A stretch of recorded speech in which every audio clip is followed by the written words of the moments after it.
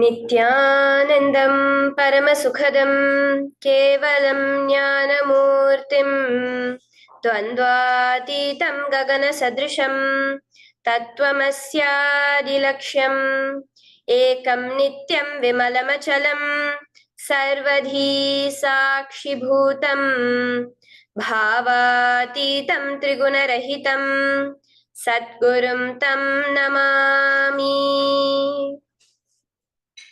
Welcome to Nityananda Yoga, where we transcend the limits of conventional practice and dive deep into the source of our being, drawing from the original source of yoga itself. Today, we're embarking on a journey of a simple 308 asanas, the Dvitiya Vinyasa Krama. But it's not just about contorting the body or mastering complex postures. It is about connecting in oneness with the cosmos. Your body will be like wax, moldable and pliable. Today, as we embark on this journey, shed the notion of limitations. Forget the boundaries imposed by your bone and flesh. Instead, recognize yourself as the very source material of the cosmos, the consciousness from where we all come from. With each movement, you will not just be stretching muscles, you will be reaching into the depths of your consciousness. Visualize yourself as a sculptor, crafting your form with intention and precision. Want to grow 4 inches taller by the end of this session? Believe it, for your body is a wax waiting to be molded as per your intention. There is only one enemy towards this that we have built within each one of us, that is the parasites of negativity. Every muscle you have built in the moment of anger, of anxiety, of pain, of incompletion becomes the boundary of your consciousness. Today, we embark on a journey to detoxify ourselves, make us experience our original nature as divine. So as we go through these 12 components, which is so unique to Nityananda Yoga, from the original source, the Vedas and Agamas, remember, you are not bound by limitations. You are the creator of your reality. Embrace your true nature. Let us sculpt our beings into an epitome of strength, flexibility, and bliss. Welcome to a transformative experience like no other, Nityananda Yoga. There are 12 different components that consist Nityananda Yoga. One is the asanas, which we traditionally know of. The various body postures revealed by Paramashiva to align the physical geometry of our body, the physical geography of our body, to the cosmic geometry, the cosmic geography. As Paramashiva says, sthiram sukham asanam, that body posture which is steady, comfortable, because it's in its original nature of Paramashivatva. The second are the pranayamas, the various systematic breathing techniques that Paramashiva has revealed for each one of us, that connect us to the higher dimensions of the cosmos and increase the life energy within us. The fourth are the bandhas, the different internal locks of the body. The third are the mudras, the various hand gestures and body movements to seal that life energy within ourselves. The very word mudra means seals.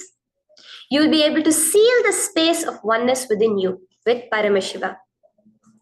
The fourth are the bandhas, the various internal locks of the body to awaken the Kundalini Shakti, our latent potential energy, and make us conducive for the ultimate experience.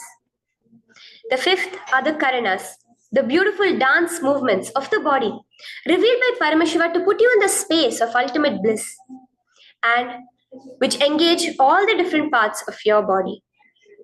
The next are the visualizations. As Swamiji says, the intention with which you move your body manifests as your reality. As you hold the visualization within you of the various gods and goddesses of Kailasa, of the various beings of this universe, you manifest the powers of those beings within you. The next are the japas, the various powerful energy vibrations of the cosmos that you will be subtly repeating in your throat center that will cause your very DNA to be bound to the cosmos, to your consciousness with the highest frequency possible.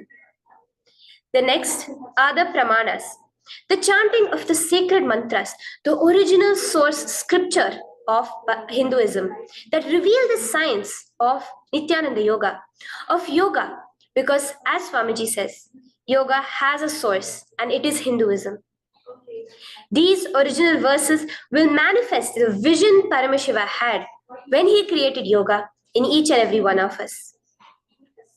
There are weights, which is an optional component, helps us to enhance our experience of Nityananda Yoga as revealed from the source scriptures of Hinduism. The next are the mandalas, the cosmic geometrical representation. The Shri Chakra, the Shri Yantra, which is the direct geometrical representation of the cosmos. When you keep that in front of you and gaze at it throughout your Nityananda Yoga, your body will fluidly just align itself to the cosmos. We have the Abharana, the Rudraksha, which we keep on our body, which acts as an energy battery, sucking in, storing the energy that we produce during this Nityananda Yoga and releasing it to us throughout the day to fuel our entire day with consciousness. The last but not the least are the Aushadas, the various sacred herbs that you can apply to which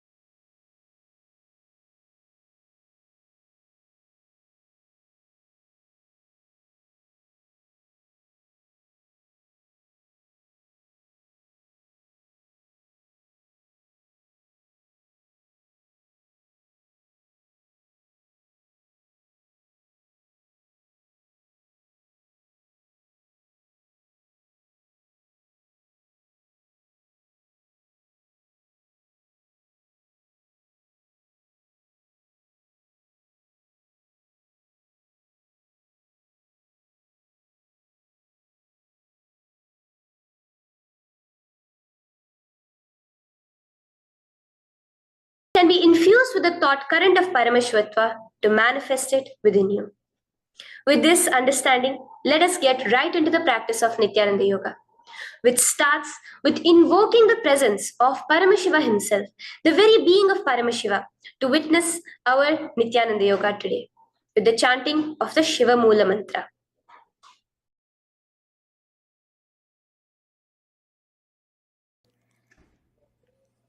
Let us now chant the Shiva Moola Mantra 11 times internally. Om Ham Hom Shivaya Namaha. Om Ham Hom Shivaya Namaha. Om Ham Hom Shivaya Namaha. Om Ham Hom Shivaya Namaha. Om Ham Hom Shivaya Namaha. Om Ham Hom Shivaya Namaha. Om Ham Hom Shivaya Namaha. Om Ham Hom Shivaya Namaha. Om Ham Hom Shivaya Namaha. Om Ham Hom Shivaya Namaha. Om Ham Hom Shivaya Namaha. The next step of this ritual of yoga, as Swamiji reveals, yoga is a ritual, a methodology to connect yourself with the divine. As every ritual in Hinduism goes, we cleanse the three elements of our body, of the world, and of the ultimate with the Tattvachamanam.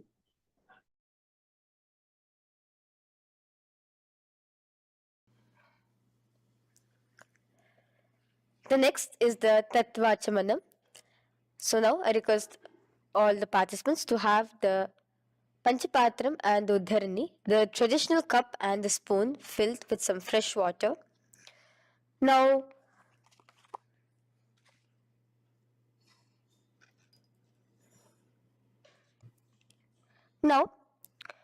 keeping your right hand in the shape of a cow's ear, the Gokarna Mudra, pour one Uddharani of water from the Panchapatram and chanting each of the following mantras internally, drink the water that flows through the base of the palm.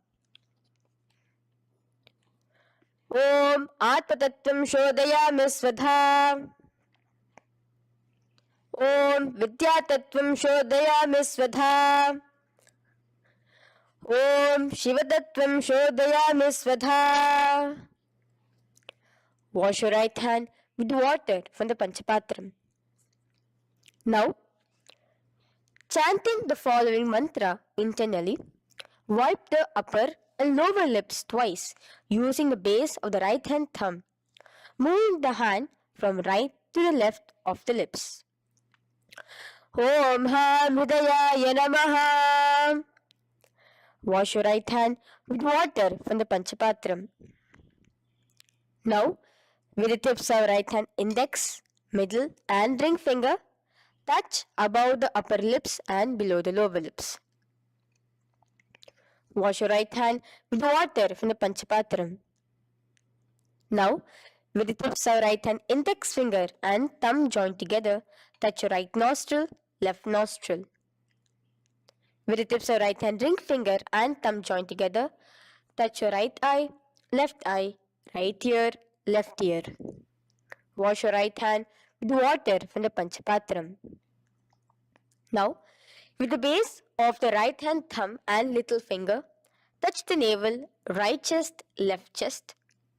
With the right hand, fingertips together, touch the top of the head, right shoulder, left shoulder, and your heart center. With that, we have the Sankalpa. The Sankalpa, the manifestation of our conscious intention. What is it today each one of us want to manifest through Nityananda Yoga? Hold that in your inner space. Through this conscious intention, which directly happens with the blessings, with the grace of the Supreme Pontiff of Hinduism, Bhagavan Sri Nityananda Paramashivam, you will just see your intention manifesting as reality.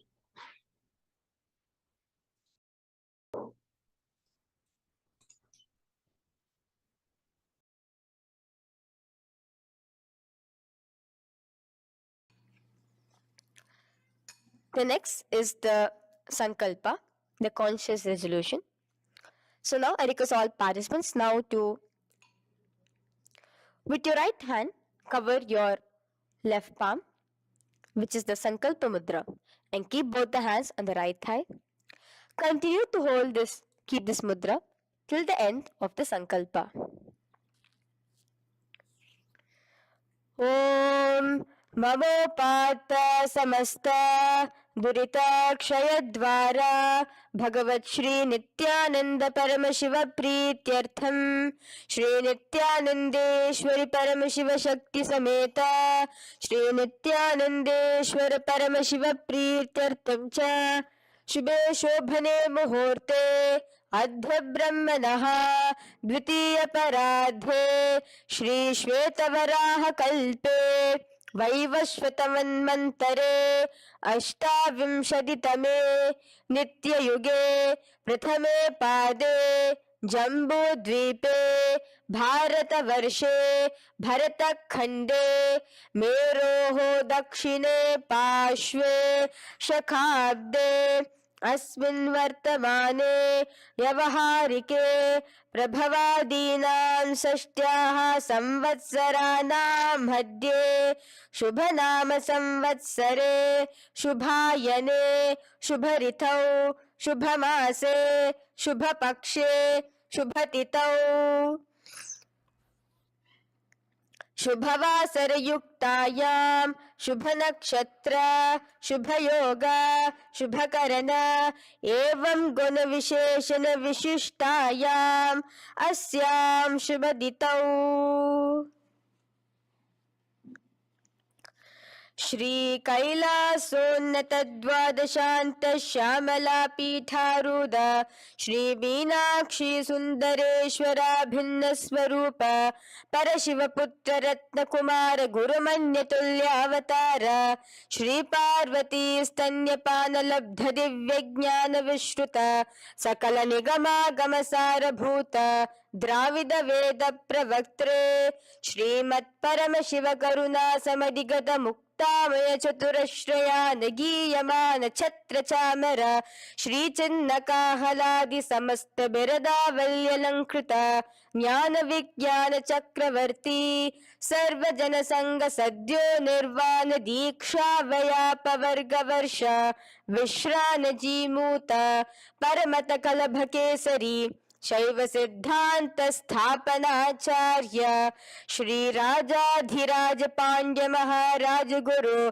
क्षपन शाक्यादि महांधकार निवारण ज्ञान भानु वीक्षणा नरहार ध्वजोच्छेदन पूर्वक श्रीमद वृषभध्वज स्थापक शैव समय कर्त्रे सर्वज्ञ पीठारूढ़ श्री जगद्गुरु श्री ज्ञान संबंध देशिक स्वामी वागीश सुंदर माणिक्य वाचक स्वामी नाम अवतार भूत श्री ज्ञान संबंध स्वामी पुनरुद्धृत श्यामला पीत सर्वज्ञ पीत त्रिनवद्युत्तर द्विशततम गुरु महासन्निधान अरुणगिरि योगीश्वर परंपरागत अरुणाचल सर्वज्ञ पीठ गुरु महासन्निधान कैलास परंपरागत कांची कैलास सर्वज्ञ पीठ त्रयष्टम शतोत्तर द्विशततम गुरु महासन्निधान नित्योत्सव नित्य मंगल नित्य कल्याण नित्य रजित कैलास परंपरागत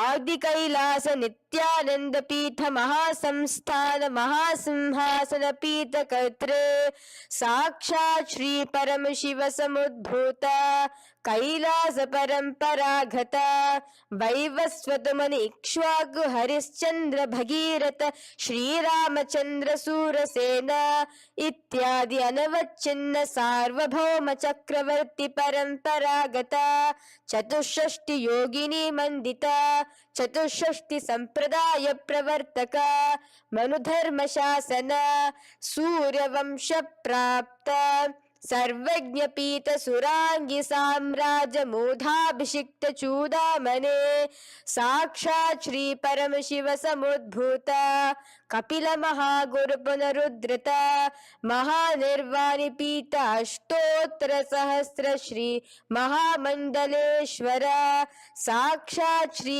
परमशिव समुद्भूत श्री महागणपति समारंभ अनवच्छिन्न पीतादीश्वर गुरु परंपरा प्राप्त अतल पीता अष्टोत्तर सहस्रतम अष्टोत्तर सहस्र श्री अतल पीताधीश्वर धर्म मुक्ति स्वर्गपुर स्वर्ण पीता त्रयोविंश गुरु महासन्निधान कैलास परंपरागत आदिपीठ सर्वज्ञ पीठ जगद्गुरु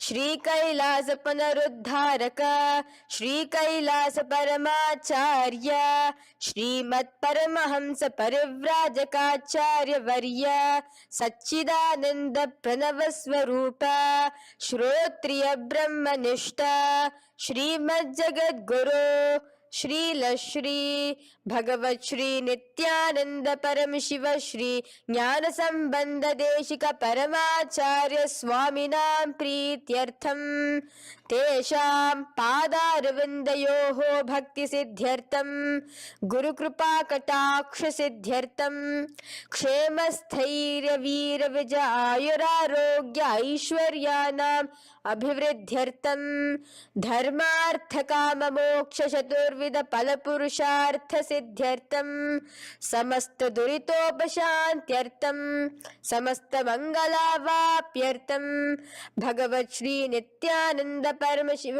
प्रसादेन सकुटुंबस्य ज्ञान वैराग्य जीवन मुक्ति प्राप्त्यर्थम भगवत श्री नित्यानंद परम शिव कृपा कटाक्षेन पूर्ण आरोग्य युक्त दृढ़गात्र यौगिक शरीर सिद्ध्यर्थम परम शिव शक्ति आविष्करणार्थम नित्यानंद योगाभ्यासं करिष्ये.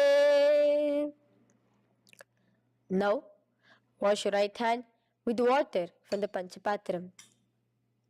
Om Apaupasprisya. Now, let's get started with the asanas. Okay? Sit first in a cross-legged position on the ground in Sukhasana.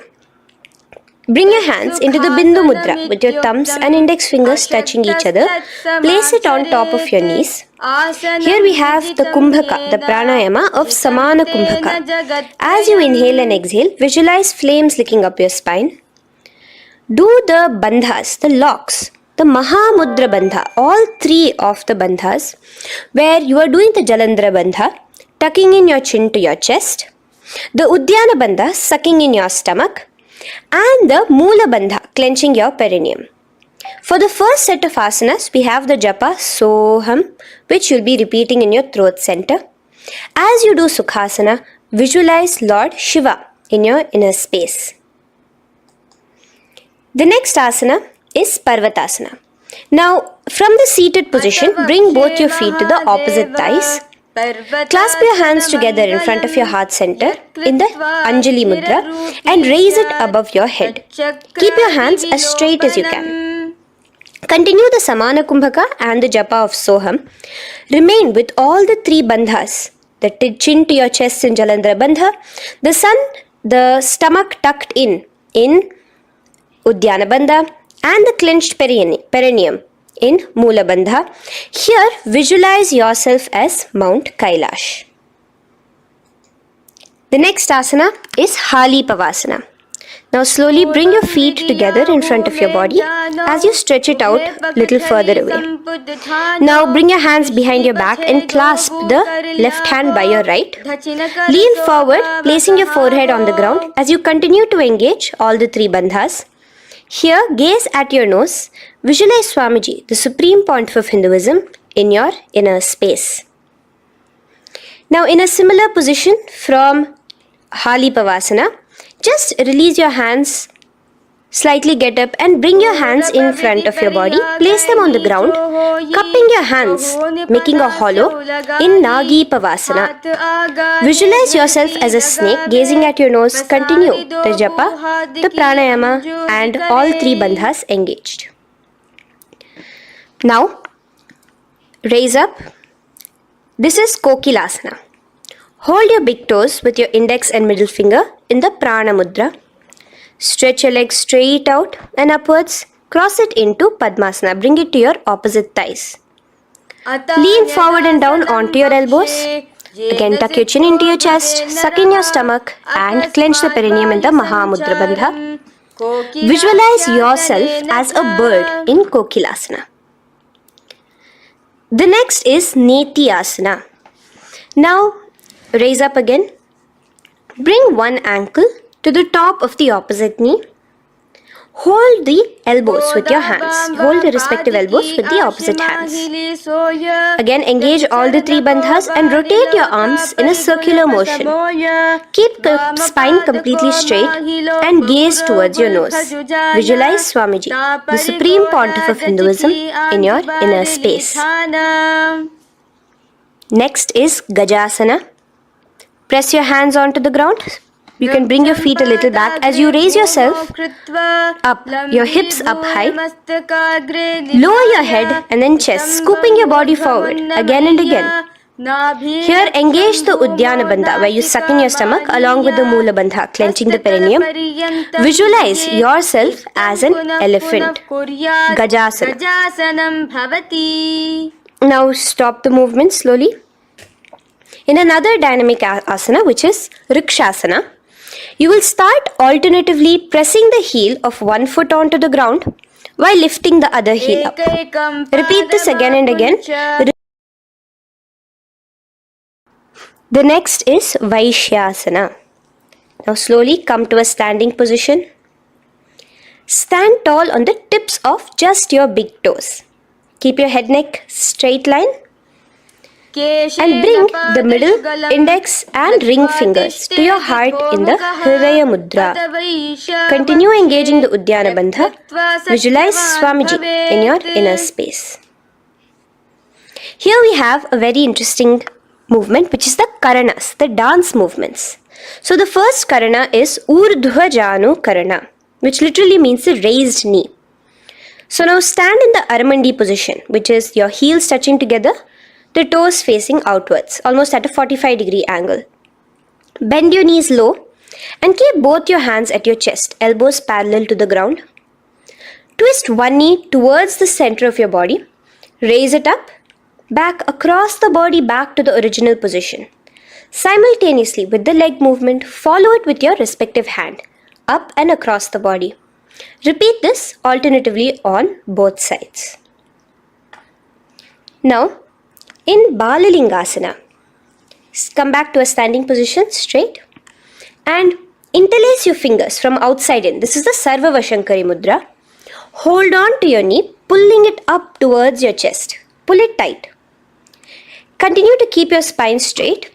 Engage all the three bandhas, the Jalandhara Bandha, the Udyana Bandha and the Mula Bandha. As you are holding your knee, visualize yourself holding, caressing a baby. Balalingasana. The next asana is Pada Pidanasana. Now the same foot which is raised, clasp it with your hands and pull it behind towards your body, holding it with both your hands. Again, engage all the three bandhas, standing tall. Visualize Swamiji, the Supreme Pontiff of Hinduism, in your inner space.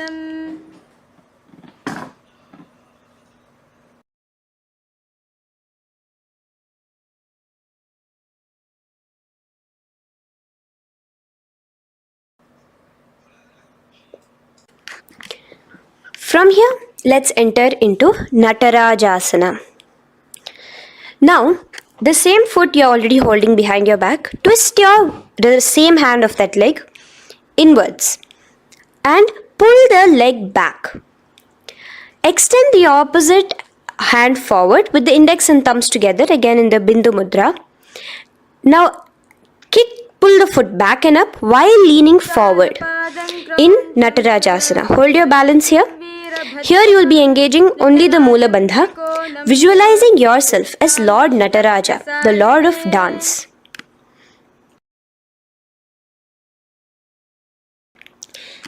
Now again, let's repeat Balalingasana on the other side with the other leg.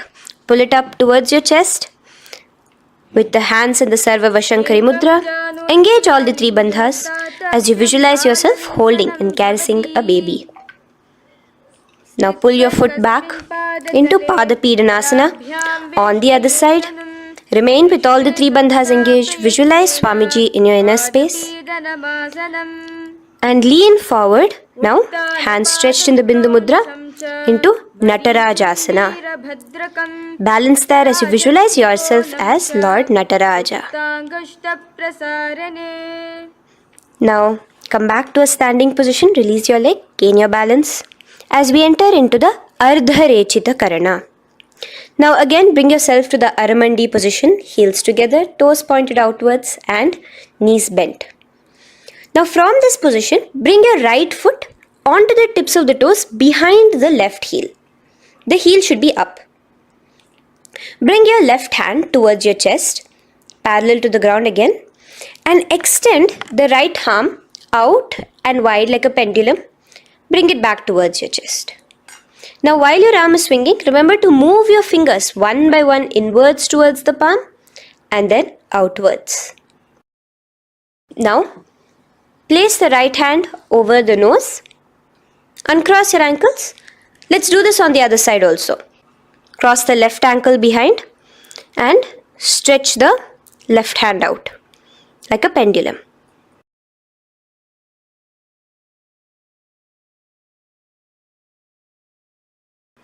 Bring it to your nose. Uncross the ankles. Now let us enter into the skeleton dance. It's a very powerful meditation. It cleanses the muscle memory.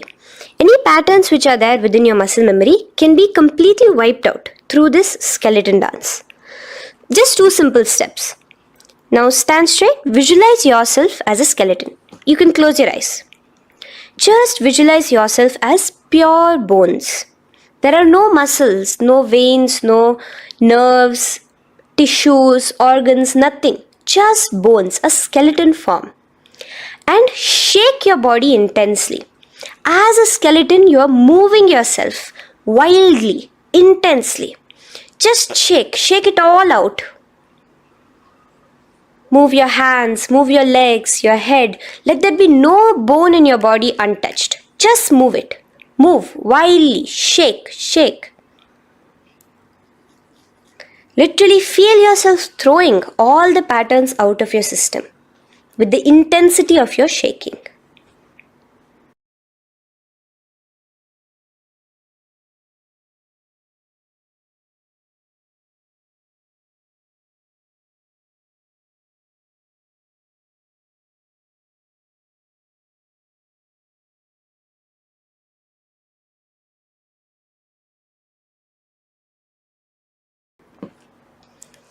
Now slowly calm down. Take a few steps, gain your breath back. That's a powerful meditation we did. Let us do the next Karana. Again, come back to a standing position. Do the Aramandi. Your toes outwards, knees bent with your feet together. Now here, raise your hands above your head.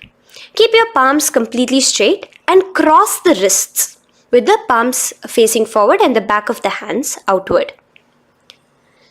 Now from the crossed wrists, uncross the wrists, spreading your arms out wide while you turn your hip towards the side. Turn by the waist sideways. Bring your hands back over the head and turn on the other side. Repeat this on the other side. Do it again. Let's twist out. Come back to the middle and twist out again. This is the Kati Chinakarana. Now stand tall. Raise your hands above your head. Bring yourself to the top of the tip of your toes. Let your hands face each other parallel to the ears. You're tall, pushing yourself, stretching yourself. Again, engage all the three bandhas. Tucking in your chin to the chest, sucking in your stomach and clenching your perineum. Visualize yourself as a palm tree. We have the japa changing over here, where you will be repeating Shivoham in your throat center. Tadasana.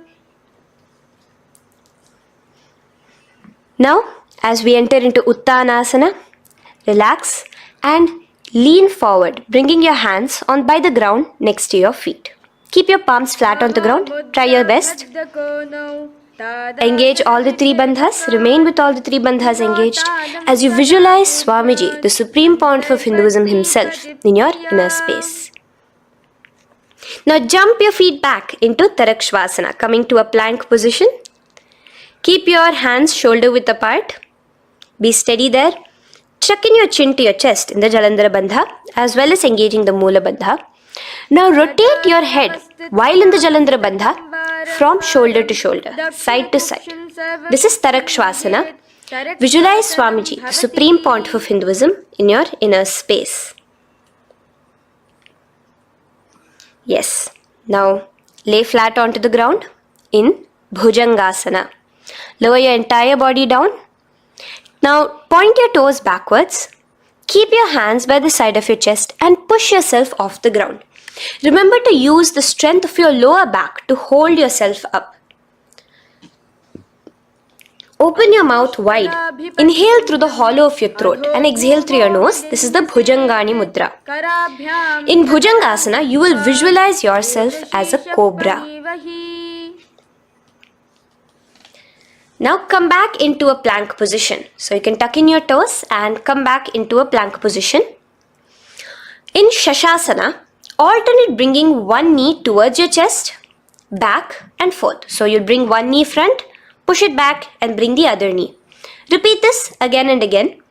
Do the Sahaja Kumbhaka. Simple breathing in, breathing out. Engage the Moola Bandha, clenching your perineum. Visualize Swamiji, the Supreme Pontiff of Hinduism. Okay. Now place your legs back into the plank position as we enter into Rathasana. Again, bring one foot between your hands and alternate jumping one foot back and bringing the other foot forward simultaneously. Again and again. Continue the Sahaja Kumbhaka and the Moola Bandha engaged as you visualize yourself as a chariot, a Ratha, in Rathasana.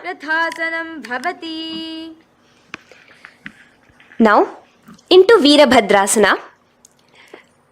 Remain one leg in between your hands. So as you jump, one leg comes between your hands. Stop in that position. One leg stretched back. And raise yourself up into a standing position. So the front foot will be pointing forwards and bent at a 90-degree angle. The knee will be bent at a 90-degree angle. The other leg, which is extended back, the foot will be pointed sideways at a 45-degree angle. Now raise your palms, hands up, parallel beside your ears. Do the Uddiyana Bandha along with the Moola Bandha, pulling in your stomach in. Gaze towards your third eye as you visualize yourself as Lord Veerabhadra. Now relax down, switch your legs around and let us do Veerabhadrasana on the other side. Stretch your hands up, gaze towards your third eye, suck in your stomach in the Uddiyana Bandha and visualize yourself as Lord Veerabhadra. Okay, bring your feet together now. Let us move into Vrikshasana. Now stand tall, gain your balance here slowly. Bring one foot towards the inner thigh. Bring your palms together, raise them up above your head in the Anjali Mudra. Keep your elbows as straight as you can. Again, continue the Uddiyana Bandha, sucking in your stomach. Gaze forward, hold your balance, visualize yourself as a tree, the stability of a tree in Vrikshasana. Now, slowly bring your hands down. Now the foot which is in your inner thigh, bring it towards the opposite, to the root of the opposite thigh. Bring your hands in the Namaskar Mudra in front of your heart center together and visualize yourself here as Lord Garuda, just engaging the Mula Bandha alone here. This is Garudasana. Now let us repeat Vrikshasana on the other side. Slowly put your foot down. Bring the other foot to the inner thigh. Raise your hands above your head. Suck in your stomach in the Uddiyana Bandha and visualize yourself as a tree. Let's repeat Garudasana on the other side. Slowly bring the foot to the opposite thigh and lower your hands to be in front of your heart center. Release the Uddiyana Bandha, just engaging the Mula Bandha, clenching your perineum. Visualize yourself as Lord Garuda, the eagle vehicle of Lord Mahavishnu. Okay, bring both your feet to the ground now and spread them far apart from each other. Now keep one leg toes pointing forward and the other set of toes pointing sideways. Straighten your arms out parallel towards the ground. Bring your front arm down towards the front foot, beside your foot, while the other arm extends towards the sky. Visualize yourself as a triangle in Trikonasana. Now raise up and let's repeat Trikonasana on the other side. Switch the position of your legs around and go forward. The other arm raised towards the sky. Visualize yourself as a triangle. Now come back to a standing position. Bring your feet together. We are having another Karana, the Nikuttaka Karana. Bring yourself to the Aramandi position. Feet together, knees out wide. Here now bring your hands towards your chest, but keep both your palms parallel towards each other. Bring your right foot onto the toes with the heels up. And simultaneously bringing the right hand towards the top. Now drop the right foot, simultaneously lifting the left foot onto the toes and switch the hands position. Now the left hand is on the top and the right hand is on the bottom. Repeat and let us do this repeatedly. Okay, relax now, come back to a straight position and sit down onto your toes. Sit on your heels with your toes on the ground, knees raised up off the ground, together in front of you in Angushtasana. Bring your hands together in the Namaskara Mudra in front of your heart center.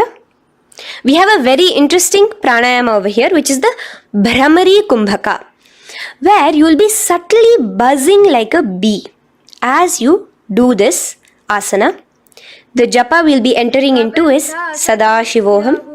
In Angushtasana, engage the Mula Bandha as you visualize Swamiji, the Supreme Pontiff of Hinduism, in your inner space. Now in the same position, slowly bring your hands to the ground. Balance yourself as you stretch one foot forward, sitting on the heel of one foot and the other foot stretched forward, toes pointed upwards. Bring your hands to the Vara Mudra, just the tips of the finger on the ground while the palm faces forward, both your hands. Continue to engage the the Mula Bandha, clenching the perineum as you visualize Swamiji, the Supreme Pontiff of Hinduism, in your inner space. Now, stretch, the leg is stretched forward, right? Stretch the same hand, the respective hand forward and clasp onto the big toe of that foot in the Prana Mudra with your index and middle fingers. The other hand, bring it to the back of the respective heel in Vidhunanasana as you visualize Swamiji in your inner space.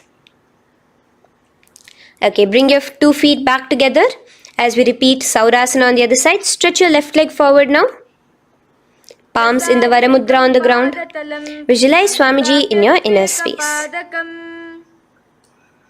And lean forward into Vidhunanasana on the other leg. Clasp your toes. Bring the other hand to the back heel. Continue to visualize Swamiji.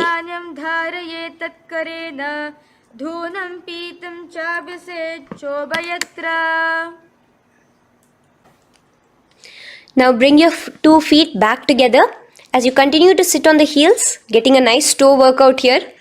Balance on your toes, bring your knees together in front of you. Now place your palms on top of the respective knees with the hands facing upwards, the palms facing upwards. Leave a slight gap between your palms and knees. As you gaze forward, engage the Jalandhara Bandha, tucking in your chin to your chest, and look between the gap between your hands. Brahma Jurankushasana. The next is Kapilasana. Now spread your knees wide and place them onto the ground. Keep your hands on the respective knees.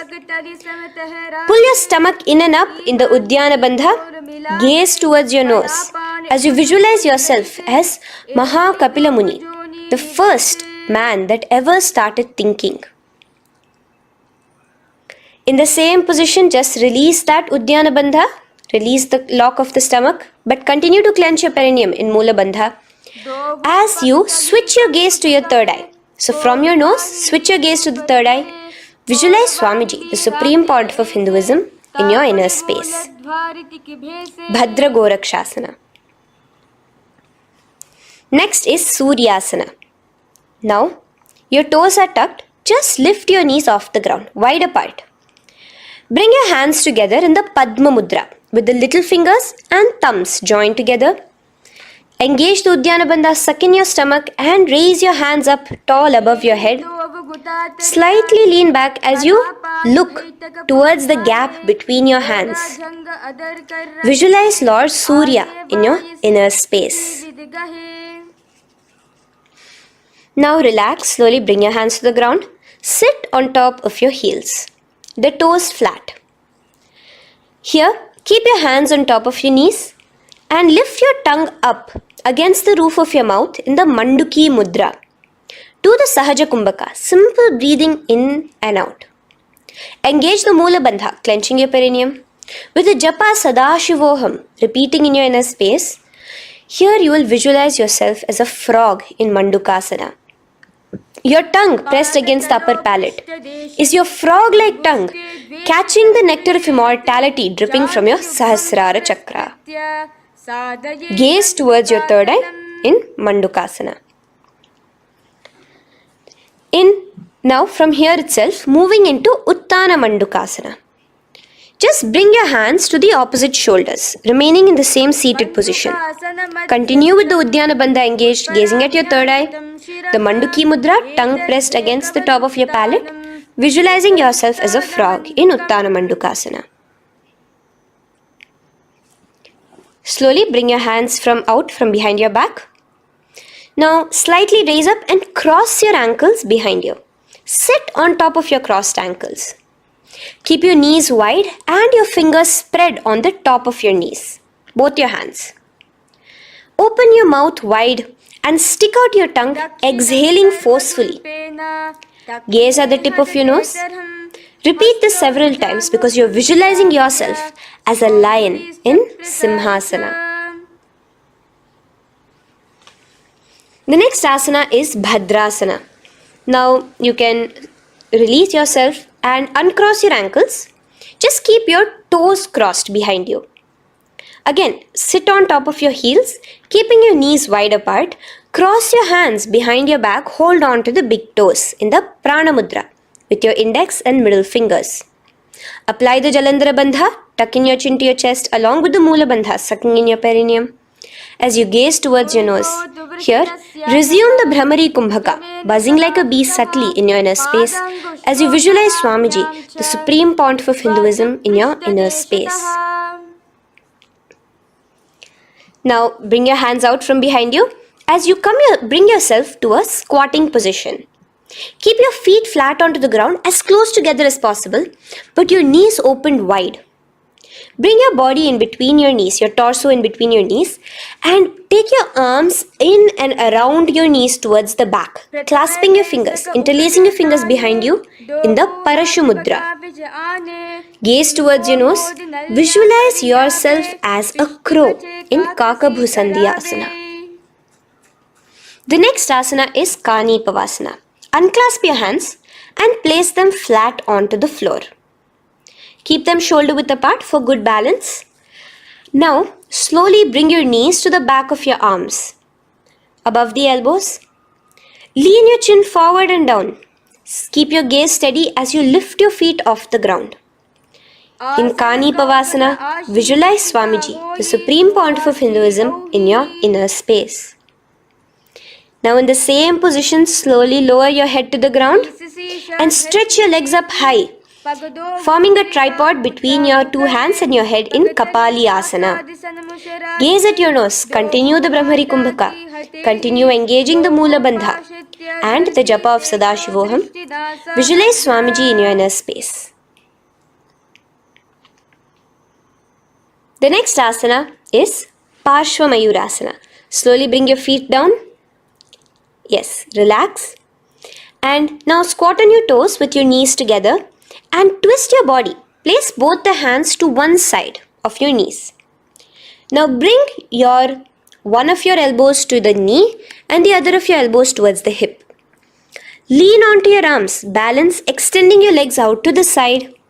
Gaze towards your third eye, visualizing yourself as a peacock. In Parshva Mayurasana, as you do the pranayama, the Rechaka Kumbhaka, let your exhalations be prolonged and your inhalations be slightly shorter.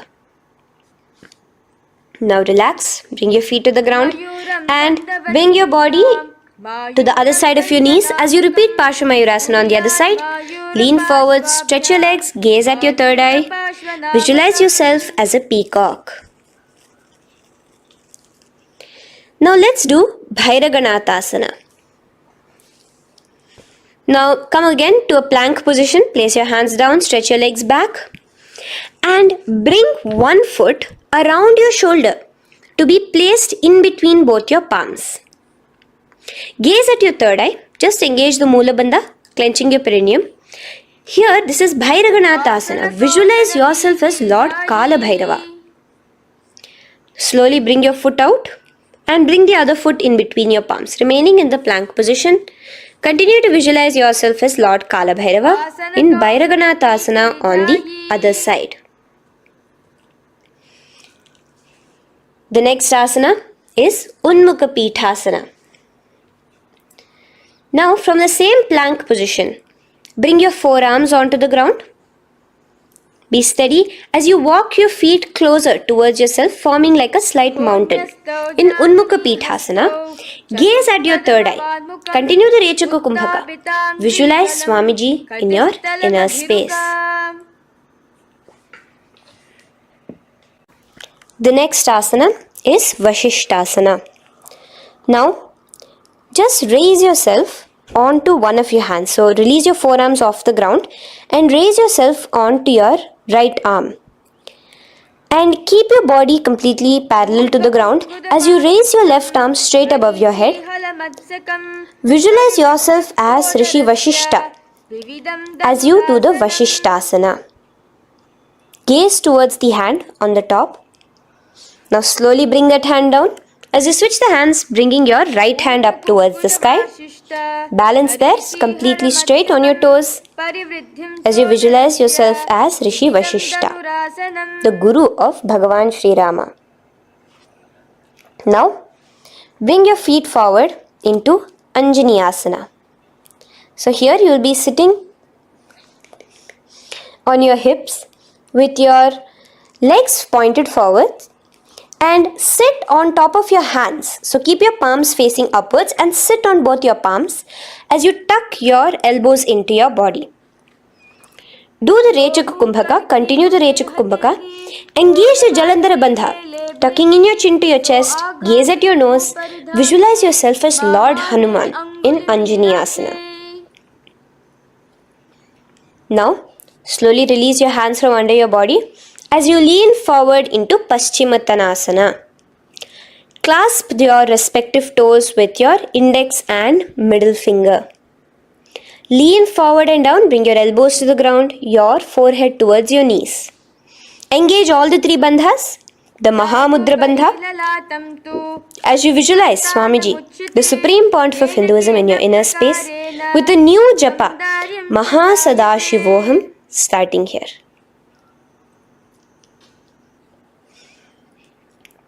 The next is Ugrasana. Now, you can raise up and clasp your hands behind your neck in the Parashumudra. Interlace both your fingers. Lean forward and down, bringing your forehead to your knees and your elbows onto the ground. Again, engage all the three bandhas in the Mahamudra Bandha as you visualize Devi Kali in your inner space in Ugrasana. The next is Marichi Asana. So raise up and keep one leg pointed forward while you bring the other leg towards the groin, the knee pointed upwards. Place the foot flat on the ground. Now lean forward. Bring both your hands, wrap your arms around the raised knee, clasping your hands behind the back together. Bring your chest to the thigh with your head towards the knee. Here engage just the Mula Bandha, sucking in your perineum, as you visualize yourself as Rishi Marichi in Marichi Asana. The next asana is Mahamudrasana. Now slowly raise up and the raised knee, let it rest by your side with your leg towards the inner thigh of the opposite leg. Now again reach down, hold your foot, bring your elbows to the ground, your forehead to your knees. Engage all the three bandhas in the Mahamudra Bandha. Gaze at your nose, visualize Swamiji himself in your inner space. Raise up. Let's repeat Marichi Asana on the other side. Bring the other foot straight while the other foot comes into the groin. Knee up. Lean forward, clasping your hands behind your back. Visualize yourself as Sage Marichi. Now from here, raise up, engage all the three bandhas as you let your knee fall to the side. Lean forward, clasping the foot. Gaze at your nose. Visualize Swamiji in your inner space in Mahamudrasana on the other side. Now, bring yourself to a seated position. Sit and bring the soles of your feet together. Bend your knees and keep your heels as close towards you as possible. While try to touch your knees to the ground. Clasp your feet together with both your hands. Maintain a straight spine. Gaze towards your nose in Bhadrasana 2. Visualize Swamiji, the Supreme Pontiff of Hinduism, in your inner space. The next asana is Gwali Pavasana. Now, keeping your feet together, just bring your hands towards the respective knees. Just lightly place them there. Tuck your chin to your chest in the Jalandhara Bandha, continuing to engage the Mula Bandha, clenching your perineum. As you gaze at your nose, visualize Swamiji, the Supreme Pontiff of Hinduism, in your inner space. Now, push your soles slightly further away from you. The joined feet, push it further away from your body.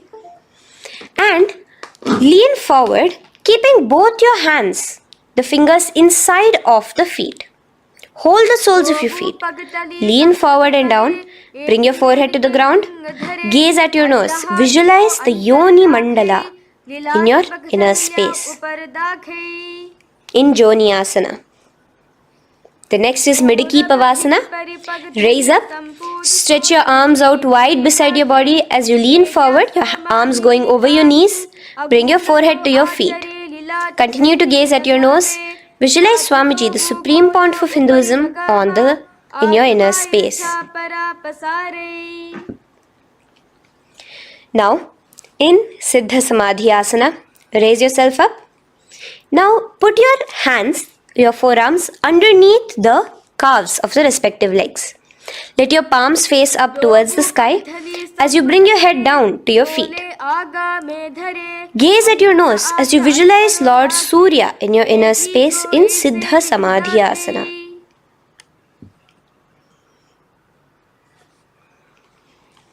The next asana is Chiniki Pavasana. Raise up now. Bring both your feet together in front of you. Bring your feet back close to your body. Now place your hands underneath both the feet and pull your feet open like a book facing towards the sky. Both your feet. Press your elbows onto your thighs near the knees and gaze towards your nose, visualizing Swamiji in your inner space in Chiniki Pavasana. Giving yourself a nice stretch. Now release your feet and bring your hands to the respective knees. Gently push down on your knees, pushing it towards the ground. Suck in your stomach in the Udyana Bandha. Gaze at your third eye, visualizing Swamiji in your inner space. This is Charapata Chokasana. The next asana is Bhairavasana. Now, continuing to remain with your feet together, you can use the help of your hands to bring your toes onto the ground with your heels pointed upwards. Just push yourself and try to do it. Continue to remain with the Udyana Bandha engaged, your stomach sucked in. Bring your hands to the Bindu Mudra with the index and thumbs together on top of the knees. Gaze at your third eye. Visualize yourself as Lord Kala Bhairava in Bhairavasana. The next asana is Samanasana. So slowly you can bring your feet out from underneath. Take now one foot towards your chest, holding with both your hands as the other foot rests by the perineum. Pull the sole onto your chest. Gaze at your third eye. Visualize yourself holding the breath in the Mooladhara Chakra, the Chaturdala, the 4-petal lotus of your body. Gaze at your third eye. Visualize Swamiji, the Supreme Pontiff of Hinduism, in your inner space in Samanasana. From here, let's move into Apanasana. Now, the foot that you have towards your chest, just bring it over your shoulder and place both your palms onto the ground beside you. As you lift the leg by your perineum, stretch it out and lift it up high into the sky in Apanasana. Gaze at your third eye, visualizing Swamiji in your inner space. Let's repeat Samanasana on the other side. Bring your foot down. Clasp the other foot towards your chest. Gaze at your third eye, visualizing Swamiji in your inner space. And bring the foot onto your shoulder as we repeat Apanasana on the other side. Stretch your leg out straight in front of you, up high towards the sky, gazing at the third eye, visualizing Swamiji in your inner space. Okay, relax slowly. Let's move into Gomukhasana. Now, sitting in a seated position, cross one leg over the other, like over, and align the knees together at the center of your body and the feet by the opposite hips. Place both your hands on top of the stacked knees. Gaze at your nose. Here we have a beautiful pranayama, very cooling pranayama, which is the Sheetkari pranayama, where you will be inhaling through your clenched teeth with your tongue pressed against behind your teeth and exhaling through your nose, creating a hissing sound. The japa will be for the next sequence of asanas. Om Nityanandoham. Visualize the face of a cow in Gomukhasana. Now keep your knees crossed. From the knees, bring your hands towards the respective toes on the side of the body. Clasp the big toe in Pranamudra. Suck in your stomach in the Udyana Bandha. Visualize yourself as Rishika Anasuya in Anasuyasana. Now in Anusuyasana 2, just bring your hands behind your back, clasped together, interlaced fingers in the Parashamudra. Lean forward and down. Try to bring your nose to touch the ground in front of you. Just visualize yourself as Rishika Anasuya and gaze at your nose. Anusuyasana 2. Raise yourself up now. Now bring one foot towards the perineum, knee resting on the ground. Raise your other foot with the foot in front of the lying down foot, knees pointed upwards towards your chest. Place your hands on the respective knees. Keep your spine tall, chest out. Gaze at your nose. Visualize yourself as Lord Garuda, the eagle vehicle of Bhagavan Mahavishnu.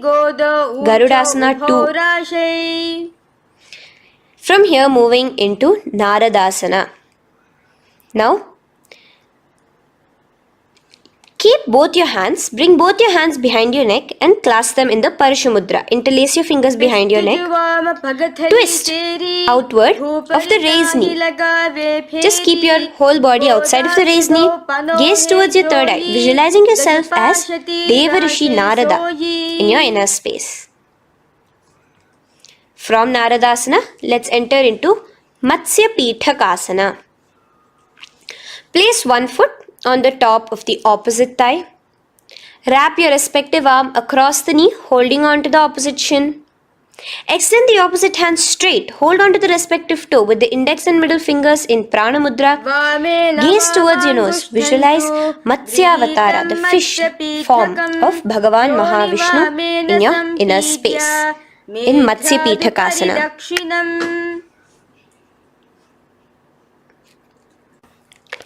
From there, let's repeat the Gomukhasana and the rest of the asanas on the other side too. So slowly you can cross your knees over to the other side in Gomukhasana. Keep your hands on the top of your knees. Gaze at your nose as you visualize the face of a cow in Gomukhasana. Continuing into Anusuyasana on the other side, bring your hands to your toes. Suck in your stomach in the Uddiyana Bandha. Gaze at your nose, visualize yourself as Rishika Anasuya. And lean forward, bringing your hands behind your back in Anusuyasana 2. Interlace your fingers in the Parashamudra. Continue to gaze at your nose, visualizing yourself as Rishika Anasuya. As you relax the Uddiyana Bandha, just clenching the Mula Bandha alone. Raise up, bring your feet together in front of you as we enter into Garudasana 2. Place your hands on the respective knees. Stay straight. Visualize yourself as Lord Garuda as you gaze towards your nose. And twist your body out of the raised knee, hands clasped in the Parashamudra behind your neck. Gaze at the third eye, visualizing yourself as Devarishi Narada. And bring the foot to the opposite thigh as we enter into Matsya Pitakasana on the other side. Clasp your toe in Prana Mudra. Gaze at your nose, visualizing Matsyavatara, the fish avatar of Lord Vishnu in your inner space. Now let's enter into Matsyendrasana. Remaining in the same position with one foot on the opposite thigh, place the other foot on the ground on the far side of the other thigh. Twist. Bring your elbow outside the raised knee. Keep the raised arm by your neck. Turn backwards. Gaze towards your third eye, the other hand straight out. Visualize Matsyendranatha, the great Rishi and master of Hatha Yoga in your inner space. Just switch your hands around. Straighten the hand that was originally bent and bend the other hand towards your neck. As we enter into Kubhasana, visualize yourself as a camel. Continue to gaze at your third eye. Now, straighten out both your hands straight out in the same position. Continue to gaze at your third eye, visualizing Matsyendranatha, the master of Hatha Yoga in your inner space. Now slowly take your foot off from the thigh. As we enter into Matsyendrasana on the other side, bring the other foot to the thigh. Place the other foot on the far side. Twist, bringing your elbows outside of the raised knee, hands on the head. The other hand stretched out back. Twist, gazing at your third eye. Visualize Matsyendranatha in your inner space. Switch the hands around as we enter into Kubhasana on the other side. Remember to visualize yourself as a camel. Now stretch both your hands out in Matsyendrasana 2 on the other side. Visualize Matsyendranatha in your inner space. Now, with one leg on the thigh, bring the other foot too to the opposite thigh in Padmasana. Place your palms on the respective knees. Engage all the three bandhas in the Mahamudra Bandha, tucking your chin to your chest, sucking in your stomach and clenching your perineum.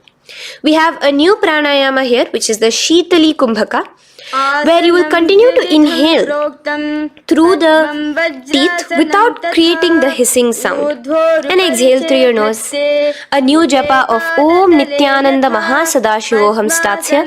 Gaze at your nose in Padmasana, visualizing yourself as Bhagavan Paramashiva. Now, keeping your legs in the same position, just cross your hands over each other, clasping onto the toes with your index and middle fingers in the Prana Mudra. Gaze at your nose, visualize yourself as Devi Parvati, the consort of Lord Paramashiva in Padmasana 2. Now, uncross your hands. Take your hands and insert it into the gap between your thighs and your calves. Put both your hands within and pull it out on the other side. As you balance on your hands, lifting your whole body off the ground, visualize yourself as a rooster in Kukkutasana. Now relax. Take your hands out from inside your feet as we enter into Baddha Kekiasana. Place your hand onto the ground as you raise up on your knees. Place your palms on the ground, fingers pointing towards the legs. Now keep your elbows together, pressed against your navel. Slowly lean forward, balancing, and extend your knees off the ground, visualizing Swamiji in your inner space. In the same position, stretch your legs out behind you. In Mayurasana, visualize yourself as a peacock. Hold your balance. Relax now. Yes, relax flat onto the ground into Makarasana. Lay down completely flat. Keep your feet pointing outwards, far away from each other. Place your forehead on the mat. Interlace your fingers behind your neck in the Parashumudra. Just relax, visualizing yourself as a crocodile as we go back to the Sahaja Kumbhaka, the simple breathing in, breathing out. Just keep the Moola Bandha alone engaged.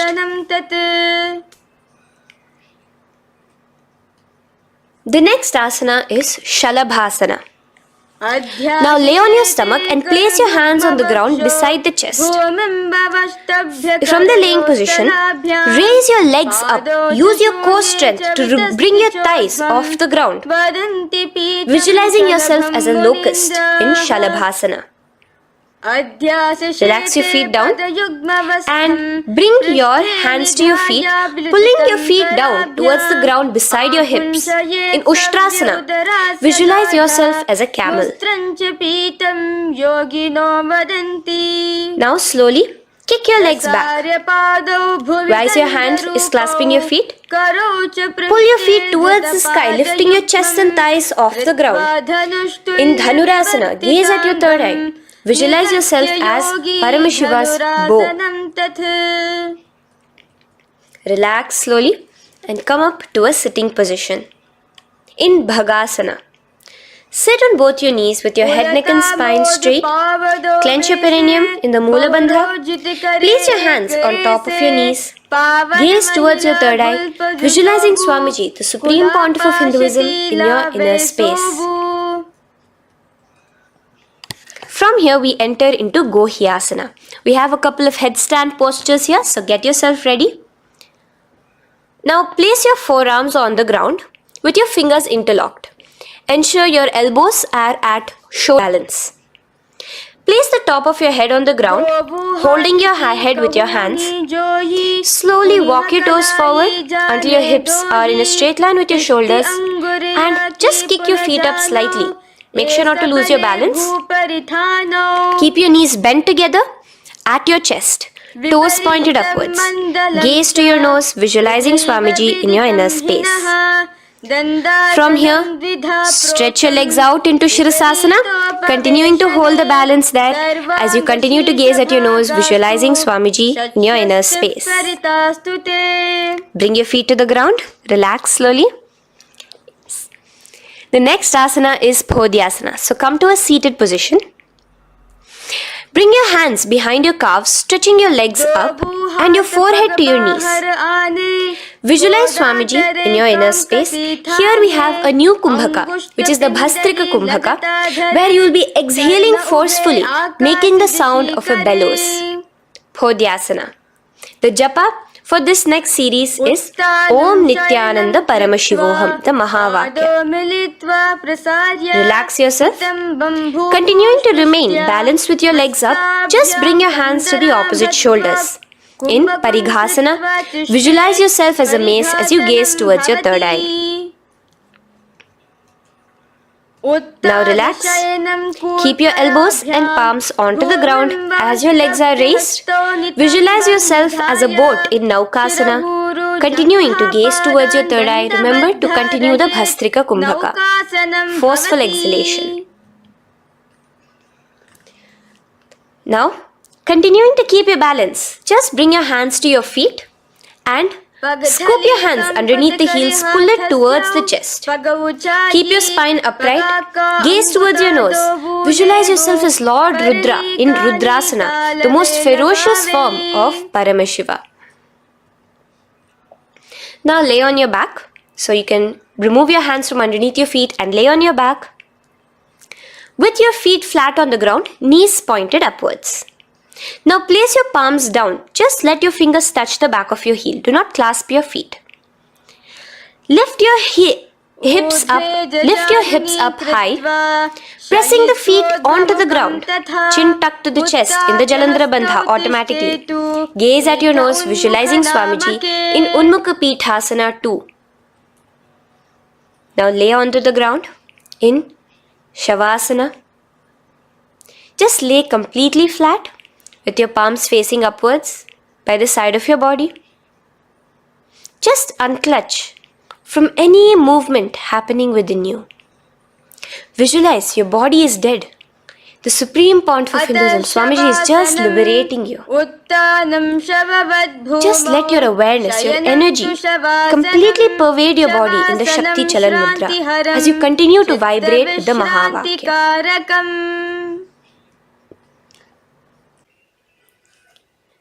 Roll over to one side and come to a seated position.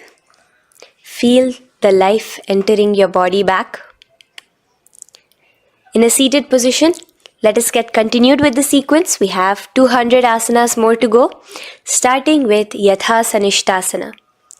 In Yatha Sanishtasana, sit in any posture you are completely comfortable in, bringing your hands into the Bindu Mudra with the thumbs and index touching. Start off with the Samana Kumbhaka. As you're inhaling and exhaling, feel flames licking up your spine. Clench your perineum in the Moola Bandha with the japa Om Nityananda Paramashivoham for the remaining of the sequence. Visualize Swamiji in your inner space. From here, moving into Samasana, where you bring your feet to a cross-legged position. Keep your hands on your knees with the thumbs and index touching in the Bindu Mudra. Just inhale and exhale as you visualize Swamiji in your inner space. The next is Muktasana. Press your left foot against your genital region. Place the right foot on top of your left. Keep your hands facing downwards on top of your knees. Sit straight, gazing towards your nose. Visualize yourself as a sage liberated by Swamiji himself. Now, continue to remain in the same position as we go into Siddhasana, where your gaze will be switching from the nose to your third eye. Continuing to visualize Swamiji in your inner space, ensure the Moola Bandha, the perineum, is locked. In Siddhyasana now, continuing the same position.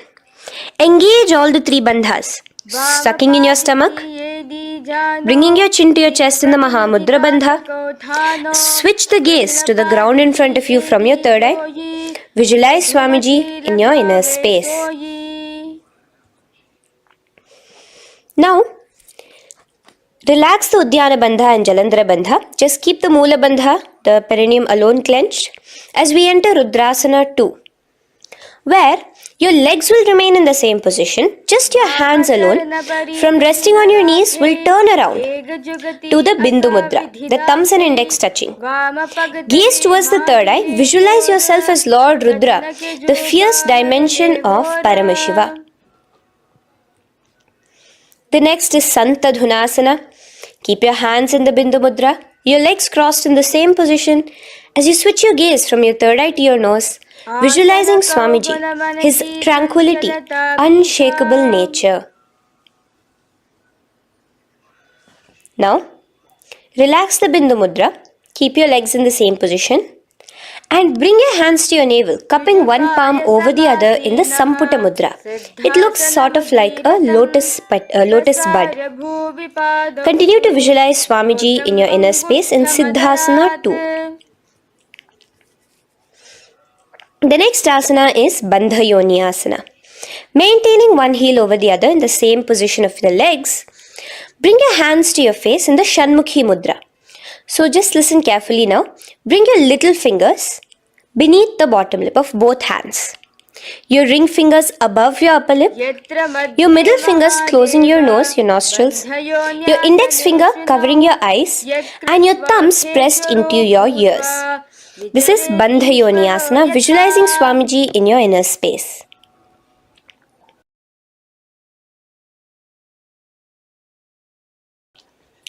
The next asana is Virasana. Now, you can remove your hands from your face and bring one foot onto the opposite thigh, and the other foot underneath the thigh. Keep your hands in the Bindu Mudra, thumb and index fingers together on the top of your knees as you embody the space and state of bravery, Veera, in Virasana. Now, changing the leg position again as we enter into Valmikasana. Keep your left heel on the right side of the generative organ, toes under the thigh. Keep your right foot on top of the left leg, toes by the knee. Again, bring your hands into the Bindu Mudra on top of the knees.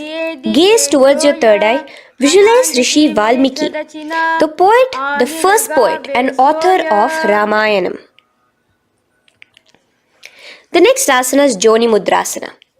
So you're going to remain here as you switch your gaze to your nose, visualizing the Yoni Mandala, a beautiful formation, divine cosmic geometry, representing Devi, Shakti, a symbol of the creative energy of the universe in Joni Mudrasana.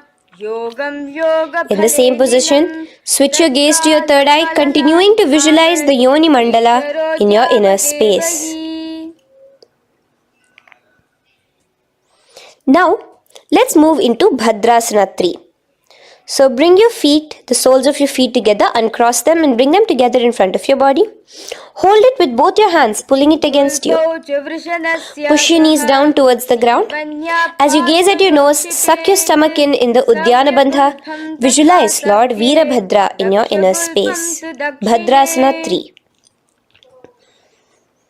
In the same position, we are entering into Aghorasana, where your left hand will rest on top of the left knee, while your right hand comes towards your face.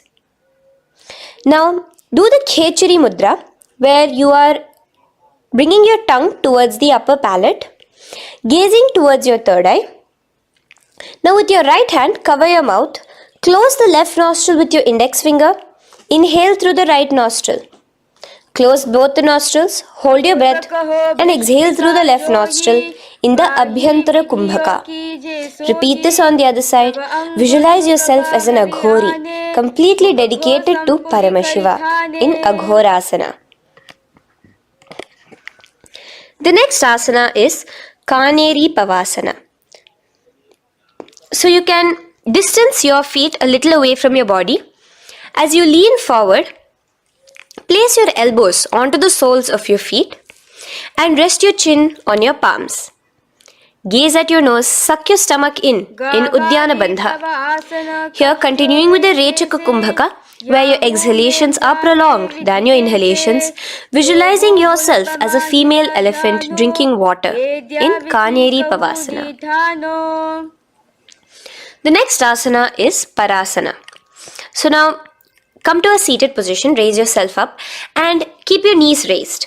Bring your hands underneath your knees, between your calves and thighs, and clasp them together. Interlace your fingers in the Parashamudra in front of your navel.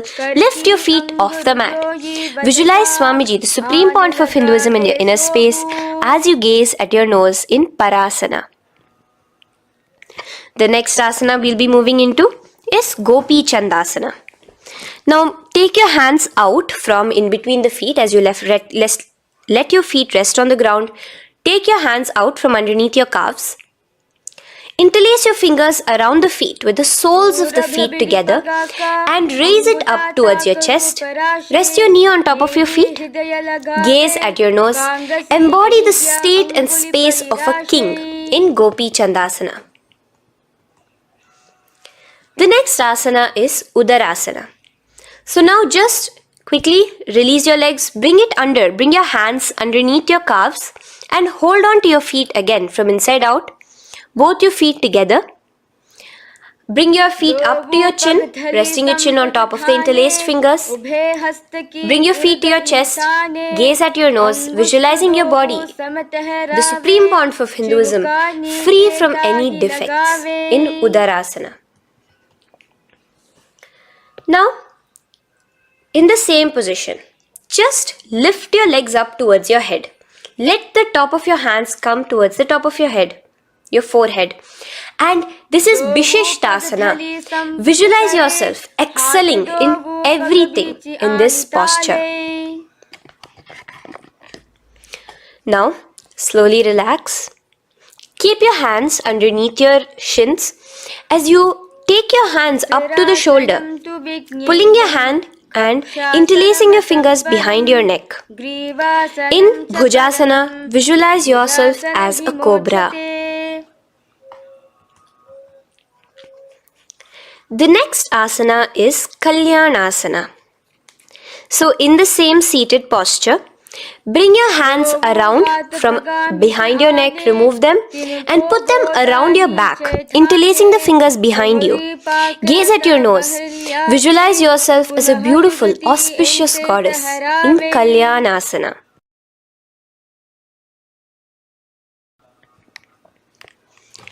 The next posture is Sankatasana. So now, uncross your hands from behind you. Release yourself completely onto the ground. Place your left knee on the mat and the left foot flat. Sit on top of your left foot, knee pointed forward. Raise your right leg on top of the left, bringing the right heel to the left hip. Place your hands on the opposite knees. Here, do the Ujjayi Pranayama. As you inhale and exhale, make the sound of an ocean. Visualize yourself as a swan, a beautiful swan in Sankatasana. The next is Dhenukasana. Just in the same position, slide your left heel to the left hip. Keep your right knee on top of the left. Place both your hands on your right thigh. Visualize a cow in your inner space as you suck your stomach in the Uddiyana Bandha, Dhenukasana. Now slowly uncross your legs as we move into Matsyendrasana. Place the right foot on the left thigh, the left foot on the right knee. Bring your left hand behind your back, hold the right thigh. Twist a little bit. Place your right hand on your left thigh. Twist your body, gaze towards your third eye, visualizing Swamiji in your inner space. The next asana, Matsyendrasana 2, just untwist your body. As you clasp the respective toes of both your feet with your hands, lean forward and down, bringing your forehead to the ground in front of your feet. Visualize Swamiji, the supreme pontiff of Hinduism, in your inner space. Raise up now. Keep your legs in the same position. We have the Guru Asana. Interlace your fingers together and place it over the topmost knee. Suck in your stomach in the Uddiyana Bandha, clench your perineum in the Moola Bandha, tuck your chin to your chest in the Jalandhara Bandha. As you engage all three bandhas, visualize Swamiji in your inner space. Let us now repeat Sankatasana on the other side. So, you can release your hands, your legs as you cross the other leg over. Visualizing yourself as a swan, remember to put your hands on the opposite knees. The next asana, Dhenukasana, repeating it on the other side. Slide your leg out, bring both your hands to the topmost knee.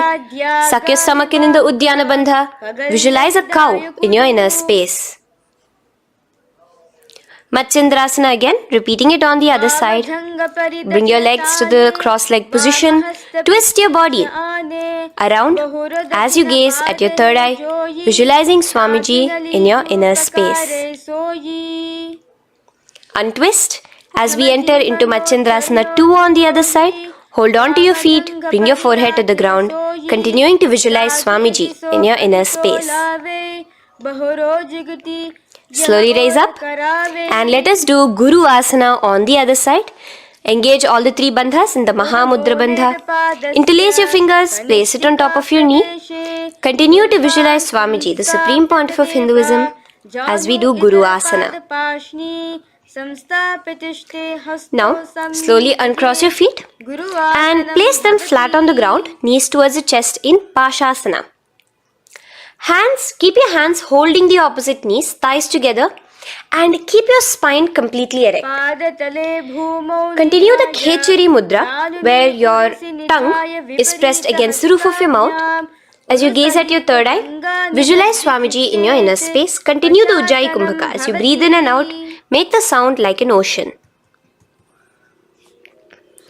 Now in the same position, just bring your chin towards your knees in Bodha Shokasana. Lean forward, gazing at your nose, and visualize Swamiji, the abode of bliss in your inner space. Now raise up and bring your hands, uncross your hands, bring your hands underneath your knees, clasping the opposite elbows in Kurakatasana. Gaze at your nose, visualizing Swamiji in your inner space. Now, in the same position as Kurakatasana, just cross your ankles into Sumatyasana. Toes pointed upwards. Gaze at the nose. Visualize the great sage and Maharishi Sumati in your inner space. The next asana is Dandasana. Extend your feet out straight in front of you. Keep your arms straight above your head. Interlace the fingers from inside out. Let your wrists point outwards. Engage the Mahamudra Bandha, all the three bandhas. As you gaze at your nose in Dandasana, visualize Swamiji in your inner space. The next is Arambhasana. Now keeping your legs straight, release the Jalandhara Bandha and the Udyana Bandha, keeping your perineum clenched in Mula Bandha. Lean forward and down. Hold your big toes in the Prana Mudra with your index and middle fingers. Head to your knees. Do here the Nadi Shodhana Pranayama. Inhale through the left nostril, hold and exhale through the right. Visualize Swamiji in your inner space. The next is Bhidokasana. So, slightly raise your body up and bring your hands underneath your knees, extending your knees slightly up. Keep your heels a bit apart from each other and clasp your feet. Bring your shoulders down, wrapping your hands around your legs. Gaze towards your third eye, visualizing Swamiji in your inner space. So from here, let's enter into Jalandhari Pavasana. So you can actually remain in the same position with your hands underneath your calves and just bring the soles of your feet together. You might want to bring your body closer. Place your head on top of your feet with the palms facing upwards on the ground. Gaze at your nose. Visualize Swamiji in your inner space. Now slowly bring your hands out from underneath and come to a seated position. Stretch your legs out as we enter into Urdhva Paschimottanasana. Here we have a new Kumbhaka, the Pratyahara Kumbhaka, where you will feel your breath coming from your Mooladhara Chakra up to the Brahmarandra above the Sahasrara. This is the Pratyahara Kumbhaka. In Urdhva Paschimottanasana, extend your legs out, lift one foot behind your neck and lean forward and down towards your foot, visualizing Swamiji in your inner space.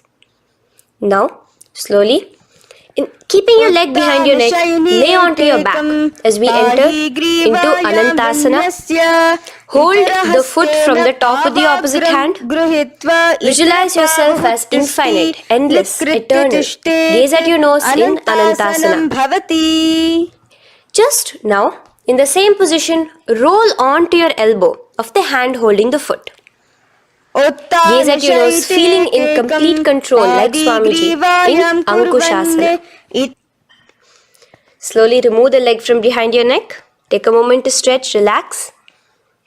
Lay on your back. Bring your knees towards your chest. Bring your hands around, encircling the thighs and the calves with your arms. Roll to the left and right in Drishasana, visualizing Swamiji in your inner space. The next asana is Urdhva Paschimottanasana. On the other side, let us repeat it. Raise up to a sitting position and bring the other foot behind your neck. Lean forward and down, clasping your foot. Repeating Anantasana on the other side, lay on your back, bring the opposite hand to the foot, gaze at your nose, and continuing to gaze at your nose, roll onto the elbow as we repeat Ankushasana on the other side. Now, you can release your foot and try to remain in the same position without removing the leg from behind your neck as you bring the other leg too to cross behind your neck with both your legs behind your head. Laying on your back, bring both your hands to clasp behind your back, gaze to your nose, visualizing Swamiji in your inner space in Yoga Nidrasana. As we enter into Atma Ramasana, in the same position you can uncross your hands from behind your back. Bring it up, continuing to keep it underneath the legs. Just clasp it behind your neck. So you can bring your legs out from behind your neck. Just let your hands interlace behind your neck, gazing to your nose, visualizing the Atma Rama, Bhagavan Mahavishnu within you as your soul blessing you, as you gaze at your nose in Atma Ramasana. Now, you can release your hands and legs. Continue to lay on your back as we enter into Kochikasana. Bring your knees to your chest with the soles facing upwards. Extend your arms sideways as you gaze towards your third eye, visualizing Swamiji in your inner space. Now, from Kochikasana, keep your arms reached out to the sides at shoulder level. As we enter into Jatara Parivriti 1, keep one knee bent, twist it and bring it to the ground on the opposite side with the other leg extended straight. In Jatara Parivriti 2, keep both the knees bent to one side. And in Jatara Parivriti 3, keep both the legs straight to one side. Throughout this, keep your head looking in the opposite direction. And let us repeat this on the other side. You can bring your knees back to your chest. Let your legs out, go to the other side and do Jatara Parivriti 1, 2 and 3. The next asana is Dvipada Pitham. So now from Jatara Parivriti you can bring your feet down, lay on your back with your knees pointed upwards, feet flat on the ground.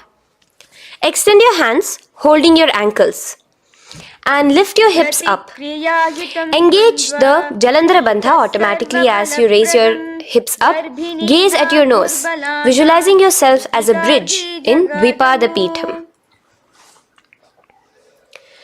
Now in Paryankasana, so you can lay back onto the ground and place your feet flat. Bring your arms over your head, placing the hands flat near your shoulders with the fingers pointing towards the feet. Lift your entire body up and off the ground in Paryankasana as you visualize yourself as sturdy as stone furniture. Lay back down slowly as you bring your hands out. Keep your knees to your chest here and your hands on the shoulders as we enter into Svottanasana.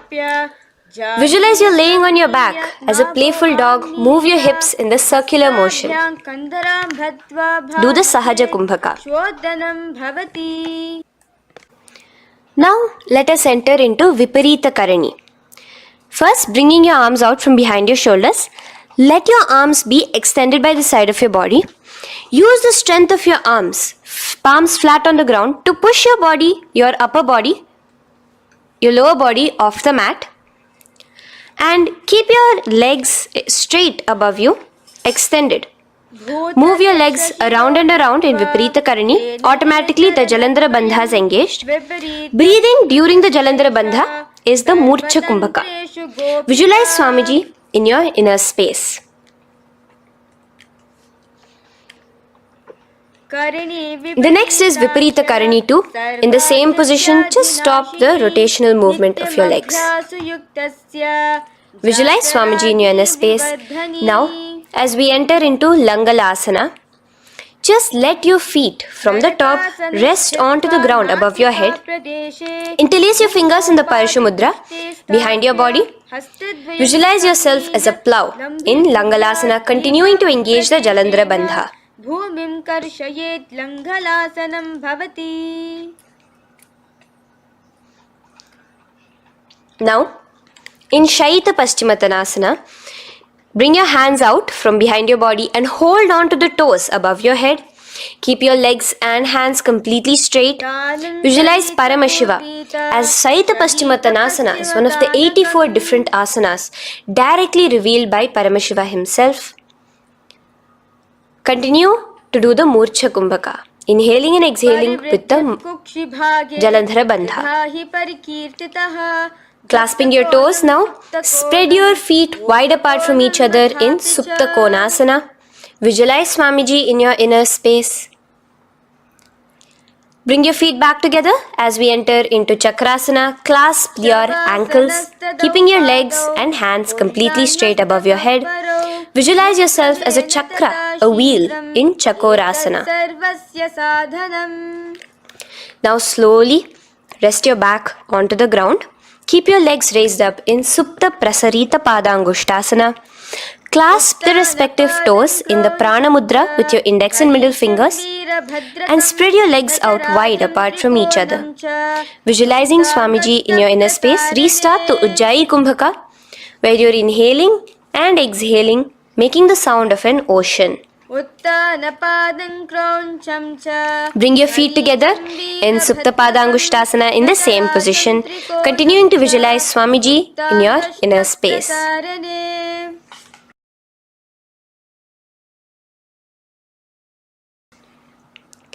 Now, release your feet and bring them into Padmasana. As you lay flat on your back in Matsyasana, hold the opposite elbows over your head, gazing at your nose. Visualize Matsyavatara, the fish form of Bhagavan Mahavishnu. Now in the same position, put one hand over the other, extend it straight above your head. As you visualize Lord Rama in your inner space, continue to gaze at your nose. Now, slowly bring your hands to your hips as we enter into Sarvangasana. Lift your hips and legs up into the sky, crossing your legs in Padmasana. Let your hands support you, your elbows on the floor. Do the Jalandhara Bandha as you gaze at your nose in Sarvangasana. Now, bring your hips back onto the ground in Vrishchikasana. So, in the Padmasana, just remove one foot alone. Keep one foot on the opposite knee as you pull the knee towards your face. Let your hands stretch out above your head, hooking forward as you raise your upper back off the ground, visualizing yourself as a scorpion in Vrishchikasana, gazing at your third eye. Do the Jalandhara Bandha, tucking in your chin to the chest. Now just switch your legs around as we repeat Vrishchikasana on the other side. Continuing to visualize yourself as a scorpion, gaze at your third eye. The next asana is Vrishapada Kshepasana. So come now to a complete flat position on your mat. Come down to a complete lying down position and interlace your fingers around your neck. Now raise both your feet off the ground. Extend one leg straight and the other knee to the chest in a bicycle motion. Alternate between extending and raising the knee again and again, bringing your opposite elbows to the respective knees. Visualize Swamiji in your inner space. Breathe in and out in the Sahaja. From Vrishapada Kshepasana, now lay flat onto the ground with your hands by your side as we enter into Marottanasana, where you will be lifting your legs one by one, touching the ears with your knees. Visualize Swamiji in your inner space. The next asana is Vrikasana. Now what you'll be doing is laying on your back. Bring the soles of your feet flat onto the ground. Stand up completely and lay back down. Visualize yourself as a wolf in Vrikasana.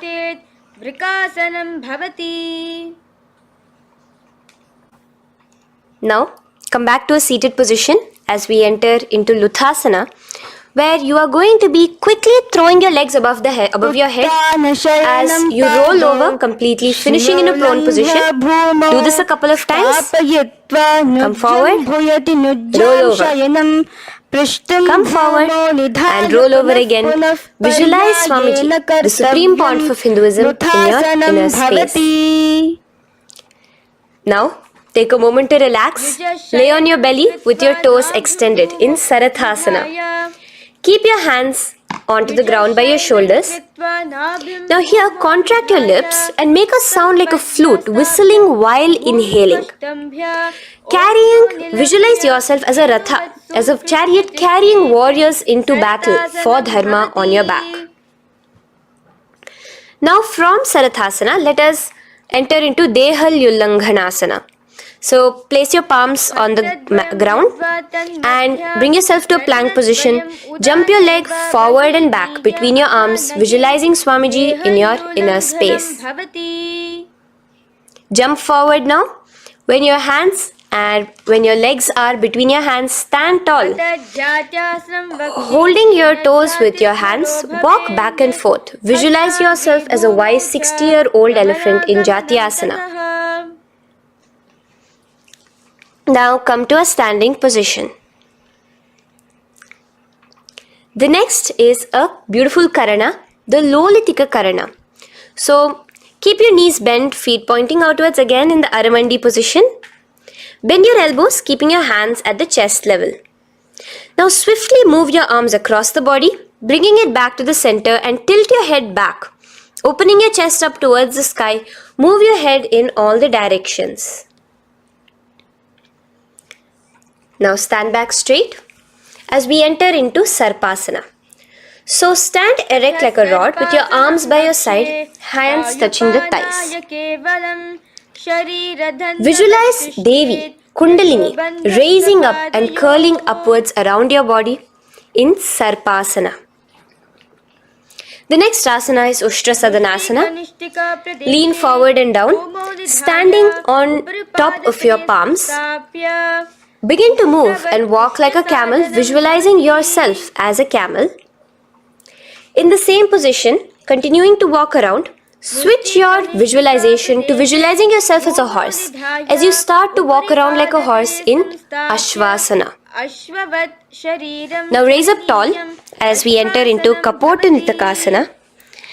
Interlace your fingers behind the back. Pulling them down towards your calves, open up your chest. Keep your hands in the Parashamudra. Visualize yourself as a soaring bird diving down in Kapotanitakasana. Now, stand tall as we enter into another Karana here, the Tala Pushpaputam Karana. Bring yourself to the Aramandi with your hands in the Namaskara Mudra. Simultaneously now, open up your palms while raising one heel off the ground, slightly lowering the waist and shoulder of the heel you have raised.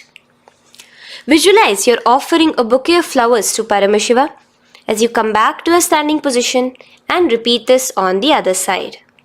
Let's do this a few times, offering flowers to Paramashiva. Now, come to a standing position.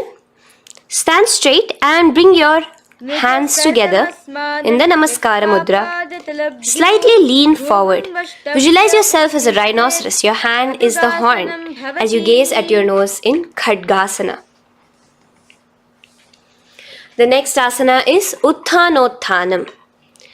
So come to a standing position and sit down all the way as low as you can to the ground and stand up. Do this again. Sit down. Stand up and again. Sit down. Stand up. As you gaze at your nose throughout this. The next asana is Musalasana. Now come back to a standing position. Raise your hands above your head. Tall as you jump up and down repeatedly. Visualize yourself as a mace. Jump here in Musalasana. The next asana is Uchchirshaka. So come back to a standing position. Pull the sole of one foot towards your belly. Now with the other leg, sit down and stand up. Release the leg. Pick the other leg up, pull it towards your belly. Sit down and stand up in Uchir Shaka as you visualize Swamiji in your inner space, gazing at your nose. The next is a Karana, which we will be entering into the Parshvajanu Karana. So again, bringing yourself to the Aramandi position. Bend and lift one knee towards your chest, pointing the toes downwards. Keep your arm around the knee, holding it with the hand in a fist. Let the other hand hang down on the thigh, wrist twisted, fingers pointing inwards. This is the Parshvajanu Karana. Now slowly release as we enter into Tandavasana. Stretch one leg out straight in front of you as you alternate between sitting and standing. Visualize yourself fiercely dancing as Paramashiva. Raise the foot to the inner thigh of the opposite side. As we enter into Brahmanasana, let your hand be resting by the sides. Keep your standing leg erect like a rod. Visualize yourself being blessed by Lord Brahma. Now, you can bring the left foot around the right knee and rotate it, tucking the left toes on the other side of the right calf. Simultaneously cross your left arm below the right, bring your palms together in the Namaskara Mudra. Visualize yourself as Lord Garuda in Garudasana 3. Now slowly uncross your legs and hands as we enter into Ekapadasana, coming to a standing position. On the right leg, bring your left foot to the opposite thigh with your hands relaxed by the knees. Now take a hold of the raised foot with your hand in the Prana Mudra. Stretch your leg out wide, out to the side, and rotate your body quickly on the standing leg. Visualize yourself as the North Pole star in Dhruvasana. From here now, in the foot which is in your hand, just slowly, once you finish the rotating movement, in Trivikramasana, bring it up towards the back of your neck. Stand as tall as you can and alternate between sitting and standing. Visualize Bhagavan Mahavishnu in your inner space. Now you can take the leg out from behind your neck and stand straight. As we repeat the Parshvajanu Karana on the other side, bring your knee up to your chest, clasp your knee in a fist while the other hand comes to the opposite thigh. Hold there for a second and stretch your leg out. In Tandavasana, sit and stand. Visualize yourself fiercely dancing as Paramashiva. Bring the foot to the inner thigh, standing straight like a rod. Get your hands by your sides. Visualize yourself being blessed by Lord Brahma. In Brahmanasana on the other side. Move into Garudasana 3 on the other side as you rotate your leg over, your hand under. Visualize yourself as Lord Garuda. And uncross yourself as we move into Ekapadasana on the other side. Bring your foot to the inner thigh, to the root of the thigh, and stand straight. Clasp your toes, stretch it out as we go into Dhruvasana on the other side. Visualize yourself as a pole star rotating quickly. Come back to a standing position and bring your foot behind your neck.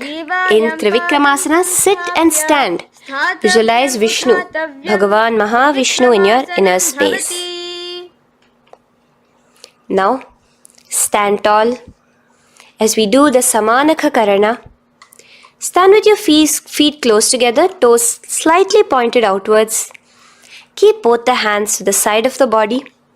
Take a moment to breathe in and breathe out and relax. Now, slowly relax and from the standing position, slowly bend forward, bringing both your hands underneath your knees. Now once you have squatted down fully, interlace the fingers together in the Parashamudra. Bring that interlaced fingers in front of your navel. In Ghorakanjali Asana, visualize the great sage Goraknatha, the founder of the Natha Yoga Hindu Sampradaya. As you do the Jiva Chala Kumbhaka, engage the Moola Bandha. The next asana is Kanchyasana.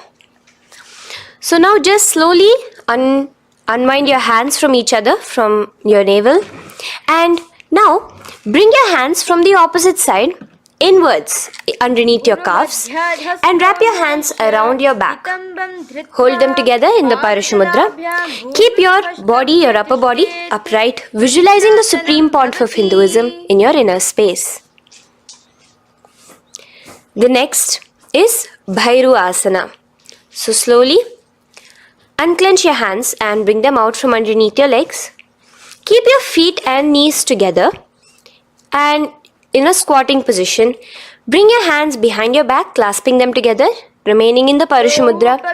As you gaze at your navel center, visualize Bhagavan Kala Bhairava, the Lord of Time, in your inner space. The next asana is Varahasana. Now to gain your balance, you can lightly spread your legs apart and bring your hands to the back of behind you in the Anjali Mudra, palms together. Visualize a boar, one of the 10 incarnations, the Varaha Avatara of Mahavishnu, gazing at your nose. Now slowly relax, bring your hands out from behind you as we move into Pripithasana. With your hands in the Prana Mudra, with your index and middle fingers, clasp the respective big toes and come to a half squatting position where your hips are at your knee level. Visualize Swamiji in your inner space as you do this asana, Pripithasana. Slowly let go of your feet and place your palms flat on the ground in front of you with the fingers wide for balance. We're going to be balancing here in Bakasana. Place your knees on the back of your arms. Focus your eyes on one spot as you raise your feet off the ground, balancing here. Visualize yourself as a crow. The next asana is Shushtanga Kapali Asana. So now come to a kneeling position. So from there itself, you can directly put your head onto the ground, or else come to a kneeling position and place your head onto the ground. Palms spread for support. Raise your body onto your head, bringing your legs into the Padmasana. Gaze at your nose. Visualize Swamiji himself in your inner space. Come down now, uncrossing your legs as you come down. Sit onto your knees, keeping the toes flat. Now, let your heels come outside of the hips. Keep your hands on your knees in Guptasana, sit straight. Keep your gaze on your nose.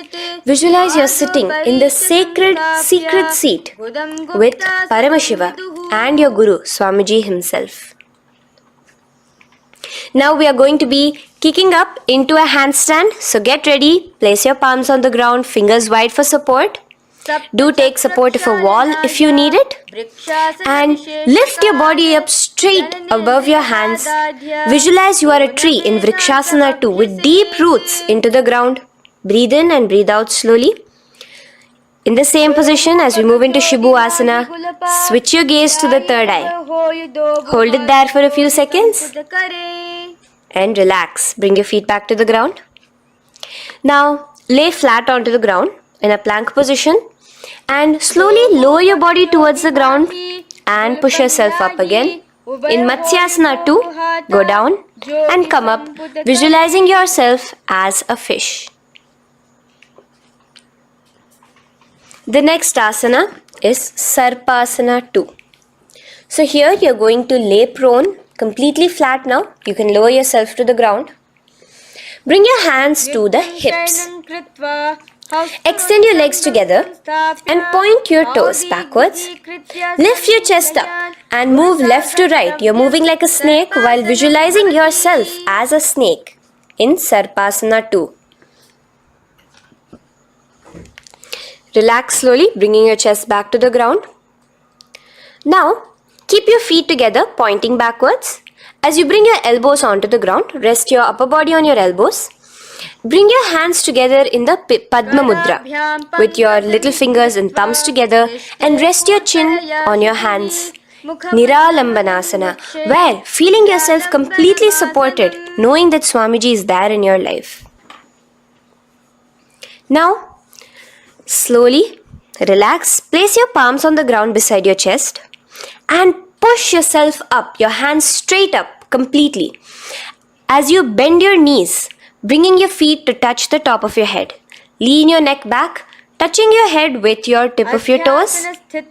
See yourself, visualize yourself as an umbrella, protecting your guru from the sun's rays in Chhatrasana.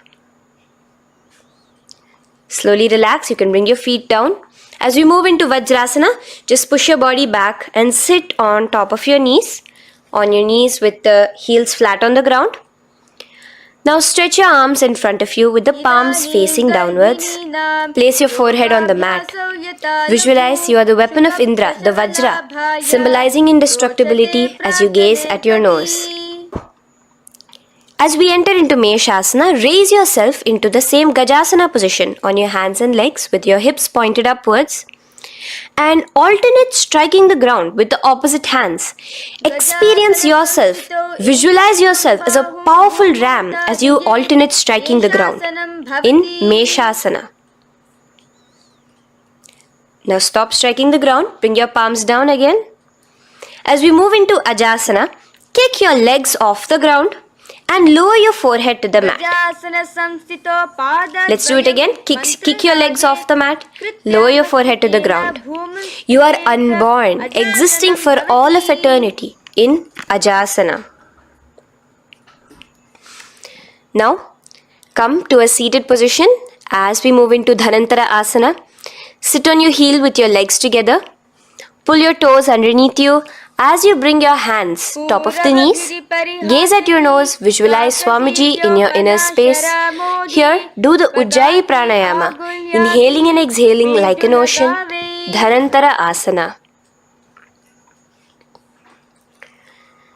From Dhanantara Asana, now interlace your fingers in front of you and then behind you. Stretch your arms towards all the sides, backwards, forwards. Giving a massage to the various different joints and muscles in your body. Lean forward, get up again. Continuing to visualize Swamiji in your inner space. Relax your hands and now take your respective heels and point them outwards, outside the side of your hips. Keep your hands on your knees, with your thighs and knees resting on the ground, spine straight. Visualize yourself as Lord Garuda in Garudasana 4. You have Mahavishnu and Mahalakshmi on your back as you are flying. The next asana is Ananda Mandirasana. Now you can continue to remain in the same position. You can bring your feet pointing inwards. Use your hands to clasp underneath your ankle. Make sure your knees are spread out wide. Gaze at the third eye. Visualize residing in the blissful space of a temple. You are in a temple in Ananda Mandirasana. Now, as we move into Mandukasana, keep your knees wide and sit on top of your ankles. Your hands underneath your knees. Gaze to your nose. Visualize yourself as a frog. Suck in your stomach in the Udyana Bandha and remember to do the Manduki Mudra, your tongue, your frog-like tongue, catching the nectar dripping from the Sahasrara Chakra in Mandukasana 2. Now, as we move into Narasimhasana, tuck your toes in and sit on top of the heels. Place your palms on the ground, spread your fingers wide and spread your knees apart onto the ground too. Gaze towards your nose, stick out your tongue and exhale forcefully, visualizing the Narasimha Avatara, the form of Mahavishnu as a half lion and half man. Now just raise up, bring your hands off the ground. Here we'll be doing a new pranayama, which is the Bhishraka pranayama, as we enter into Bhishrakasana. So continue to keep your knees and feet on the floor. As you bring your hand up to your face, make a hollow of your palms and place it over the mouth. Keep your thumbs under your teeth and close your lips. Gaze to your nose. Inhale through your left nostril, exhaling through the mouth. Gaze at your nose again. Visualize yourself as Devi, presiding over any and all minuscule fears you may have within you. Now moving back into the Ujjayi Pranayama, let us do Makadasana. So you can take your hands off your face and slowly remaining in the same position, bring it to your armpits. Bring your fingers to your armpits. Imitate as if a monkey is scratching. As you gaze to your third eye, visualize yourself as a playful monkey in Makadasana. From Makadasana, let's move into Vajra Sangharasana. So you can slowly lift your knees off the ground, just balancing on your toes, sitting on the heels. Bring your hands behind your back and clasp the opposite elbows. Gaze to your nose, embody a diamond. Visualize yourself as a diamond-like strength for yourself and your Sangha. The next asana is Khanjanasana. So now you can uncross your hands, rest on top of the heels with your knees on the ground. Keep the toes down, ankles crossed behind. Place your palms on the mat to your side. Suck your stomach in the Uddiyana Bandha as you gaze at your nose in Khanjanasana. Now, you can uncross your ankles and just sit with your toes flat. Keep your knees wide on the floor. Rest your hands on the knees. Just relax the Uddiyana Bandha, just sucking in your perineum in the Mula Bandha. Gaze at your nose, visualize yourself as a turtle with a stable body and mind to live for hundreds of years. And without changing anything in your physical posture, just visualize yourself uniting with Swamiji himself in Yogasana. Now, raise up onto your knees, cross your ankles behind your back until the feet are coming towards the opposite knees. Now, bring your hands behind you and hold on to the calves with the fingers inside, the thumbs outside. Gaze at the third eye as you visualize yourself in a space of oneness with Paramashiva himself as Swamiji. Now you can uncross your ankles, come back to standing on your knees as we enter into Ushtrasana 2. So now, in a kneeling position, bend backward, hold your ankles with your hands. Keep your arms straight. As you push your hips forward and tilt your head backwards, visualize yourself as a camel in Ushtrasana 2.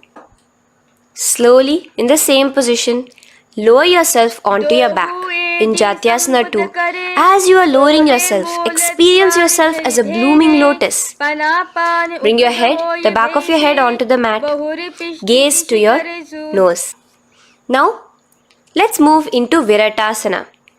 So, try your best to do this without the support of your hands, but you can use your hand support if needed as you raise up from Jatyasana and back down. Raise up and go back down as you gaze at your nose. Raise up and go back down. Visualize Swamiji in your inner space. Now from Viratasana, raise your hips up higher, bringing your forearms onto the mat behind you in a short back bend posture. Hold the back of your heels in Kapotasana. Visualize yourself as a beautiful dove, a Kapota, in your inner. As we move on from Kapotasana into Varasana. So stand upright on your knees with the toes tucked. Hold your arms with the opposite hands. Gaze at your nose. This is the boon fulfilling posture. Visualize your boon becoming a reality directly from Paramashiva himself in Varasana. Now, keeping your knees together, toes tucked, just lean forward, bringing your head onto the mat. Holding your head with your hands. Visualize yourself as a boar, as the Varaha avatar of Bhagavan Mahavishnu in Varaha Asana 2. Now, just kick your legs off the ground as we enter into Mundasana. Raise yourself up into a headstand posture, visualizing yourself as a lopped tree. Gaze at your nose. Breathe in and out in the Sahaja Kumbhaka. Slowly come down now, relax. Come to a kneeling posture. Sit on your heels. Bring your head down beside your knees, your elbows adjacent to the knees, your hands holding your head. Exhale through your mouth as you gaze at your nose, visualizing Swamiji in your inner space in Andhasana. Now from here, push yourself off the mat as you come lying prone on your belly. Let your arms be extended straight out and together lift your thighs, arms and chest off the ground, stretching your body, balancing there. Visualize yourself as a locust in Viparita Shalabhasana. The next asana is Kapalasana. So slowly lower yourself back to the ground. Now laying on your belly, bring your arms to your side, palms downwards. Keep your forehead on the ground and your chest on the mat. Only lift your legs up into the air. Only your legs are lifting up. Visualize yourself as a skull. You are a mind with purified thoughts, a strong will to attain enlightenment in Kapalasana. The next asana is Akasha Kapotasana. So now, in the same position as you are, let your arms be straight out behind you. As you kick your legs up and over your head, bring your feet slowly to the mat in front of you. Push yourself, balance there. Visualize yourself as a free and open flying dove in Akasha Kapotasana. Bring your legs back out as you lay flat on the mat. Now push yourself onto your knees. Place your forearms on the ground and your chest down such that your navel is touching your knees. Be sturdy, visualizing yourself as a sparrow in Chatakasana. The next asana is Vrishchikasana 2. So your forearms are on the ground. Now slowly raise to your toes and kick your legs off the mat. Slowly lowering your legs to your head. Visualize yourself as a scorpion as you balance in Vrishchikasana 2. Slowly release yourself, coming back to the ground as we enter into Vrishasana. Sit down on top of your right heel and let your left foot remain outside of the hip, the ankle to the side. Place your hands on the mat, visualizing yourself as a bull in Vrishasana. Now, bring both your knees underneath you, sit on both your heels, cross your left leg over top of the right lightly and in Lolasana, push yourself off the ground. Your knees are off the ground, you're just balancing on your hand above the mat. Visualize Swamiji in your inner space. Lower down now. Bring the left foot now outside. Bring the right foot out and sit on your left heel now.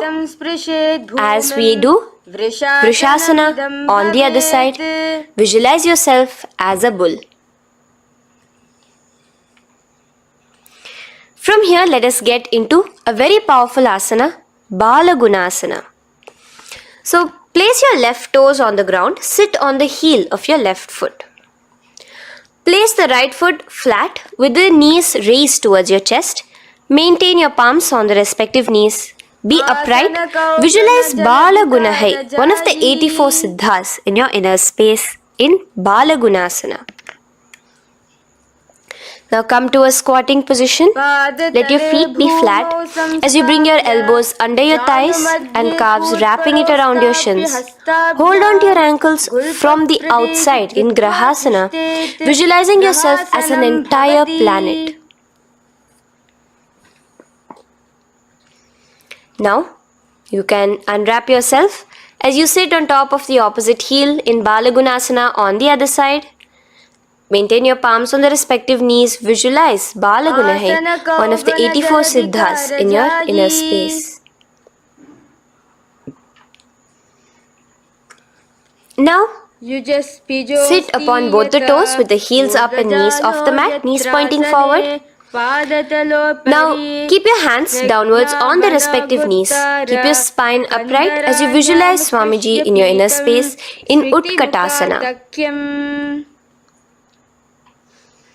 The next asana is Vajra Sangharasana. Just spread your knees out wide in Utkatasana. Spread your knees out wide. Clasp the elbows behind your back. Visualize Swamiji in your inner space in Vajra Sangharasana 2. The next asana is Anilasana. Now, sit with your feet hip width apart. Bring your hands under the soles of your feet from inside. your palms facing downwards. Step onto your hands. Keep your arms straight, elbows together at the navel. Gaze to your nose. Visualize yourself able to consume and live off of air alone in Anilasana. The next is Padukasana. So from Anilasana, you can release your hands. Place the back of your hands on the mat with your fingers facing upwards. With your fingers facing towards your body, palms upwards. Step your feet on top of your hands and wrap your hands around your feet like a shoe. Walk around. Visualize you're wearing Padukas, walking across the length and breadth of the world in Padukasana. Now bring your palms onto the ground.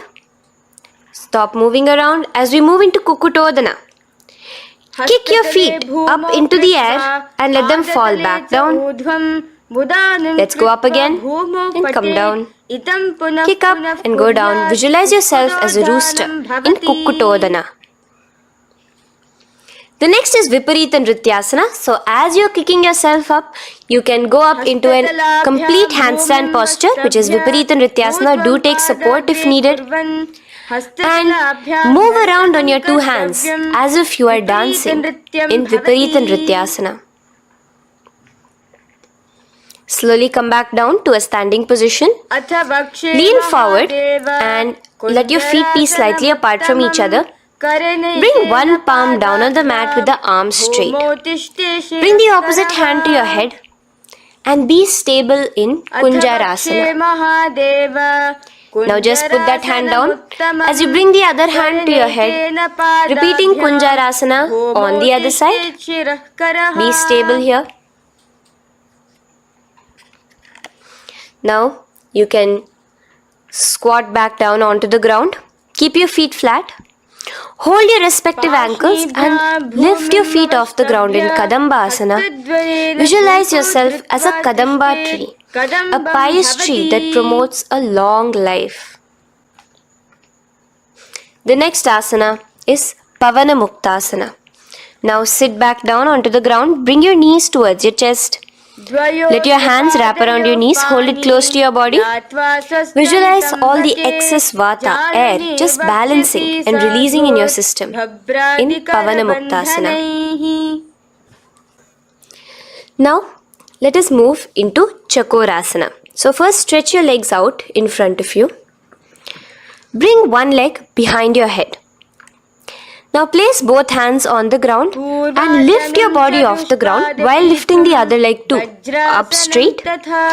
Visualize yourself as a powerful source of energy. Gaze at your third eye in Chakorasana.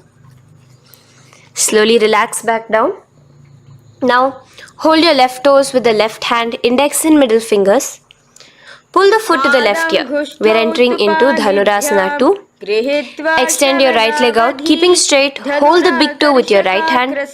Visualize yourself as a bow in Dhanurasana 2. The next is Ashtavakrasana. So lift your left leg over top of the left shoulder. After releasing your hands, bring the right foot across and hook it on top of the left foot. Lean forward and down. Keep your palms onto the ground. Extend your legs out to the left. Lift your head up and chest. You're completely balancing only on your hands as you visualize yourself as a flying crane in Ashtavakrasana. Now slowly relax down. From here, bring your right foot to the left thigh and your left foot flat onto the ground. Knees raised up. Have your left shoulder underneath the respective leg and place your hands flat on the ground. Gaze towards your third eye. Visualize you are immortal, able to exist solely from prana alone in Pranasana. From here, moving into Parshva Matsyendrasana. Place your right foot at the root of the left thigh. Then the left leg by the side of the right knee. Hold the left leg by the right hand. Twist your body out. Remain steady here, gazing at the third eye.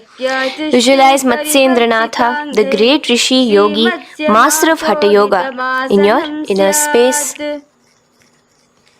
Now slowly Unwind yourself. As we repeat Chakorasana on the other side, lift the other leg behind your head. Place both your hands on the ground and keep your entire body off the ground straight up. Gaze at your third eye, visualizing yourself as a powerful source of energy. Now relax back onto the ground. Let's repeat Dhanurasana 2 on the other side. Clasp your respective hands with the feet. Pull one foot back, the other foot extended forward, visualizing yourself as a bow. Release your feet as you cross them over each other, over top the shoulder in Ashtavakrasana on the other side. Raise off the ground. Visualize yourself as a flying crane.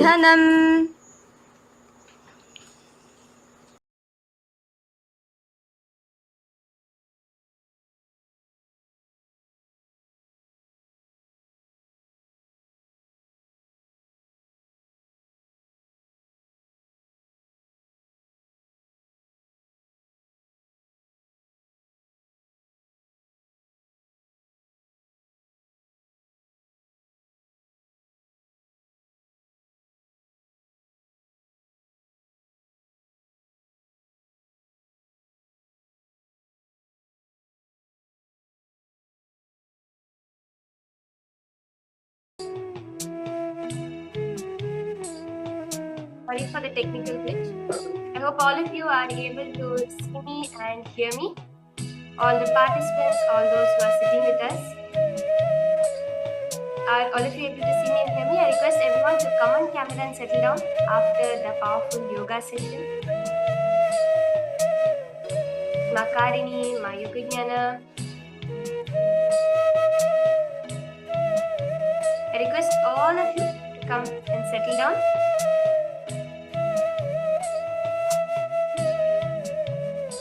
Nityanandam, Majingling Hong. As the last day of this program is going on today, we are all going to be doing something very interesting. We are going to be manifesting the power of drawing Swamiji with our eyes closed. Each of you are going to be drawing Swamiji.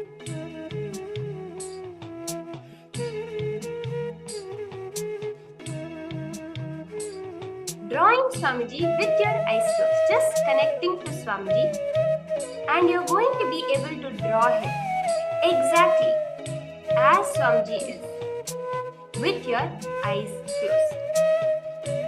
So I'm going to be showing all of you a particular picture of Swamiji which you're going to be connecting to and drawing it. So first I request all of you to please get a paper and a pen for this round of manifestation.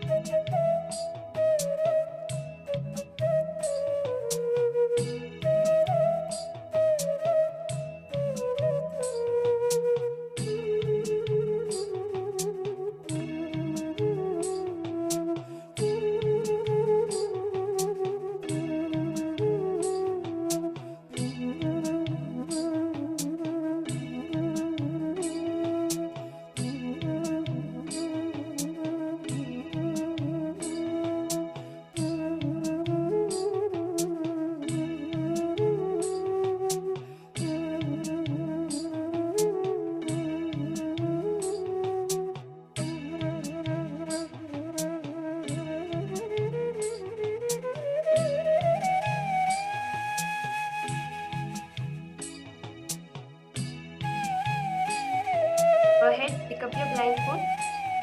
Just close your eyes. Tie it. You can either have a cloth and tie your eyes.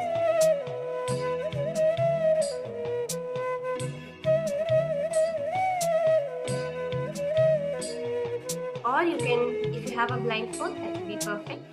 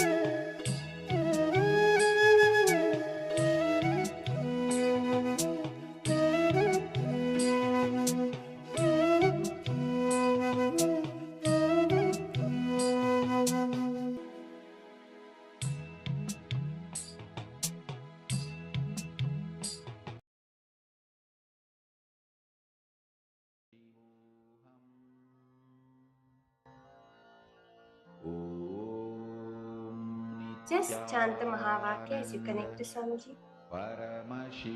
Anyone who's viewing us on YouTube, request you also to just connect to Swamiji. Paramashivoham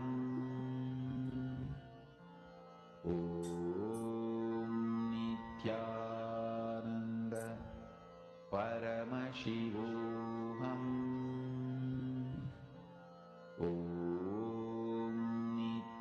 Nityananda Paramashivoham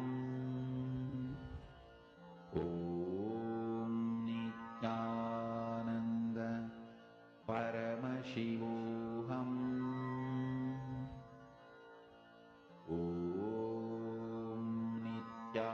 Nityananda Paramashivoham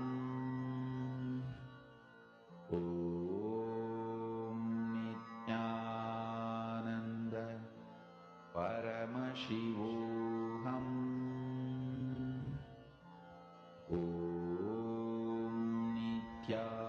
Nityananda Paramashivoham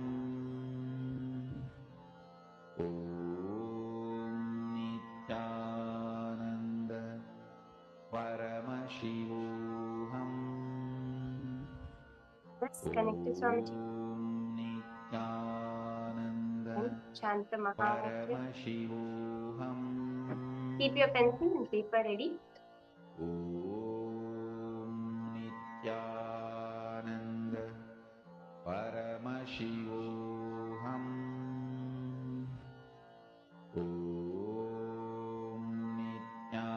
Nityananda Paramashivoham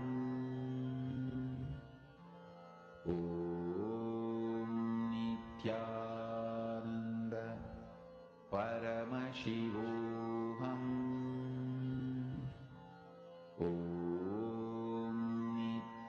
Nityananda Paramashivoham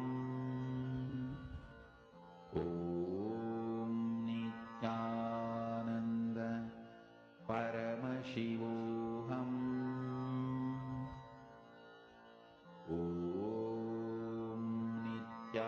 Nityananda Paramashivoham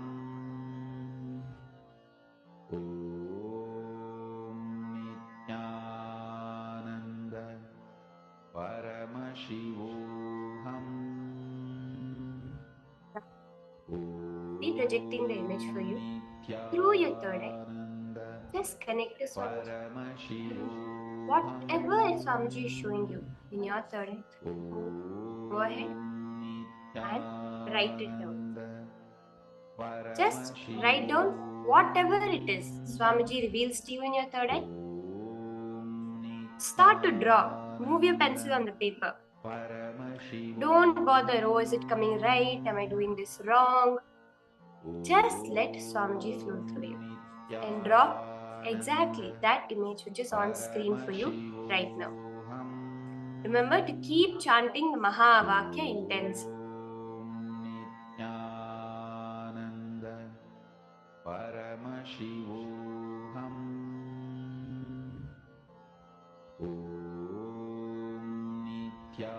Nityananda Paramashivoham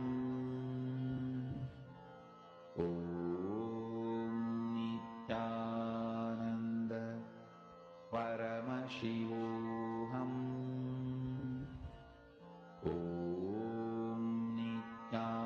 Nityananda Paramashivoham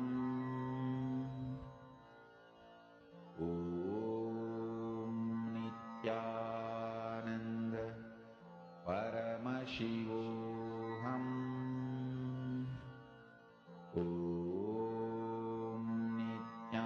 Nityananda Paramashivoham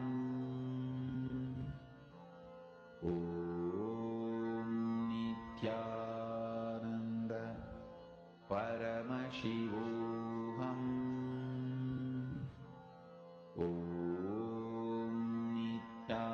Nityananda Paramashivoham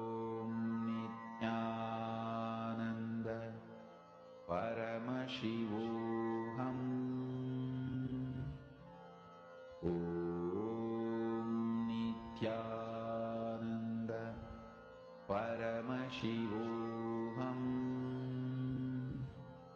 Om Nityananda Paramashivoham Om Nityananda Paramashivoham Om Nityananda Paramashivoham Om Nityananda Paramashivoham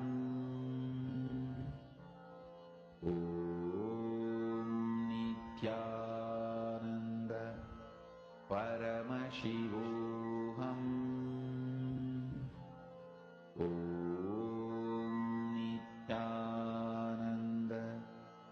Paramashivoham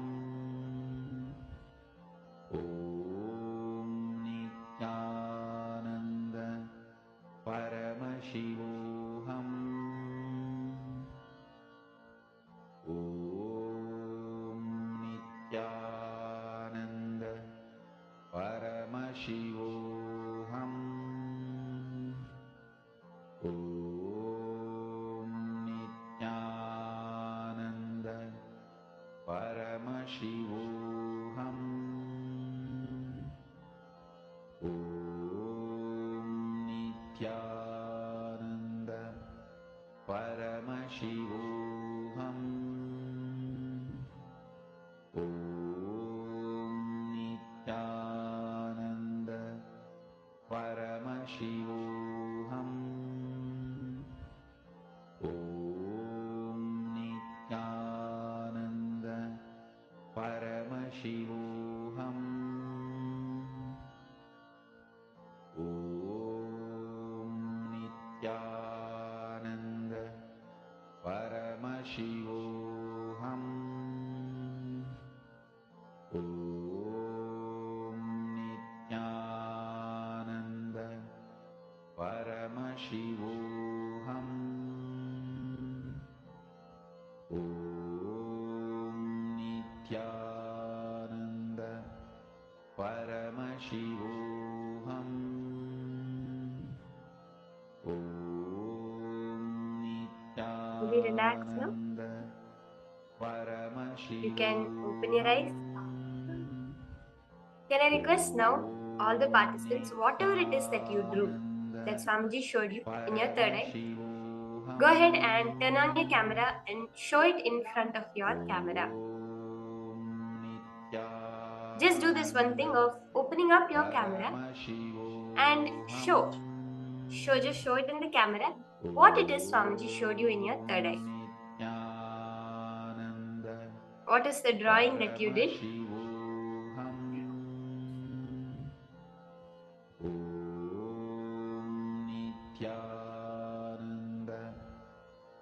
See, whatever the manifestation has happened, even if you got one element right, I'll be showing the answer to all of you now shortly. Just see how by connecting to Swamiji, it is about developing the feeling connection. It is not about anything else like, oh, did I get it right? Did I get it wrong? Was it accurate? Was it not accurate? No. It is about how did you connect to Swamiji. So you can see here, this was the image that I had projected to all of you, for all of you to draw the picture of Swamiji.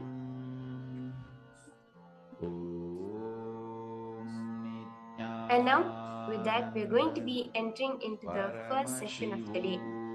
Today, we have a very, very beautiful day coming up. We're going to be connecting so powerfully to Swamiji by the end of today. So the session that we are going to be listening to now is about Mahakailasa, the very form, being of Paramashiva. Let us now listen to these higher powerful cognitions directly from Swamiji himself.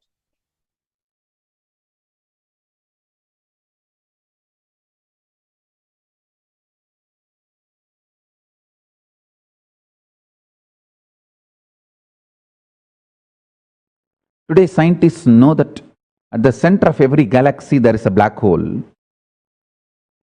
Please listen, this statement only I am saying. With this statement only I wanted to make it very clear. Every galaxy center, that black hole can be called as Atmalinga of that galaxy, or Kailasa of that galaxy. But all galaxies are going around one center. That center, which is the source of oneness, that is what I call Maha Kailasa, Paramashiva. So understand, every galaxy center can be called as Atmalinga or Kailasa of that galaxy. And experience of rishis is only presented in the form of beautiful Shivalinga. Understand? When rishis experienced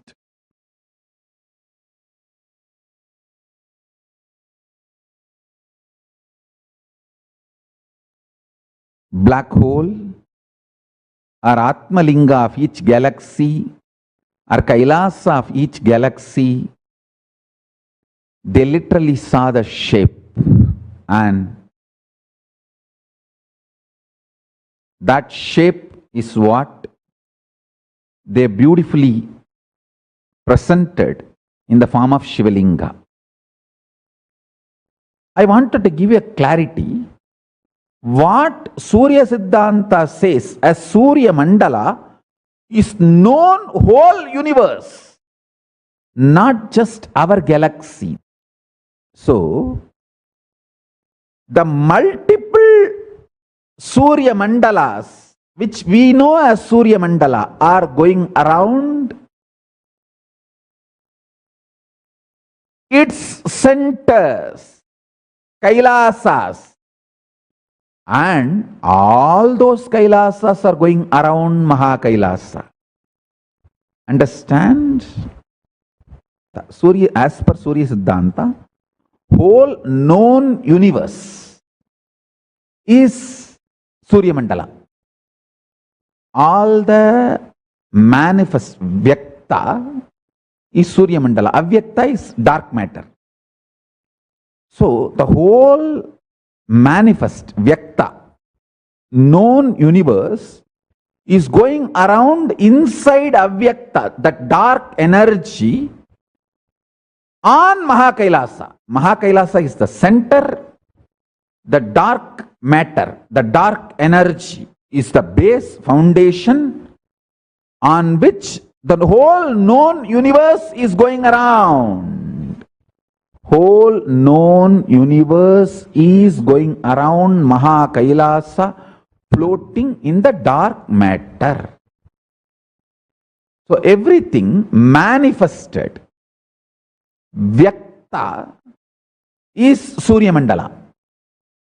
So now, the next revelation is, even Mahakailasa, Paramashiva, is going round himself, means he is doing Swapradakshina, and around him the whole universe is going around. Listen carefully. So, the next, it's not conclusion, it's revelation. Anything which can rotate within itself is the reflection of Paramashiva. If you can whirl and center your consciousness with this powerful cognition, this moment, you can connect with Paramashiva, who is center of the Mahakailasa. Listen. Paramashiva, who is center of the Mahakailasa, who is also going around within himself.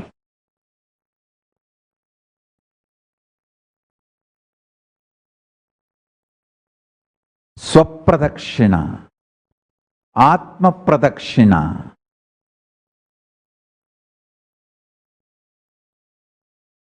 Anything which is doing Atma Pradakshina, all its centers are one and the same. I am not saying connected to one and the same. No, I am saying one and the same. If you can will, what is inside your center is the center of this planet Earth, is the center of the Aditya, is the center of Surya. Aditya's ultimate version is the center of Paramashiva, Surya's ultimate version. So, I am not saying all of us are connected, I am saying all of us are one and the same. Anything which can rotate itself can rotate macrocosm. Anything which can rotate itself in microcosmic level, who can do Atma Pradakshina, can do Paramatma Pradakshina, can do if you can do microcosmic rotation, you can do macrocosmic rotation.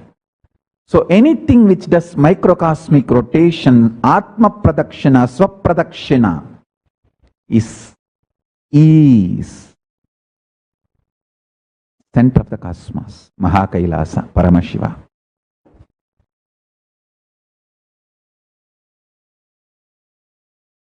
Mahakailasa is beyond the 14 lokas. There is only Turyadita in those 4 spaces, Vaikunta, Shripuram and Kailasa, Mahakailasa. Mahakailasa is Paramashiva in his pure formless space, beyond the form and formless space. That is Mahakailasa. In Kailasa, he lives as Paramashiva with form. Mahakailasa is a pure formless space. Intense life, alive. Even if you meditate on it, you will feel ecstatic.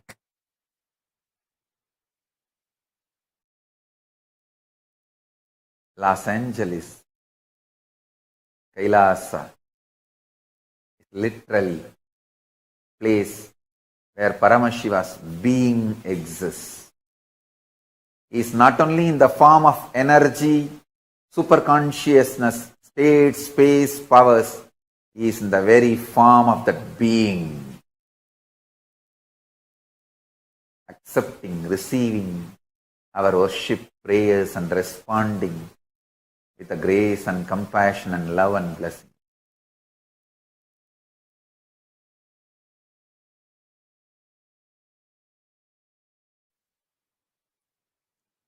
First thing you all need to know, for you to talk to a rich man, you need to have the confidence, either you also have a wealth or you have the knowledge which the rich man does not have. So you need something to have a confidence, I tell you, to cross all these lokas and reach the highest loka.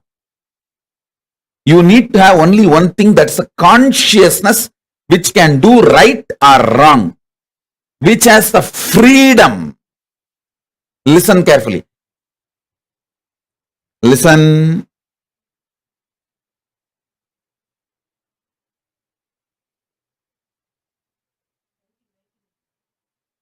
Listen carefully.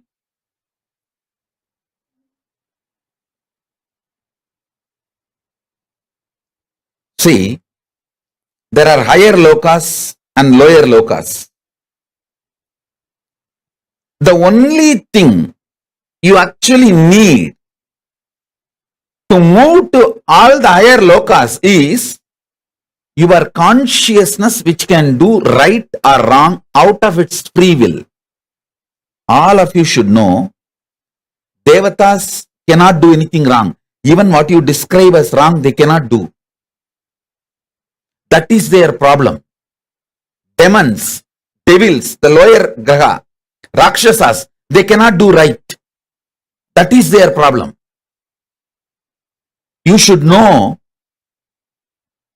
even great rishis, if they want to go to Kailasa, means ultimate enlightenment, they have to come to planet Earth from Tapoloka. From planet Earth only they can move to Mahakailasa. They cannot directly go from Tapoloka to Mahakailasa. You can't say, oh, the fuel will be very less from there if they directly fly up. The travel will be less. No, they can't. You need consciousness, free will, which can do right or wrong out of your freedom to move to enlightenment zone, the highest planes. I have a burning curiosity. How do we find out if any of us have come from those different planes to live the Bhuloka life in order to reach the highest plane of Mahakailasa? Listen carefully. This question is very beautifully answered by Nilakanta Shivacharya.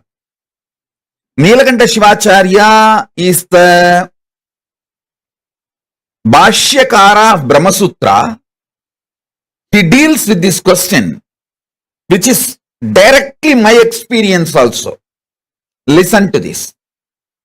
If you are a person deeply dissatisfied even after having everything human beings call as a success, money, relationships, house, even after everything, you feel deep dissatisfaction, then be very clear. You came here as a stopgap arrangement to go to Mahakailasa. First. Second, if you are consciously destroying what normal human beings call as a very good life, for example, what human beings call as a very good life, good, lot of money, business, relationships, all that, everything is around you, but you are consciously destroying it, angry about it, then be very clear, you are here as a stopgap arrangement. Third, by your very nature, you feel unclutched. You are very comfortable in unclutched space than anything exciting. So unclutching excites you more than any senses. Then be very clear, you are here waiting for the plane. You are here with a boarding pass, waiting for the plane to take off, waiting for the airport announcement. I am the loud and loved speaker. I am the loud and loved speaker, giving announcements in the cosmic airport. Dear passengers who are waiting for the Mahakailasa, the flight is ready, landed from the last trip. The security announcements are done. Security gate is open. Please go through your security check and get into the flight. Buckle up, sit back, relax. For the flight takeoff.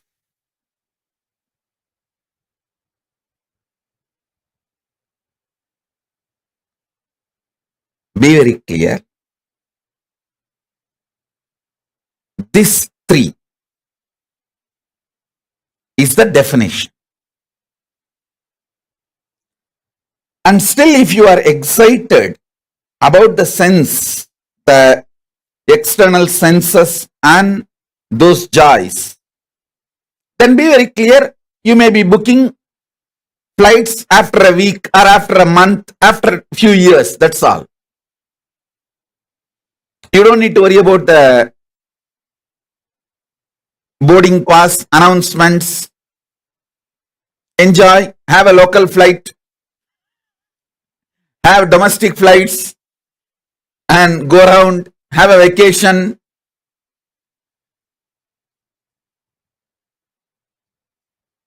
Whether you want to get into Me flight or Miami flight, you can decide. If you want vacation, go to Miami flight. If you want Kailasa, come to Me flight.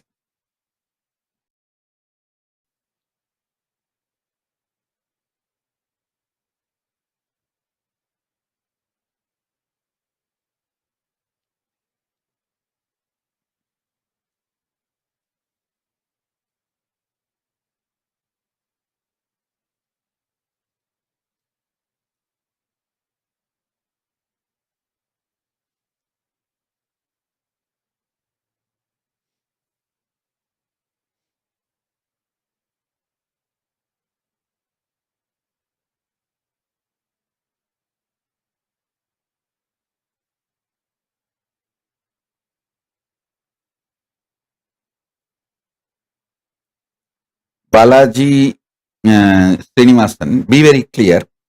All anger is out of frustration.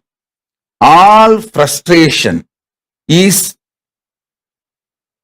clear understanding. Nothing of this world is going to give you satisfaction. That's all.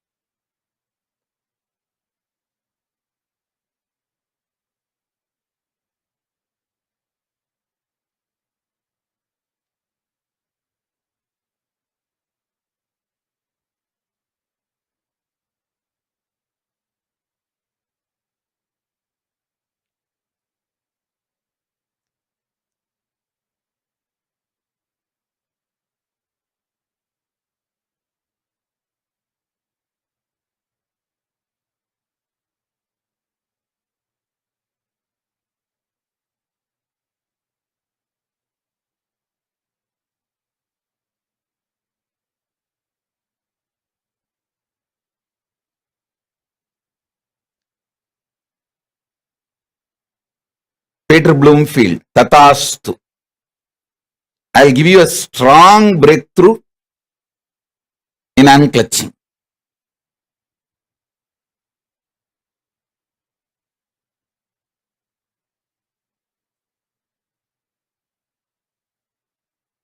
I want all of you to know, listen, sometimes you will be so sure of you, you will not bother about this external world. You only want Kailasa. I'll tell you, just 2-3 days before, from my Purvashram family, I got a phone call. They sent a message, Swamiji, actually my grandmother passed away. I don't know how many of you know if you read my biography, at the age of 2, my grandmother opened her treasury and asked me to pick up what I want. I picked up Rudraksha and threw everything out, tumbled the box by pushing it aside, just picking only the Rudraksha mala. That same grandmother, she passed away. All her jewels are there.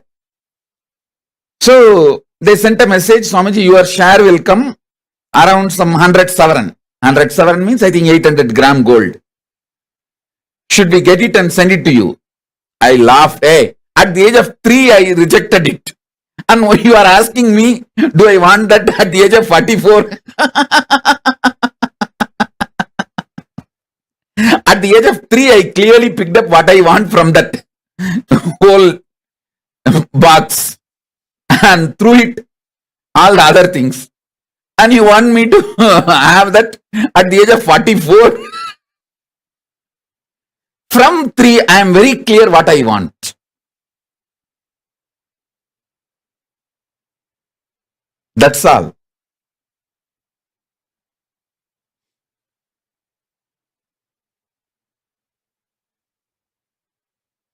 Now I wear jewel for a different reason. Because devotees will be happy. Like yesterday, I was wearing one Krishna jewel. I don't know how many of you know. Listen carefully.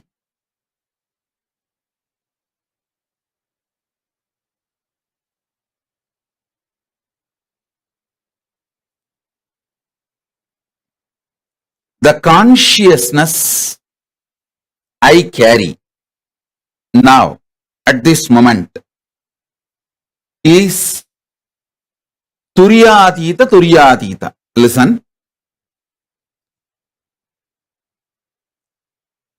Listen carefully. Consciousness I carry is Turyatita Turyatita. The consciousness you all carry varies. Sometimes it goes to deep sleep, sometimes dream state, sometimes waking state, sometimes in the waking state you dream. It goes ups and downs. Listen. The good news is I can connect my breathing with all your breathing and infuse my consciousness into you. The great news is whatever infused permanently stays in you till you digest and make it as part of you. Till you make that as a permanent state. It stays in you. It is not, it can't leave you. Once I breathe this Turyatita into you, means the enlightened consciousness into you, the seed cannot be killed. It stays inside you till you allow it to sprout and come out. See, in Indian villages, mothers will frighten the kids saying, don't swallow the seed of any fruit like a grape. Any fruit when they give, they will tell, hey, you should not swallow the seed. You should put the seed out, spit it out. If you swallow the seed, the tree will grow inside your stomach and through the nose, ears, all that branches will come out. How many of you heard this?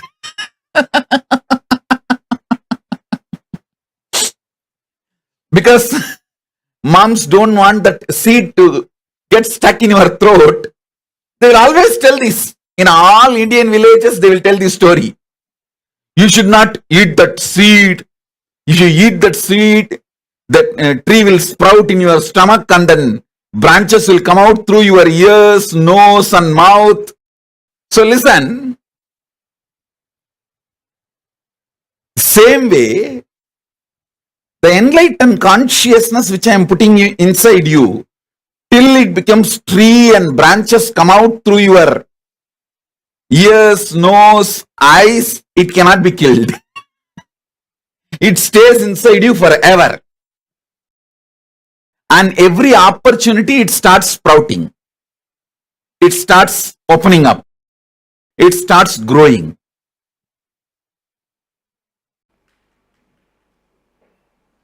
Mahadeva is a principle. He is form also.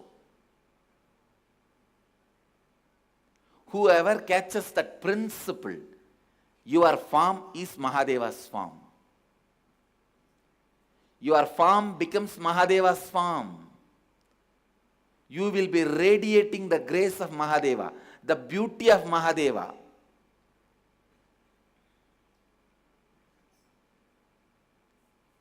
The beauty of Shiva, the beauty of Mahadeva, the grace of Shiva, the grace of Isha.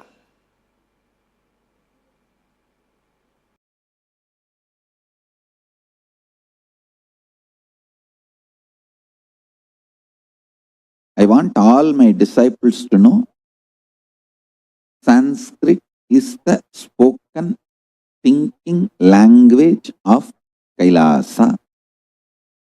Sanskrit is the cognition language of Kailasa. Not only the Kailasa, my physical body is there, the Kailasa, Maha Kailasa itself. Sanskrit is the language of cognition.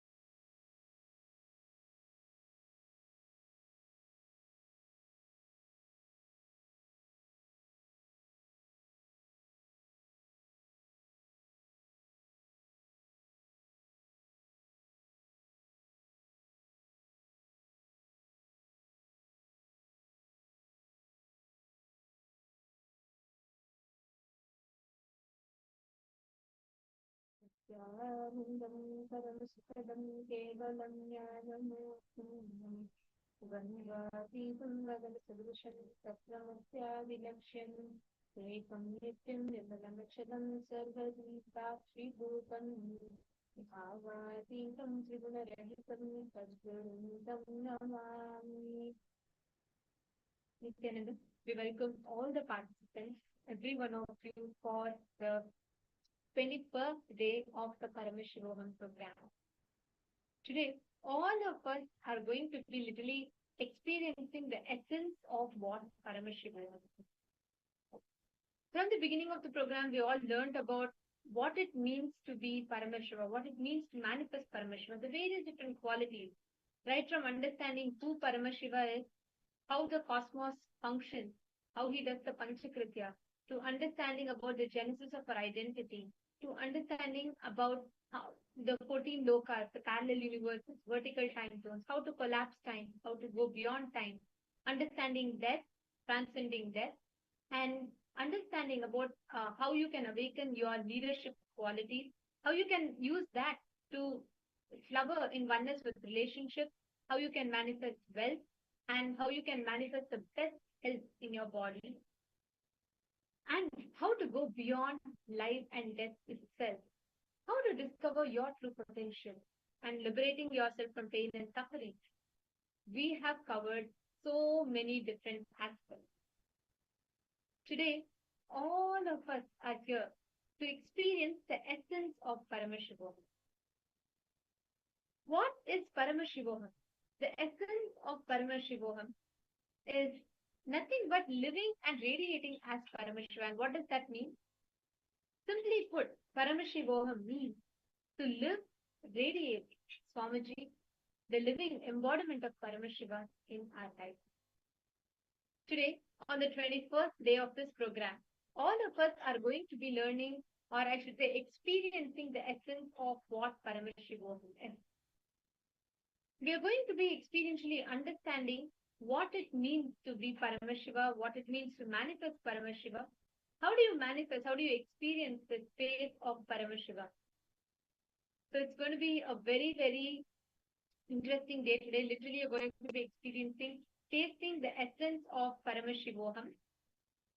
And before we enter into our day today, can I request all the participants here, if you all could take a minute and share with us what to you is Paramashivoham? In the last 21 days, what was something you felt was like life transforming, life changing for you, which you wanted to know a lot about? I request all of you to take a minute. Please check the chat and share with us what, according to you, is Paramashivoham, the essence of Paramashivoham.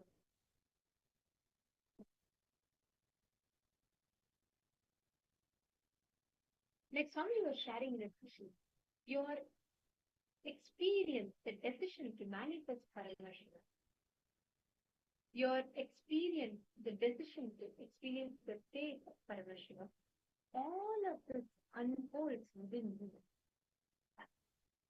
As the ultimate declaration, it starts as a very powerful declaration from you in your decision to manifest this experience, which is what Paramashivoham gives you.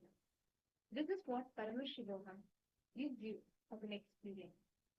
In this session, we all learned about what is Mahakailasa, the first parallel Mahakailasa. What exactly does it mean to experience Mahakailasa? Now, each of us are going to be experiencing this state, the space of Mahakailasa. Mahakailasa is where Paramashiva resides in its formless existence. This is where Swamiji resides in this formless existence. And all of us are experiencing, literally living and experiencing this existence as our day-to-day life. Today, all of us are understanding about what it means, the formless existence of Paramashiva as the Avyakta, that he exists beyond any form and formlessness in this Mahakailasa space. Like Swamiji said, the only thing that stops a human being from experiencing his original existence in Mahakailasa, the only thing that possibly can stop someone from experiencing their original state of existence in Mahakailasa is when they deny their higher possibilities, wherever they deny their higher experiences. Look into your life and actually see what are the 5 areas in your life where you deny your higher experience. You feel like, oh, this is not for me. I am fine with learning Tattva's completion, but learning about my existence in parallel universe, that is a little too much.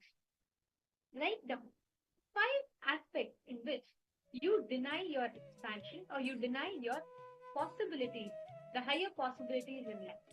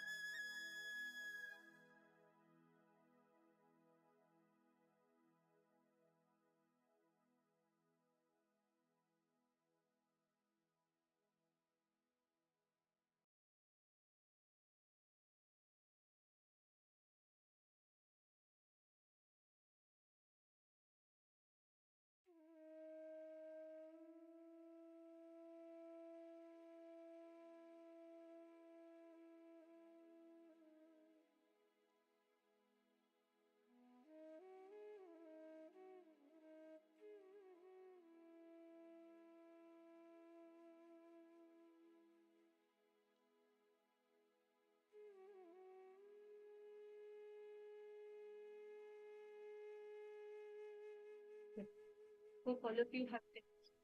See, on the track, whenever you have the higher possibility to manifest something, the only thing that will stop you is when you deny your possibility. When you say, oh, fine, I can be that, I can manifest powers, I can be Paramashiva, let's see that a little later. Understand, it does not function this way. Stop entertaining your self-doubt, self-hatred, self-denial, and start manifesting, declaring and manifesting. That is the step. And each one of you, please listen very carefully. Whenever you have to manifest the power, whenever you have to manifest your higher possibilities, you just need to remember this one thing. Just remember that you are your intention to be. If you keep denying your own higher possibility, then what starts happening is you will start seeing that there is so much of you will literally it'll be like a self-sabotaging pattern that will stop you from manifesting your higher possibility. And today on the 21st day, take this as the first and foremost powerful topic for you to experience the state of Paramashivoham. The only thing you need to have is not entertaining self-doubt, self-hatred, and self-denial. When all of you sit with that decision inside of you, nothing will be able to stop you to manifest your own higher possibilities, your own higher power. Right now, all of you can manifest this experience. All of you can manifest this very spirit. Sit now.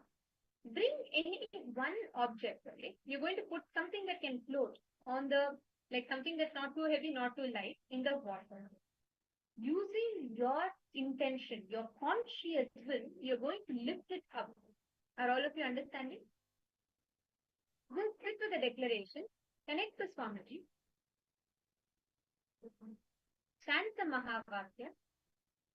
With your one declaration and decision to manifest, you're going to completely raise the object in the water, using water as a medium. See, listen carefully, all of you. Water has the ability to receive and to respond to your thoughts. Water has the ability to listen to your thoughts. It is much more receptive than a matter. So using water as a medium, you can move the object as per your will. So here you're not just going to be moving the object, you're going to be making the object float in water. All right, are you all understanding? So you only need to focus on connecting to the water, and the water, using that water, you will be moving the object. Okay, I request all of you to sit straight. Can I request everyone to please keep the water visible in the camera? Chant the Mahavakya. I request all the participants in the male body room and all the participants to please keep the cup of water in the camera visible. Piotr Vargaya, Chandrasekharaya, Robert Ramaya, come on. I request every one of you to place the water in a way that it's visible. Now, declare, connect to the water, manifest the power where you're just through your declaration, you're making the object float in the water. Please chant the Mahavakya. Paramashivoham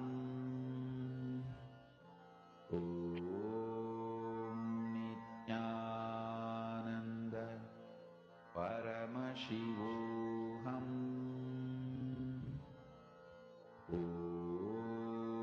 Nityananda Paramashivoham Nityananda Paramashivoham Nityananda Paramashivoham Nityananda Paramashivoham Nityananda Paramashivoham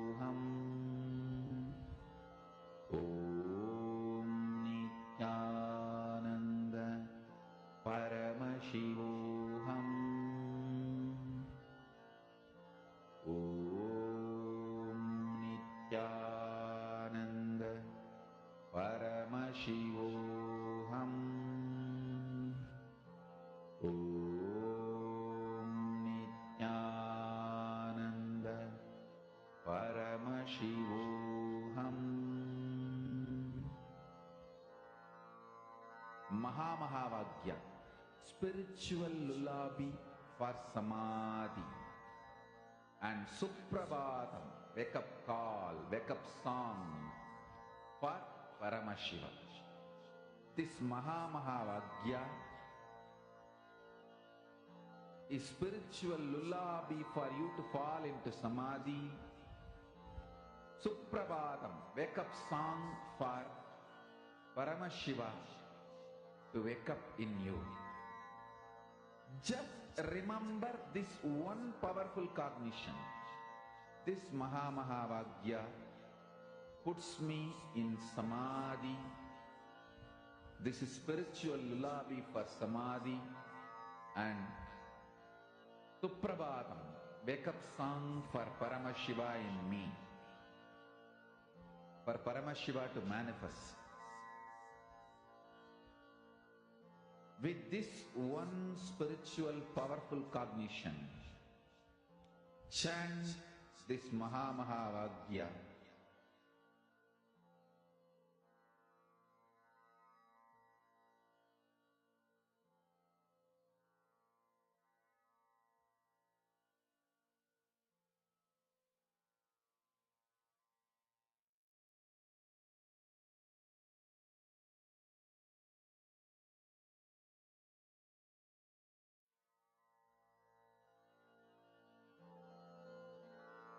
Mahamahavagya, spiritual lullaby for Samadhi. And Suprabhatam, wake up call, wake up song for Paramashiva. For Paramashiva to manifest. With this one spiritual powerful cognition, chant this Mahamahavagya. Om Nityananda Paramashivoham. Om Nityananda Paramashivoham. Om Nityananda Paramashivoham. Om Nityananda Paramashivoham. Om Nityananda Paramashivoham. Om Nityananda Paramashivoham. Om Nityananda Paramashivoham. Om Nityananda Paramashivoham.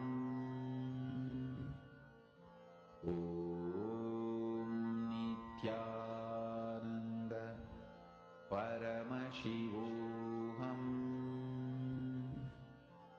Om Nityananda Paramashivoham.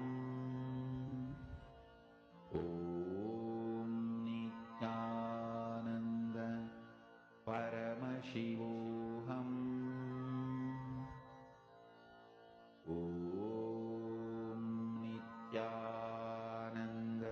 Paramashivoham. Om Nityananda Paramashivoham. Om Nityananda Paramashivoham. Om Nityananda Paramashivoham. Om Nityananda Paramashivoham. Om Nityananda Paramashivoham.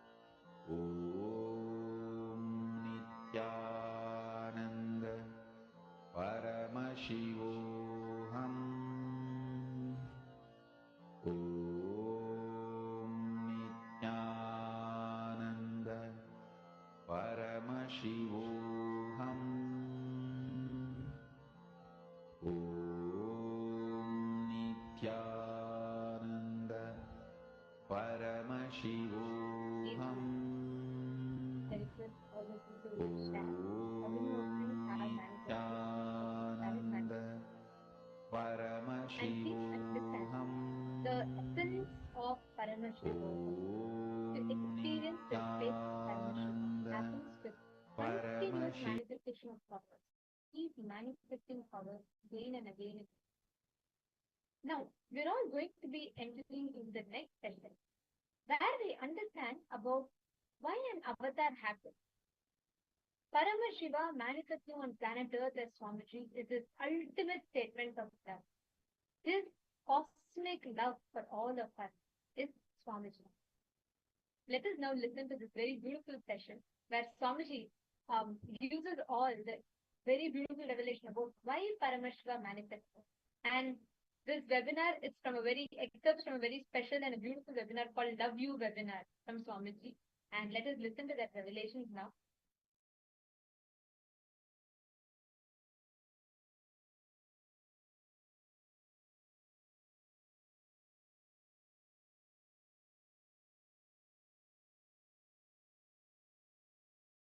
Love you.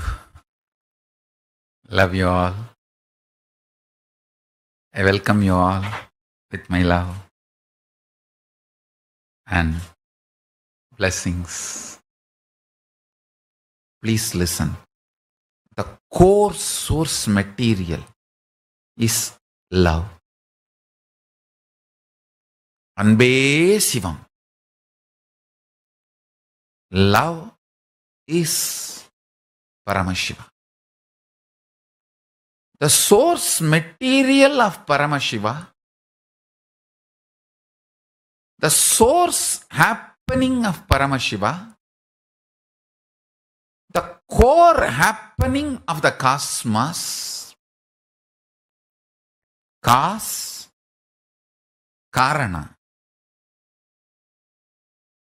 karya, result, action. The source material, mulya of the karana and karya, Paramashiva, Param, that core is the pure love. Understand? This whole universe is nothing but multiple versions of that core love. That's all. Whether it is the planet Earth, sun, moon, you, the best of your life and worst of your life, best of your perception and worst of your perception, best of your experience, worst of your experience, all are different versions of love. At this moment, if I give you enlightenment or a heart attack, both is the different version of love of Paramashiva, I tell you. It is just various versions of love of Paramashiva. When I utter the word love you, understand you are absolutely loved and protected and safe. Especially if you resonate and feel connected with that word love, when I say love you, even if you have a puppy love and resonate and get excited and little your eyes become big and smile, understand you are absolutely protected and connected and blessed, because the moment your eyes pop up and the smile increases, something goes on in your being. That love is reciprocated. Understand? The completion of the circle of love with the Guru, you are done. Your purpose is done. Nothing more to be worried, thought about. Understand? Whether the puppy love or the love you have with some heroic idea, attribute, nothing need to be bothered. Because everything is various versions of Paramashiva's love.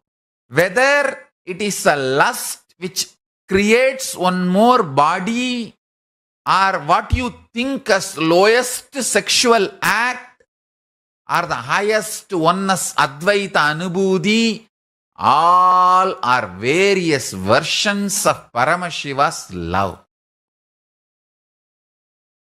The cause and effect of the cosmos, Karana Karya of the cosmos and its Mulya, the source of the Karana and Karya of the cosmos is love.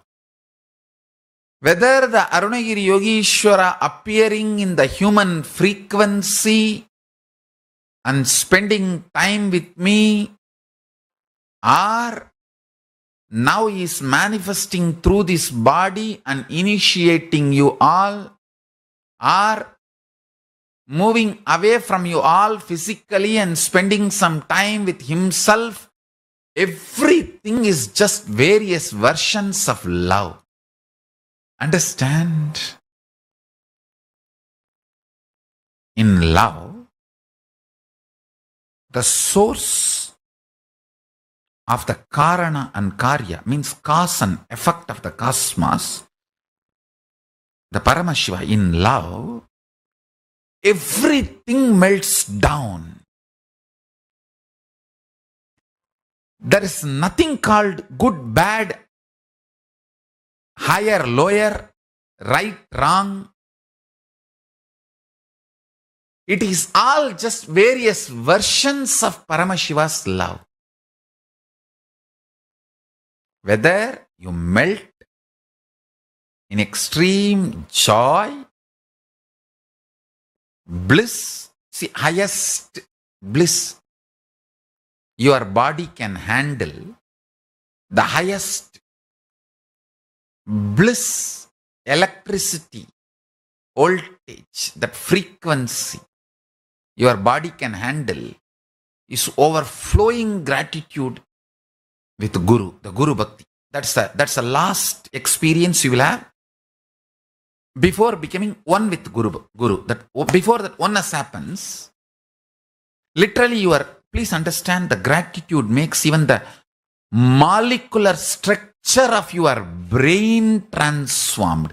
Not just your muscle memory or biomemory, the very molecular structure of your brain flowers like a 1,000-petal lotus.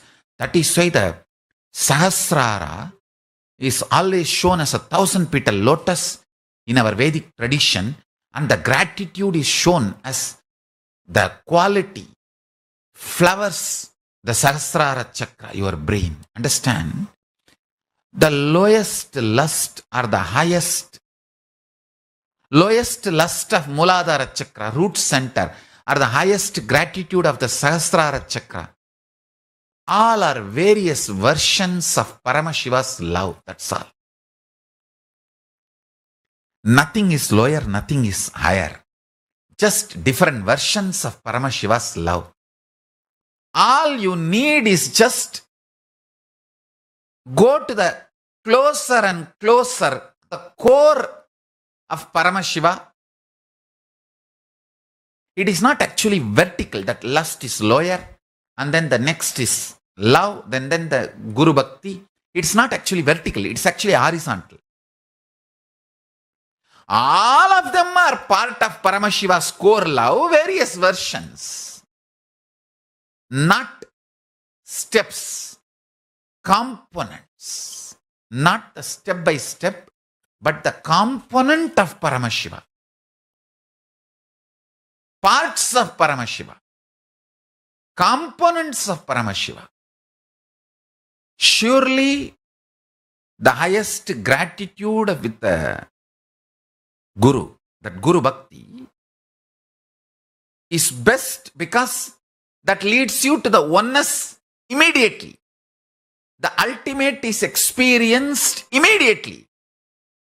Surely in that way, it has its own advantages. And I also want to tell you, most of you, 99.99% of you, really need Detox, and you need to work only on your physiology, body. You all don't have a bigger problem in your psychology or the mind. I have given you so much of teachings, powerful cognitions. You don't need lack of knowledge or education or powerful cognition. You just lack the ability to retain it. So just build a yogic body, heavy body, and detox yourself. If you are my fanatic disciple, you listen to me absolutely. I give you this one word: stop eating. Live by drinking. Juices, herbal juices, even rice, if you want to have, make it into a juice, rice water, and take. I'm telling you, just if you stop giving the responsibility of grinding to your stomach, 90% of the detoxification happens. Stop eating. Why incarnations come to the planet Earth? Why incarnations happen on the planet Earth? Ramakrishna says beautifully. There was a big, beautiful garden with so many trees, with so many variety of flowers, with so many variety of fruits. Three friends were walking near the garden. There was a big wall.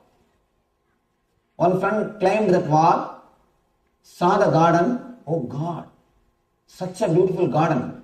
He just jumped inside the garden and started enjoying. The second guy climbed the wall and saw the garden. He felt so beautiful, but he had a little bit of courtesy.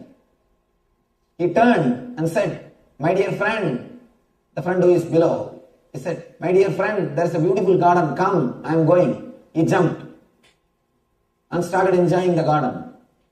The third guy, he climbed the wall, he saw the beautiful garden and he saw his two friends enjoying, and he understood the joy or the bliss which they are enjoying. Then he decided, no, I will go down and tell all my people there is such a beautiful garden, and I will bring them all, make them enjoy this garden. The man who comes down is incarnation. The man who descends from the divine is incarnation. The person who comes back to the planet Earth to tell you about the divinity, to make you realize what he experienced, he is called incarnation. Scientist is a person who creates a formula to understand the things of the outer world. For example, Newton saw something happening in his garden. He saw the apple falling from a tree. Suddenly some understanding came to him. He understood something. Why this is falling? What is happening? Why it should not go up? Why it is coming down? He started thinking. Some understanding happened to him. The glimpse of truth happened to him at that moment. Immediately, he analyzed, created a formula so that everybody can understand what is happening when things fall. Theory of gravity. He created a formula. Scientist is a person who creates formula for the outward things, for the things of the outer world. Same way, mystic, spiritual mystic, enlightened person is a person, master is a person who creates the formula to reproduce the inner world experiences. Scientist creates a formula to reproduce the outward experience, the outer world experience. Master is a person who creates a formula to reproduce the experiences of the inner world. Meditation techniques are the formulas. Incarnation is a person who can directly give the experience without even using the formula. All these great incarnations are coming down to the planet Earth to give the spiritual experience, to make people realize that they are divine, to make people experience they are God, to tell the people the other side is beautiful, there is a very big garden, come let's go and enjoy. Incarnation is a person who has come down, descended to teach divinity to the world. The magara, crocodile, fish, all these jivas, they lay the egg, the banks of the river, close it with mud, just by the constant remembrance hatches the egg. Please understand. The Brahmi, bee, makes swarm into bee by the sound, teachings.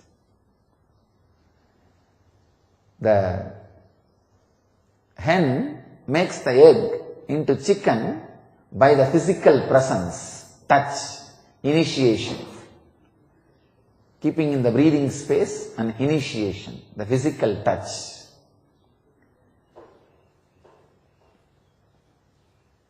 Magara, crocodile, tortoise, fish, all of them hatch the egg and make the egg into fish or crocodile or tortoise just by remembrance. Master hatches you through all these three. Through his teachings, first level. Through the initiation, second level. Through constant remembrance of you. Wherever you are, he hatches you into a new being. He makes you into very his self. First, the words, teachings, then the touch, sparsha, initiation, then wherever you are, because constantly you are connected to him, how you remember him, he goes on remembering you. I can see very clearly. Millions of people are living inside this body. Whoever is remembering, they are all living inside this body. Each cell is responding independently to all the people who are remembering this body. That is why the enlightened beings, the incarnations, will be available in the form of Divya Sarira even after they leave the body. When they give initiation to a disciple, they take a vow. Till you become enlightened, I will be available to you even if I leave the body. That is why when the masters leave the body, their Divya Sarira will be available in Aksharadama, means the imperishable space. Aksharadama is the gateway of Kshara and Akshara, perishable and non-perishable. It is the gateway of form and formlessness. It is the gateway of ice and water. Water is formless, ice is form. So where both of them are touching, that is the space called Aksharadama. We call it Shambhala.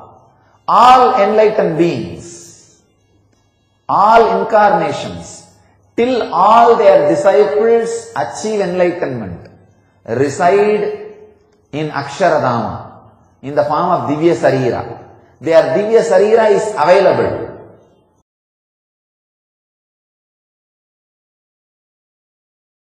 I will reveal 3 important words and the truths. First word, natural selection. Second word, artificial selection. Third word, conscious selection. Let me expand on this truth. In the evolution of life, fish becoming tortoise is conscious selection in the DNA mutation process. Listen carefully. In the DNA mutation process, consciousness goes through a natural selection process. Maybe I can use a better word, conscious natural selection. The consciousness of the fish, through the natural selection process, evolves in its DNA levels through various mutation. Understand, no DNA mutation is an accident. It is surely for the sake of better way of existence. By the very tendency of the consciousness is expansion, survival and expansion, living and enriching. The very DNA's programming is integrity, authenticity, responsibility, enriching. It is integrated to its existence and authentic to its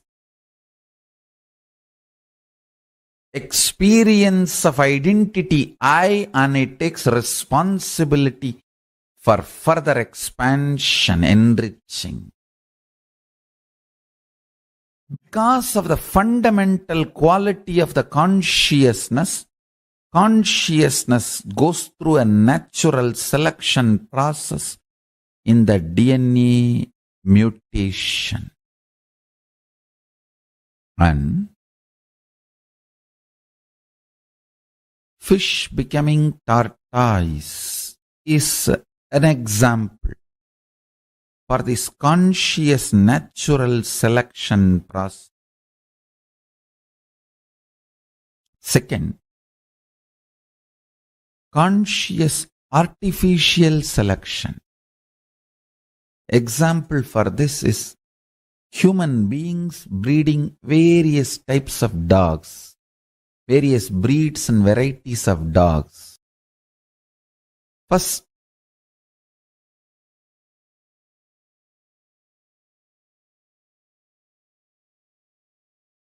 you understand the dogs fear, greed, and intervene artificially in its natural flow of life,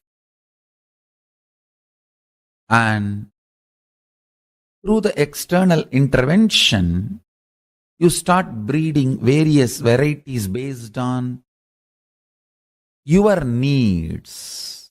Dog breeding is conscious artificial selection process. That's an example. Third, beyond these two, something called conscious selection process. You, human being, consciously choosing consciousness as the foundation of your very existence and liberating yourself, enlightening yourself. Moksha moksha and jivan mukti, becoming the reality of your existence, is conscious selection process. Understand?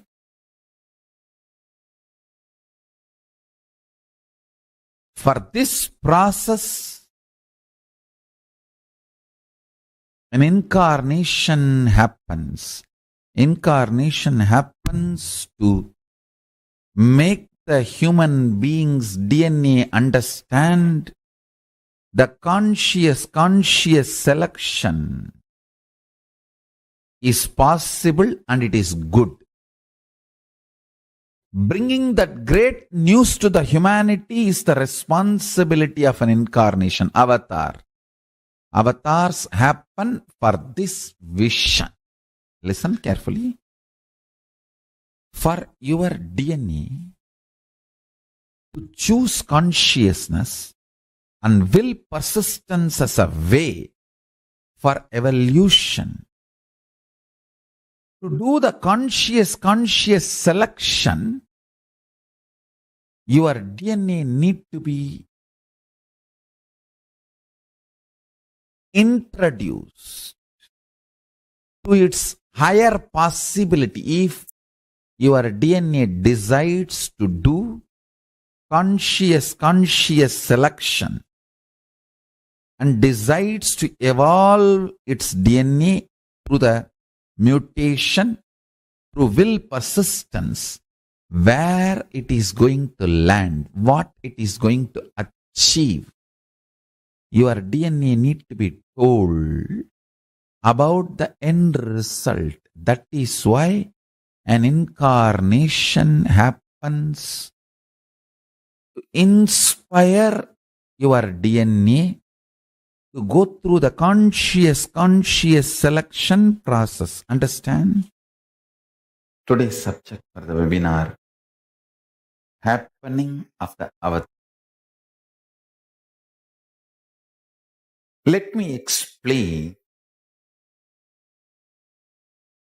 the multiple reasons for why avatars happen. First, whenever there is a serious danger for the Srishti, whenever there is a serious danger for the life itself, whenever life needs to be pushed to the next level, whether DNA need to have a quantum jump in its natural selection process or conscious breakthrough need to happen. For example, in the natural selection of DNA process, fish evolves as tortoise, tortoise evolves as pig, pig evolves as man, animal, Narasimha. Then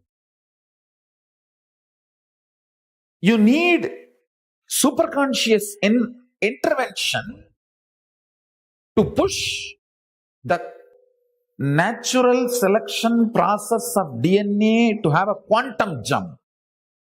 See, from man, animal, jump to an animal, listen carefully. From man, animal, jumping to an animal without consciousness is easy.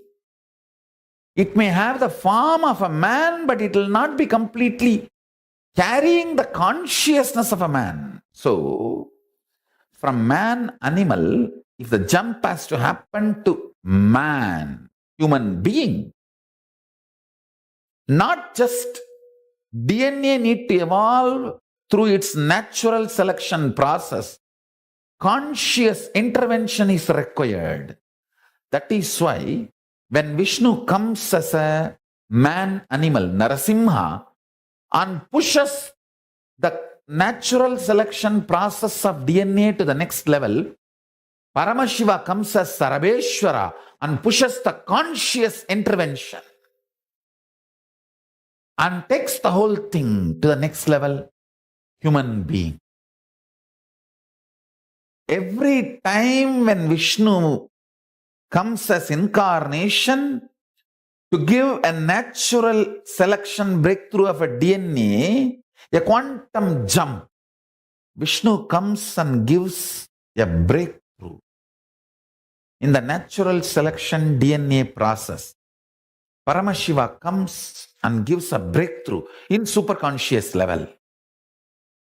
Purpose of my incarnation is to get the attention of scientists to study the non-material, superconscious happenings which is not perceived usually by the five senses, and the small definition of the proof of existence needed to be expanded. Understand?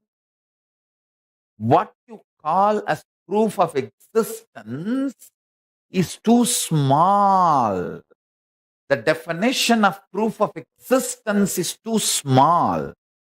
Scientific community need to expand the definition of the proof of existence, one, and should start studying non-material phenomena and happening, superconscious happenings and phenomena, attracting the attention of the scientific community to that space of non-material phenomena and happening, superconscious phenomena and happening is the purpose of my happening.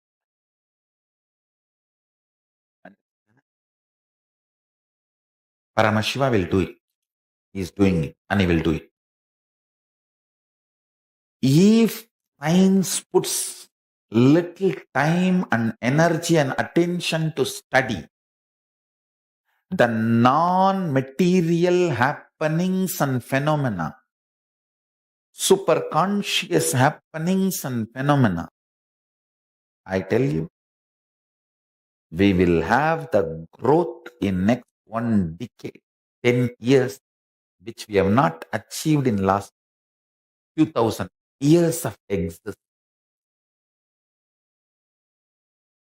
If we put little attention in this direction of non-material existence and phenomena, superconscious existence and phenomena, we can easily understand the whole Hindu literatures, Idihasa, all the Hindu traditional source scriptures of Shruti Smriti, recordings of history, recordings of cosmological discoveries, recordings of amazing knowledge source.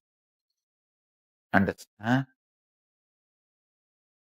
I'll repeat, in hundreds of years, history becomes legend. In thousands of years, legend becomes myth.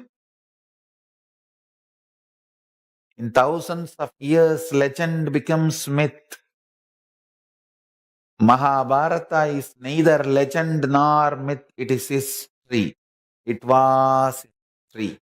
It is history. It will be history.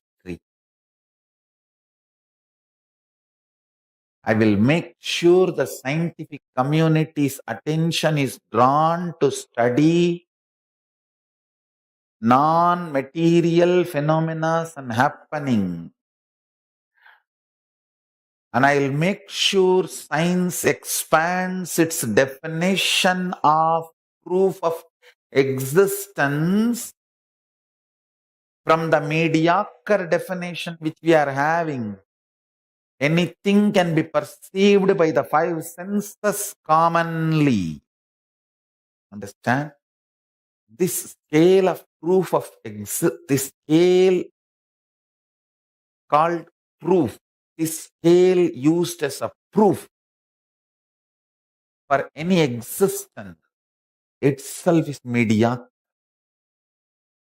The scale need to be upgraded to the reality, and scientific community should start studying the phenomena and happenings of the reality superconscious, then whatever I am revealing you will understand very scientifically, and science will catch up with whatever is revealed in Hindu source books, Shastra Pramana, Shruti and Smriti.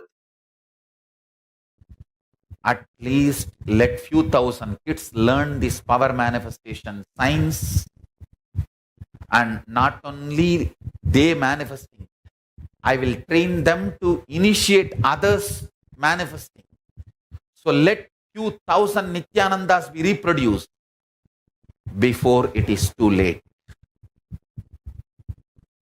Before it is too late, let us reproduce few thousand Nityanandas, where this power manifestation science is kept alive. Oh, Hindus, enough. You guys have had a silly conversation and judged me. I am not attacked because of my so-called right wrong, keeping this science of enlightenment of Hinduism alive. Oh, Hindus, wake up. Anti-Hindus know my potential before Hindus know my potential. The purpose of happening of the avatar this time is to revive Sanatana Hindu Dharma and get its spiritual legitimacy, religious legitimacy, social legitimacy, cultural legitimacy, economic legitimacy, literary legitimacy, judicial legitimacy, and political legitimacy of Sanatana Hindu Dharma. I'll do it. Let's all make it happen. Thank you so much, Swamiji. Swamiji, the next question I have is specifically for all the people who are watching you on YouTube. There are like 1 million people who are watching you on YouTube and another 1 million people who are following you on Facebook.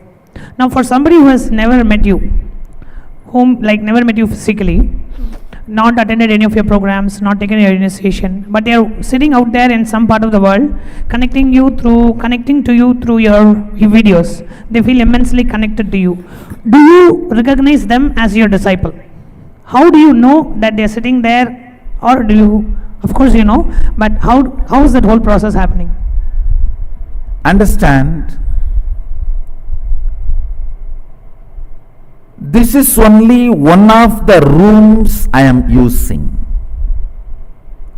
This is only one of the quarters I am using.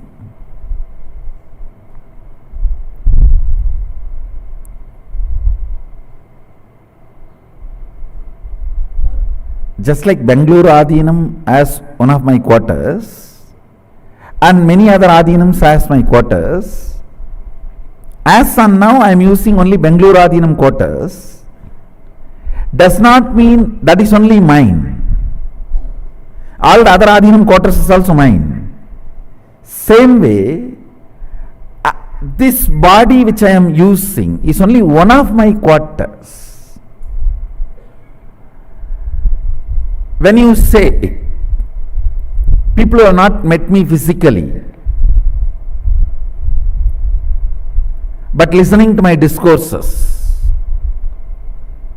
watching and feeling connected, understand, discipleship is not restricted just to this body. In multiple planes, I exist. In multiple planes, I operate.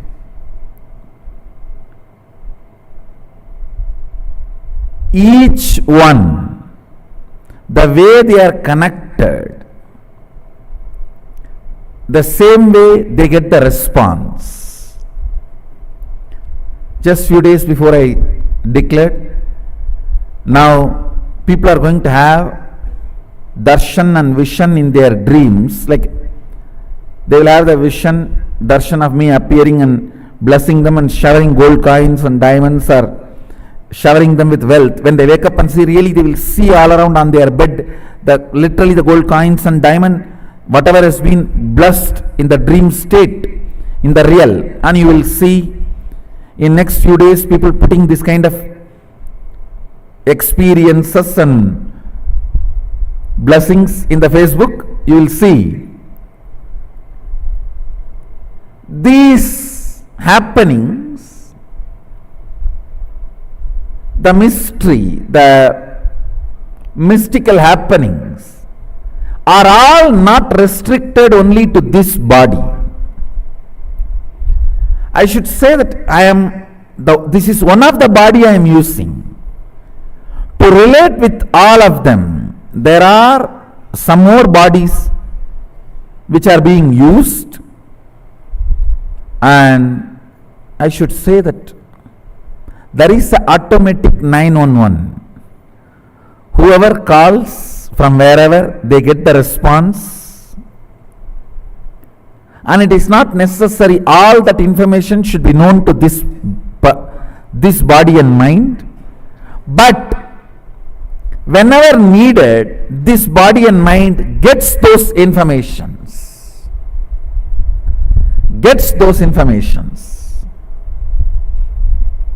and whatever is needed gets done through this body.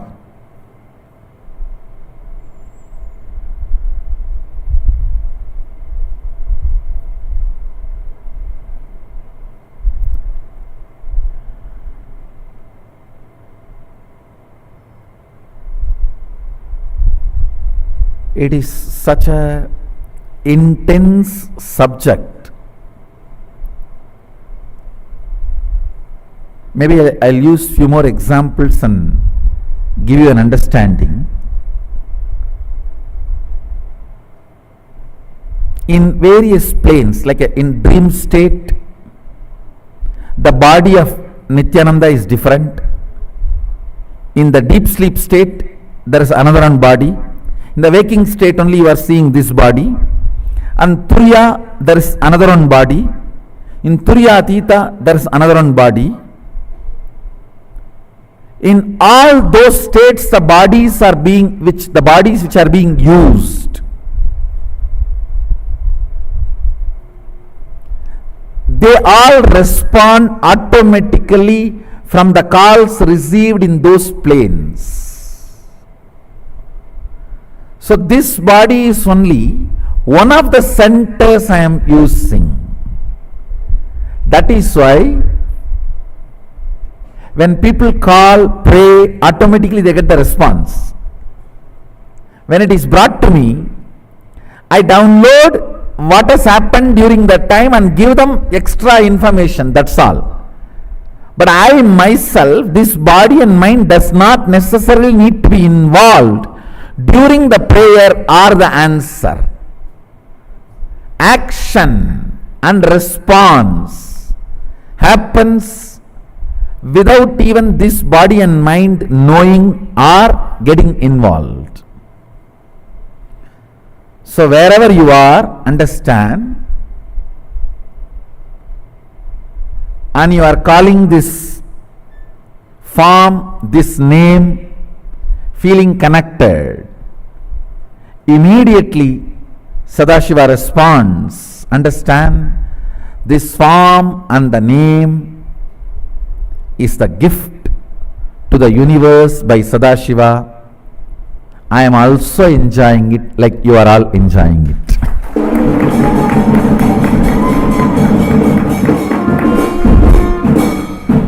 This name and this form is the gift to the universe from Sadashiva. Just like you all enjoy, I am also enjoying it. That's it. Paramashiva's direct and very important message. Listen intensely, sincerely, carefully, and assimilate. Recognizing my identity as Paramashiva, me as manifestation of Paramashiva,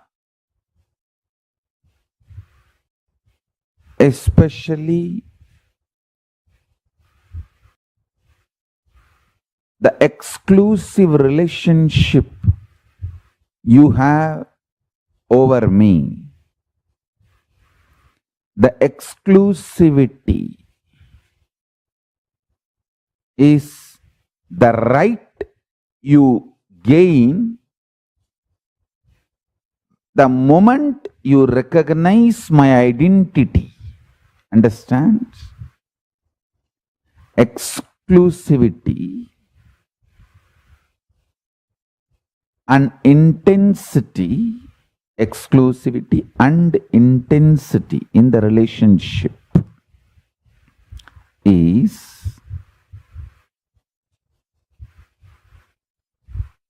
the right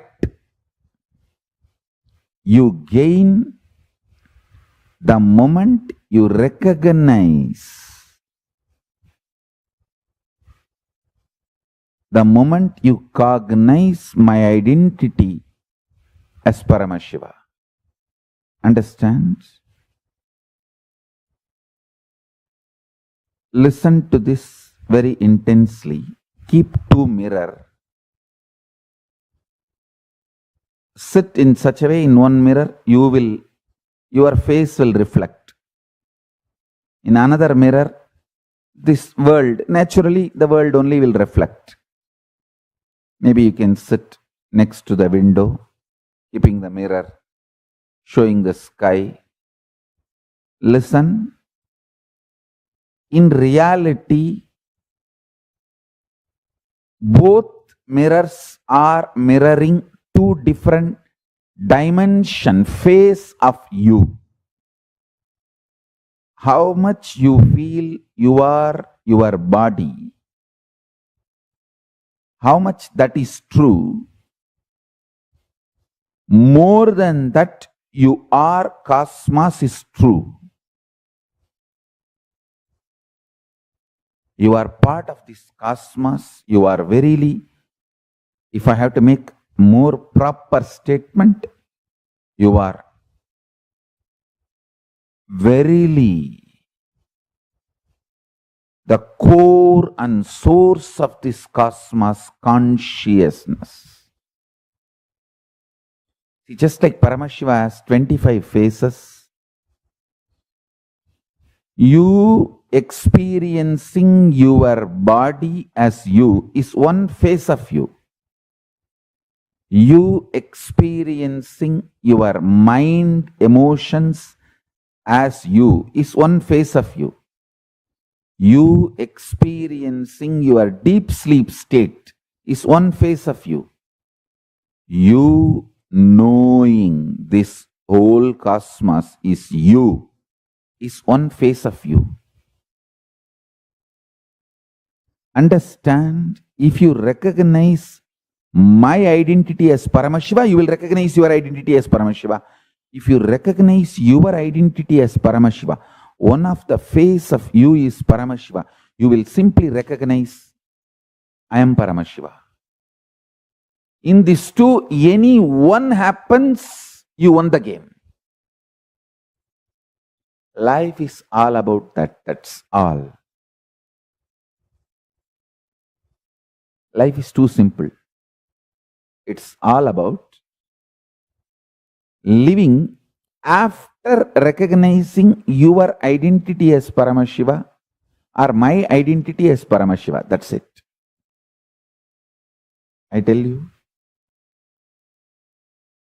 When I recognized Arunagiri Yogeshwara, my guru's identity as Paramashiva, I said, Shivaya Namaha. When I recognized my identity as Paramashiva, I just said, Shivoham. Understand? Living either as Shivaya Namaha or Shivoham.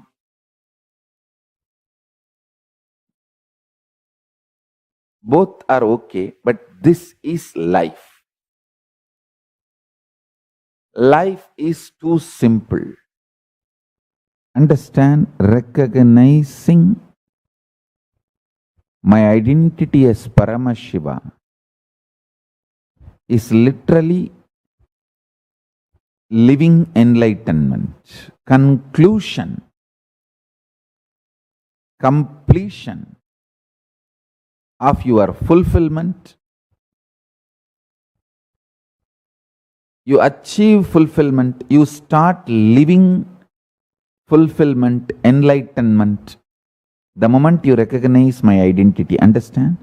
When you recognize my identity, you recognize your Ishwaratva. The Ishwaratva starts oozing out of you when you recognize the Ishwaratva oozing out of me. But the good news is, anyone recognizes my identity is going to just walk around as superconscious mutants. I tell you, the best lifestyle is conscious communities, Kailasas. See, you don't have to give up the comfort of your home and your personal space, privacy of your home, but create conscious communities, e-Kailasas. Like have your own home, but gather once in a while for doing yoga together, puja together in Zoom. You don't even need to gather physically. In Zoom, online, e-Kailasas. Just gather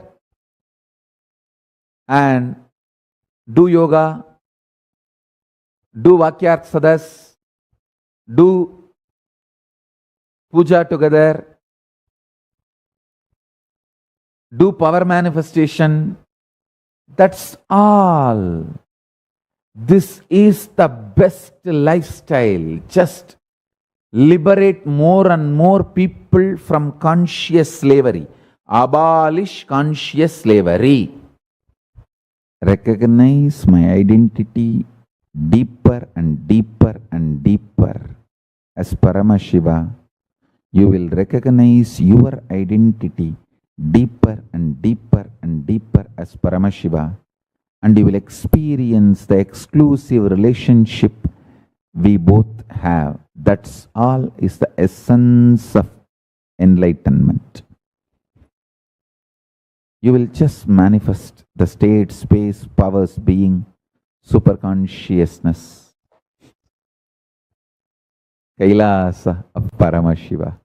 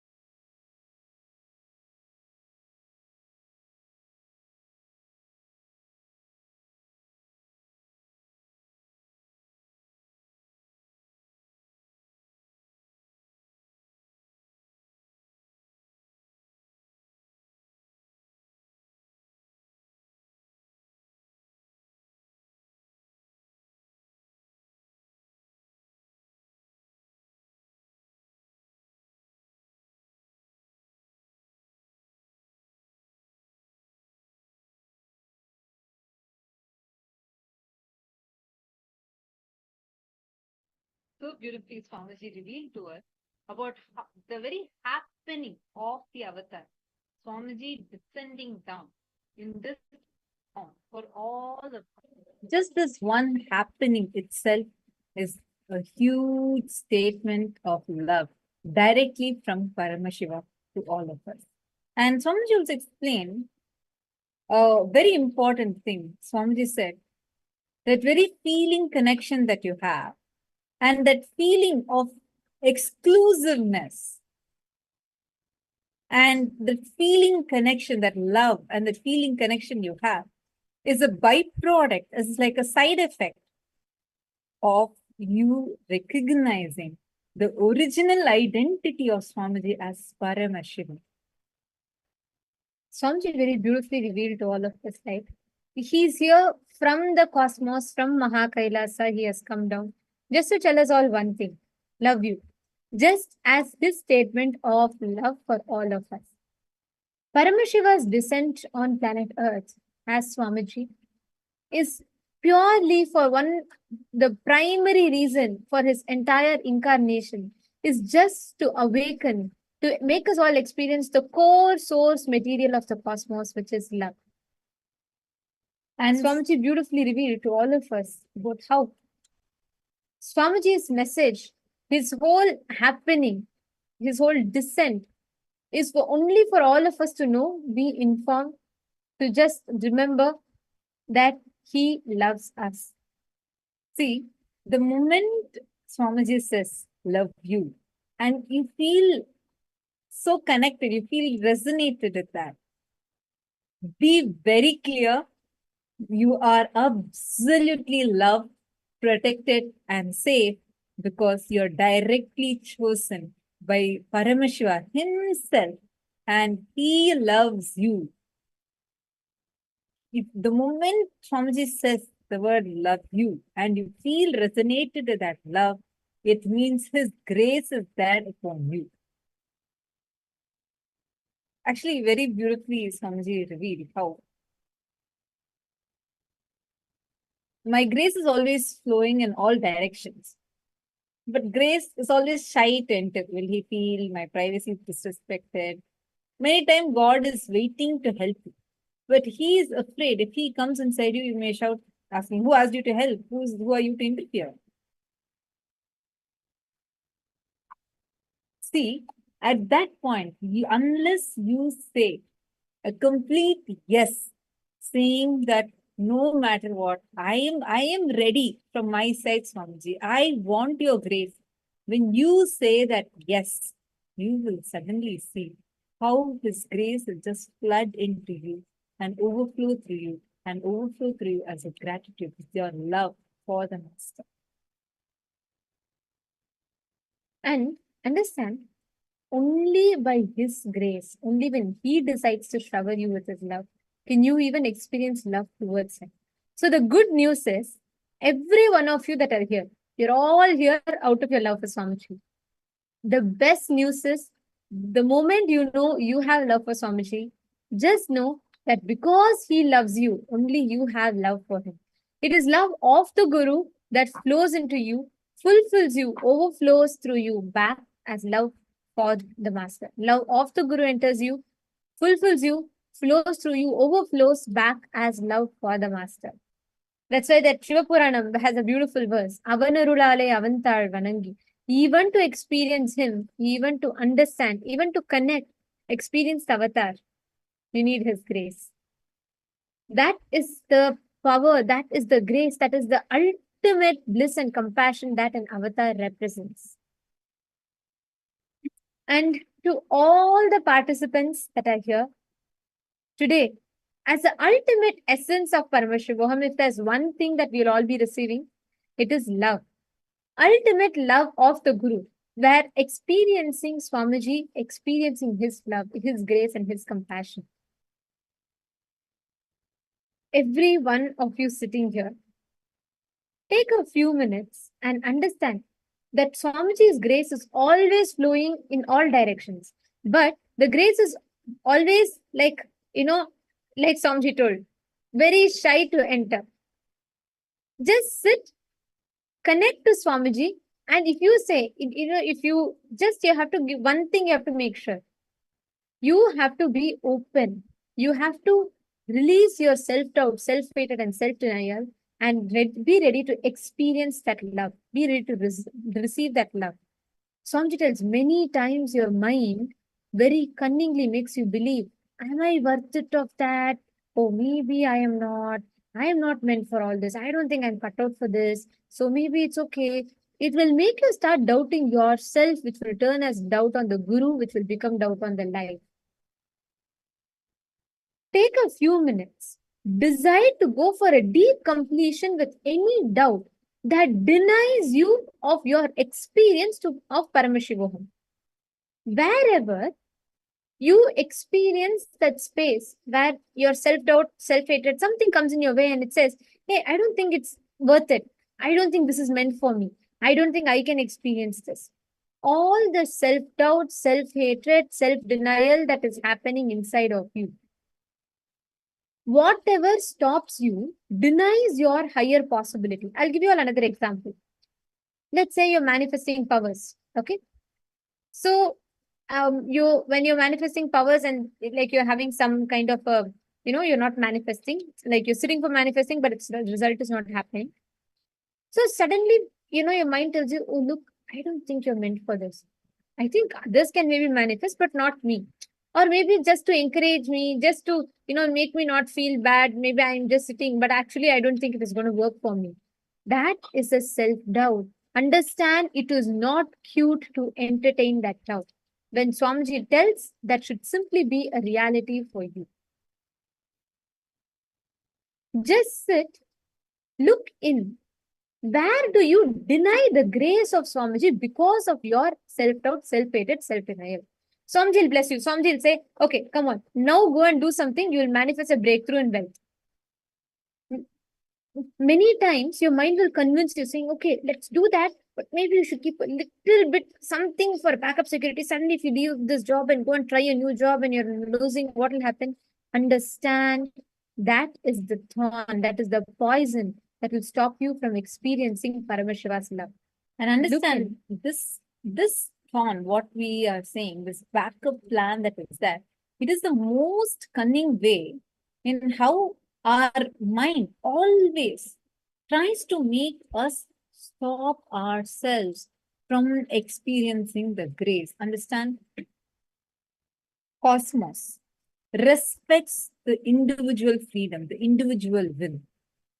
That is why you need to say an S before the cosmic shower can happen on you. You need to say an S. Only when you say yes, cosmos can shower upon you. The grace can come to you. That yes from you is too important if you say a no. Even if, for example, let us say you asked for a boon and Swamiji says Tathastu. Now, at some point you say, no, I don't want that boon anymore. No more cosmos is obliged to fulfill that boon for you because it respects your individual decision. So it is too important for us to understand this. Now, let us all sit and do this exercise now.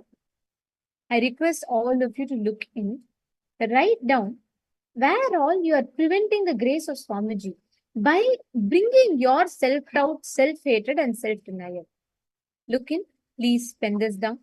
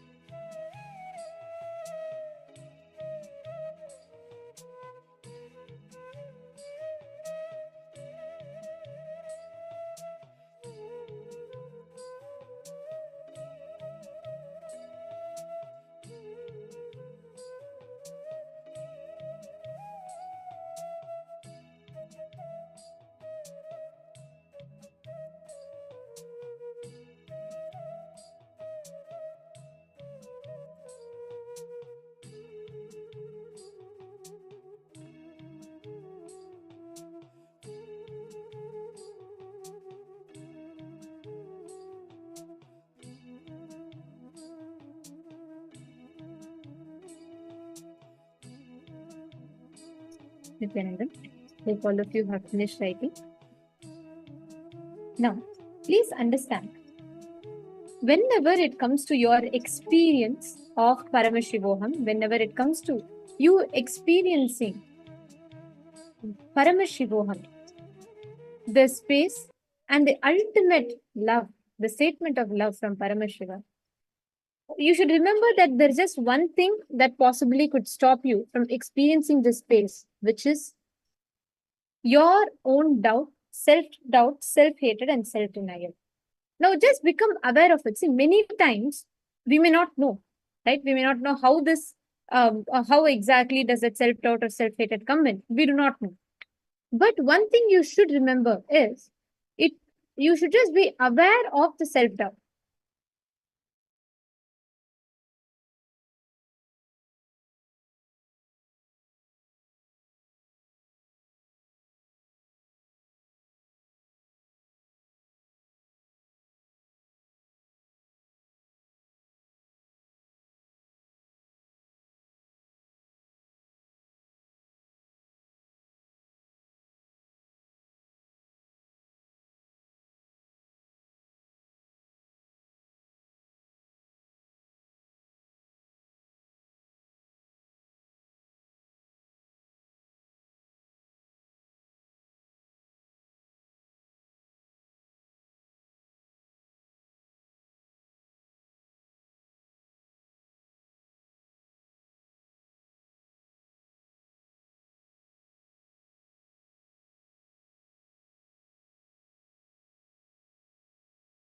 For the technical glitch.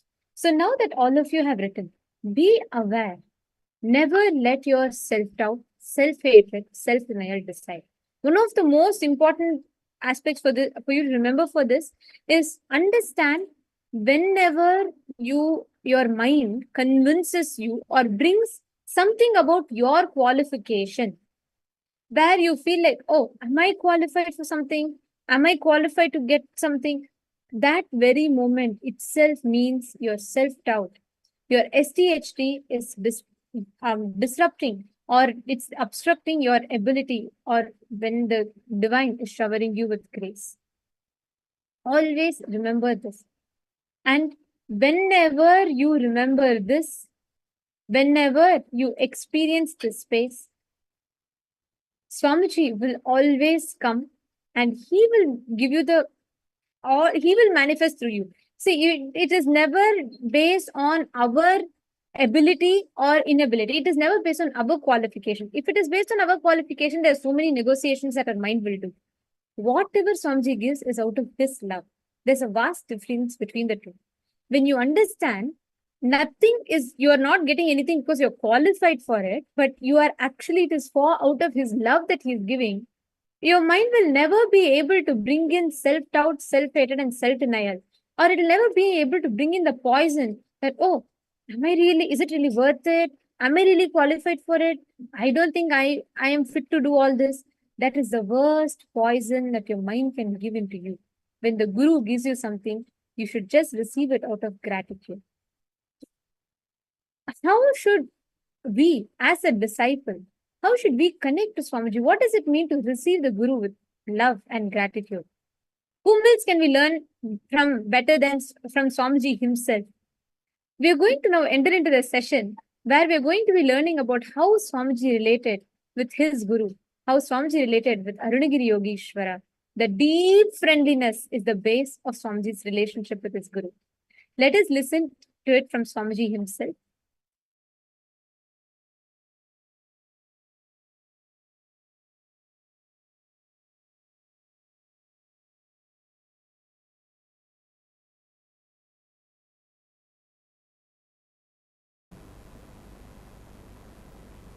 You all have reached enough level of completion to mirror exact the neuron activity happening in my brain. So understand,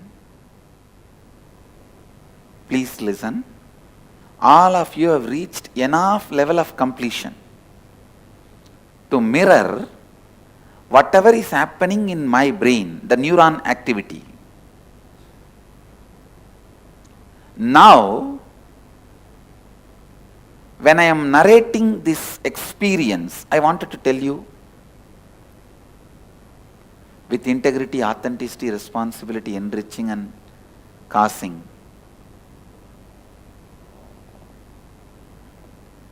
I'll tell you the exact truth.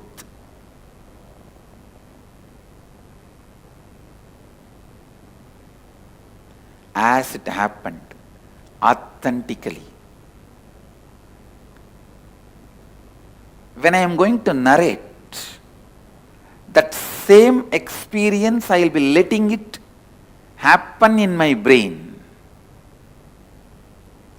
I will be letting that same experience, that same neuron activity happen in my brain. So just sit and listen from the space of feeling connection. You will see the same neuron activity just mirroring in your brain. Understand? All of you are clear?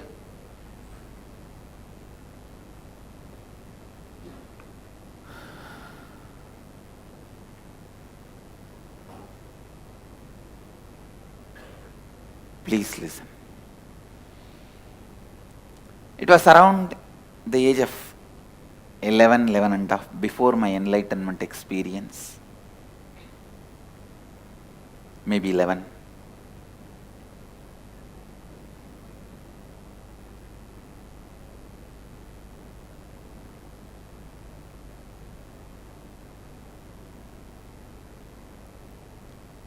One day, as usual, I was going around the temple. So early morning, 4:30, the temple elephant will carry the water pot for the deity's bath, sacred bath. It will go crossing the street where we used to live. From my family temple, it will go to the main temple. My whole family and the community was very closely associated to temple and its administration.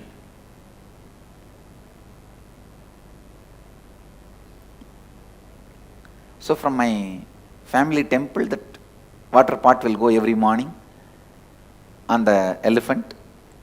They will be beating the drums and all that. The moment I hear that sound, actually I would have woken up much earlier, but the moment I hear that sound, I'll be joining the team and going and opening the temple. And the night, when the deity is put to bed, only then I will come, and then after that I have 2-3 other appointments, going and seeing Ram Surat Kumar, spending little time with him in the cremation ground. He used to live in the cremation ground for quite a long time. Then he moved near the temple on small house. Wherever he is, I will go and sit with him and spend time with him.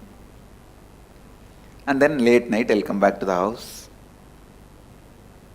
So one day,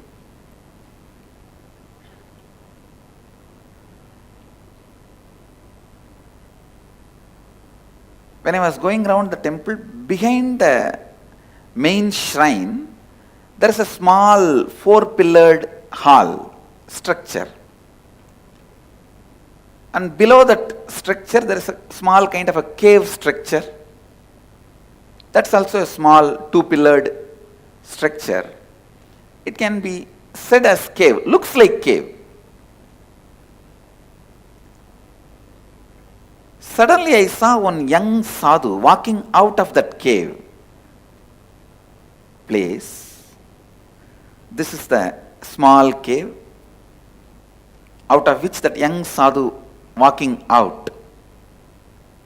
See this 4-pillared structure and the small 2-pillared structure. From that small 2-pillared structure, one young sadhu walked out.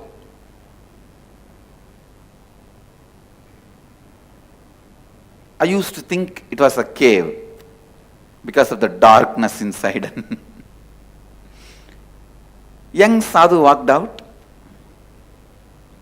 If I have to describe his beauty and grace, young, well built, a long hair with the sacred ash on the face and kumkum and rudraksha, only one dhoti in the hip and only one towel on the shoulder, bare chest, whole body was literally shining. Shining means really shining.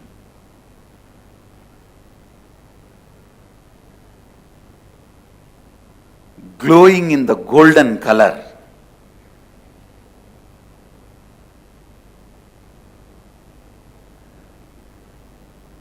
Maybe I can equate this photograph.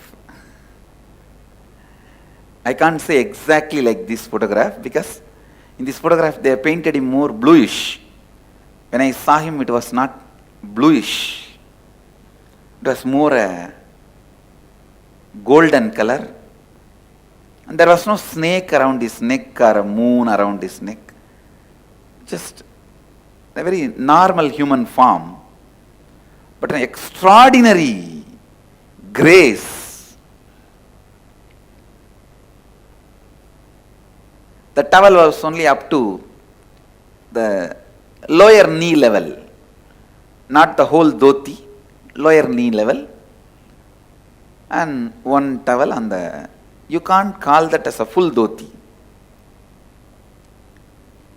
little smaller than dhoti, and one towel on the shoulder, Rudraksha. Rudraksha in the hands also, shining. Hair was left free, but it was so beautiful, you can feel it is almost like a Dakshinamurti's jata. It was standing on its own beautifully. Long hair.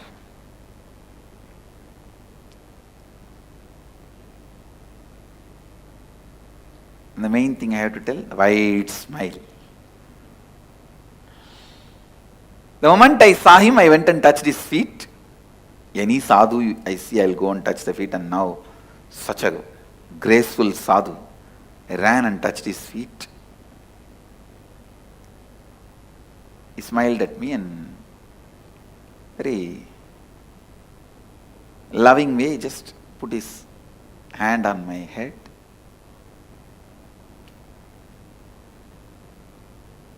First sight itself, I experienced the deep feeling connection.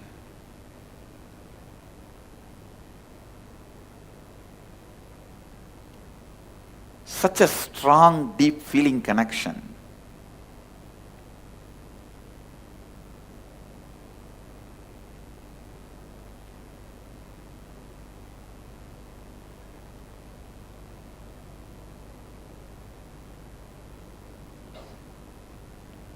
As usual, I have regular questions for any sadhus I see.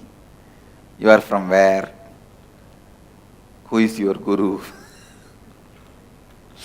And what do you do? Have you achieved enlightenment? In Tamil I used to ask, Atma Sakshatkara Ayiricha Ungalukku?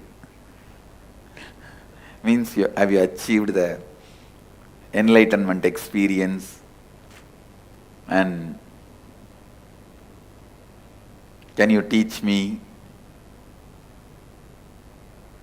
My usual questions. I started asking some my same usual questions. He smiled and he started answering. Other than the question, who is your guru? He answered everything. And then some ordinary topics. Those days the ordinary topics means what? When is the next Utsavam in the temple? Why are they not putting enough flowers on the deity nowadays? Which Utsavam, when they are celebrating, why they are celebrating, why they are not celebrating. These are our gossips. The whole city will have gossip only about temple. Whether you talk good things or bad things, it will all be about temple. Good things will be, oh, nowadays lot of crowd is coming for the temple. Bad thing will be, why they are not maintaining the temple properly. That's all will be the maximum rumor, gossip we know. And All these small talks I was having. He was also sitting and having all these small talks with me. And who is who in the town, who is doing what. I don't know how, the day one itself we became so intimate, so close. It's not that he spoke only about Vedanta, enlightenment, the techniques to achieve enlightenment and science of enlightenment, Advaita. He even spoke who is going with whom, who is doing what.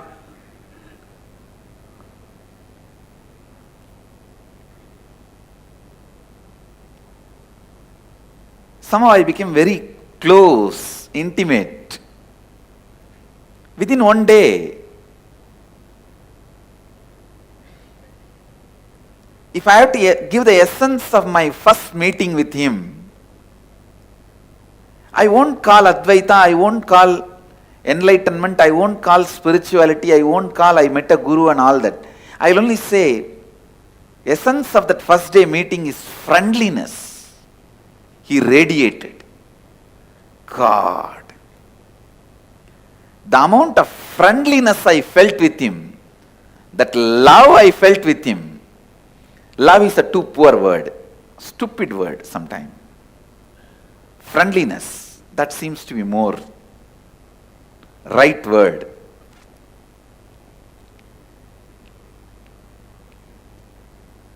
Friendliness to the extreme, to the extent, even when I am sitting next to him, I feel like I'll put one of my finger on him, on his body, on his leg, or on his hand. I'll just put one of my finger on him. Just want to be touching him.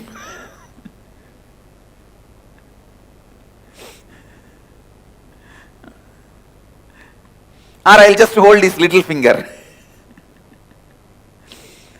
And sitting and talking. One thing I wanted this to be on record. I don't want to say only I saw him, because when I was sitting and talking, the watchmen who walk in that area, or one or two people who come there to fetch water from the temple tank, they all did not look at me very weird. See, if I was sitting and talking alone, they would have looked at me very weird. They did not look at me very weird. The way they looked at me, I am sure he was seen even by them, not just by me. This sadhu whom I am talking about, he was not just seen by me, even they have seen him. I don't know how they saw him, but they were not looking at me weird. See, if you are sitting alone and talking, people who walk around, they will naturally look at you weird. You will know by how they see you, they are looking at you weirdly or just casually. I don't remember any of them talking to him or he talking to them back. But I remember very clearly few people were walking. Many times when I was sitting and talking with him, few people will walk here and there. They won't look at me like I am sitting alone and talking. They will just see as if two people are sitting and talking, and they will walk. They will go. And the exact spot where he was sitting and I was sitting with him and speaking, you can see, that's the exact spot where he used to sit. I used to sit and speak. He will sit on the step where I am sitting now, and I will sit one step below. Sometimes he will sit the upper step, one step above. I will sit where I am sitting now. But in these few steps only we will usually sit.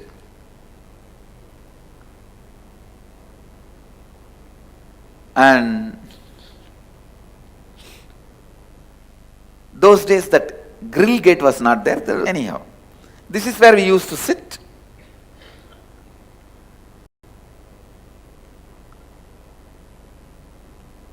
So the day one, the essence from my memory I can collect, the essence of day one's meeting was extraordinary friendliness. It was not all about Advaita, all about spirituality, all about enlightenment. Even though my questions were all about enlightenment, he was not speaking only about enlightenment.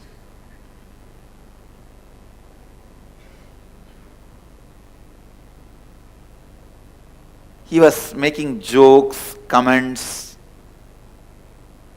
funny observations about various things.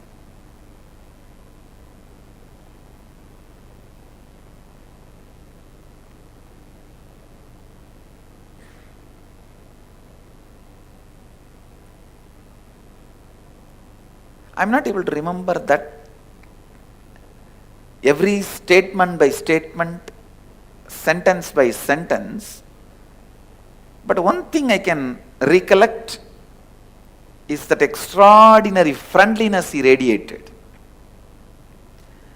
and the space he gave me.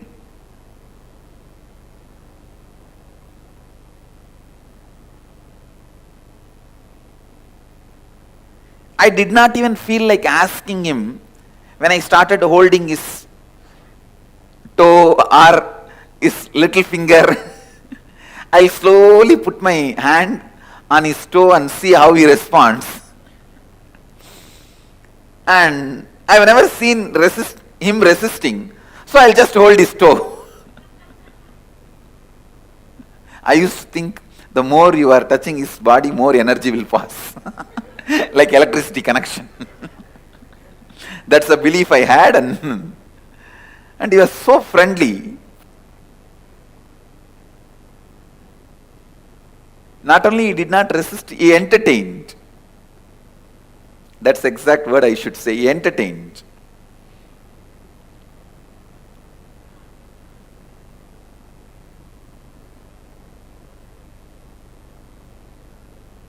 So first day I went up to holding the toes. I did not want to irritate him also. And sitting holding his toes. I think I was sitting his right side. So I was holding his left toe. He was sitting folded legs. I was holding his left toe.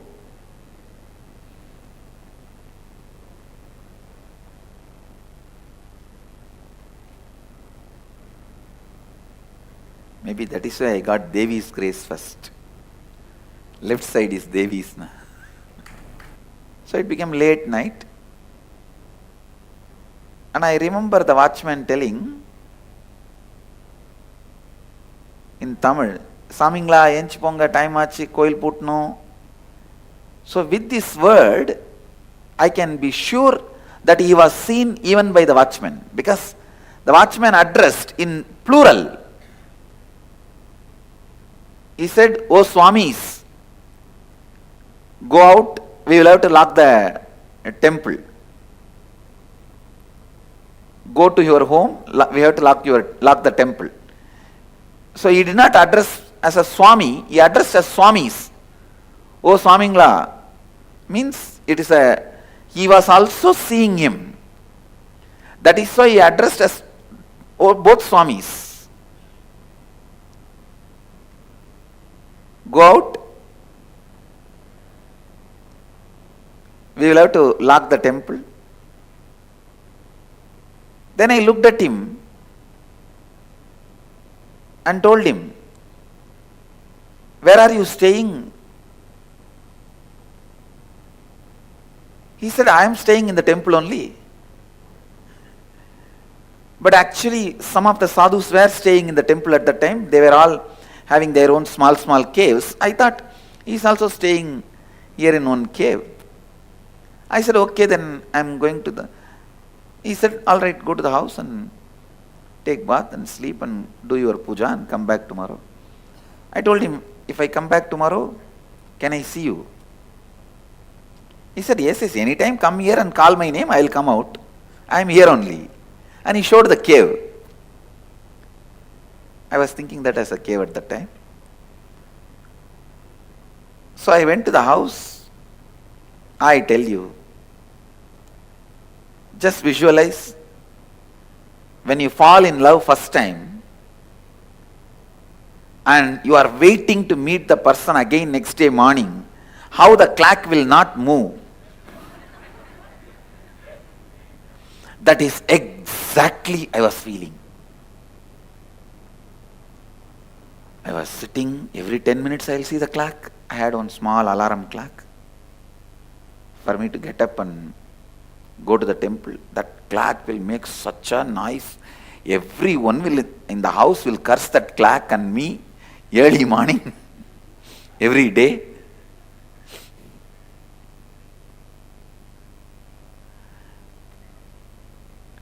So I'll wake up and see the clock. It's only 12 o'clock. I'll lie down, sleep. Again when I wake up and see the clock, it's only 12:10.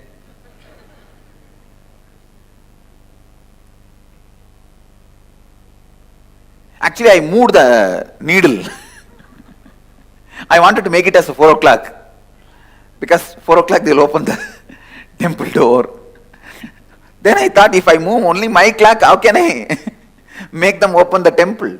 I waited. Around 2:30, 3 o'clock, I could not handle anymore. I ran and took bath, did all my puja. 4 o'clock I came and stood in the street for the elephant to come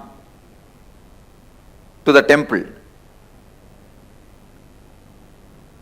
An elephant came as usual, it came around 4-5, but that 5 minutes I cannot tolerate, I can't handle. What happened to the elephant fellows? Nowadays they are not following the tradition properly. I cursed his father, his grandfather, his great-grandfather, his whole Vamsa.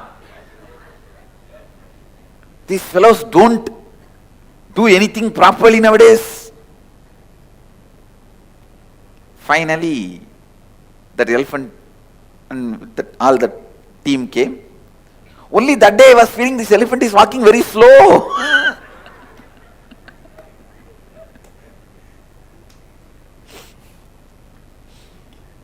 Finally, we reached the temple and they opened the temple gate. I ran to this cave where I met him. Usually I will run to the main Garbha Mandir, main sanctuary, and have darshan, only then go anywhere. But today directly I ran.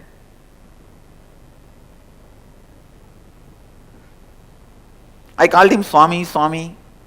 Immediately he came out again.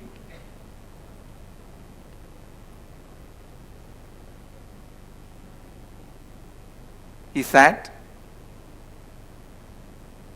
I was sitting and talking to him.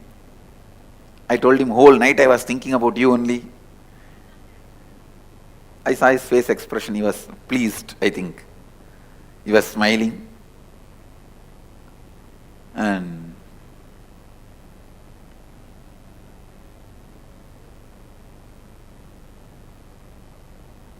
I saw him, that time itself he was dressed as usual, means one dhoti,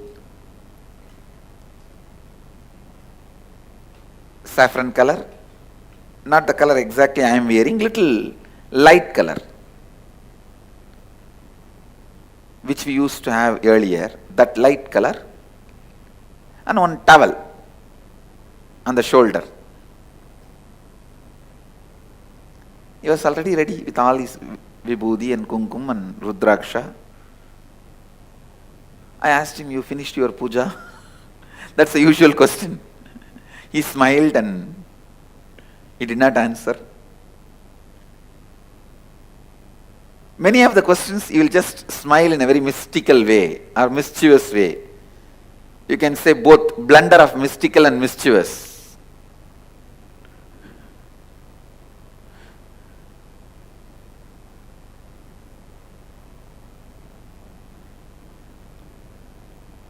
Mischievous, mystical.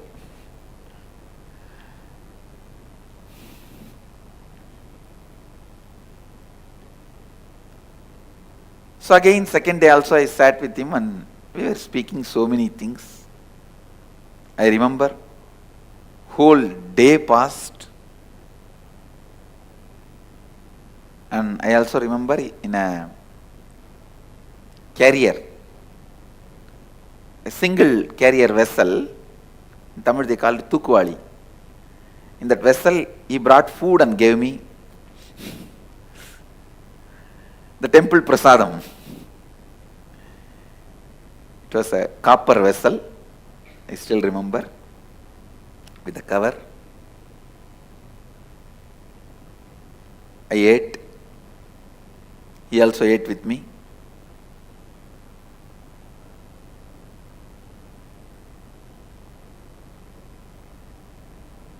He was clean shaven. Only hair in the head, long hair, but no moustache or beard. Clean shaven.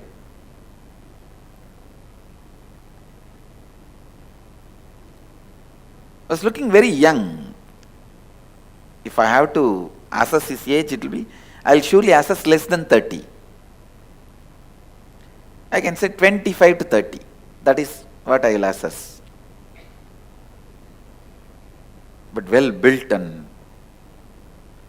graceful.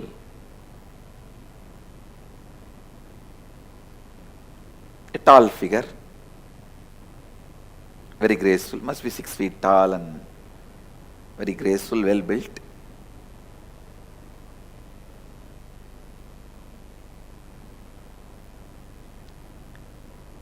Again we were sitting and talking. More than talking, I know it was just spending time together.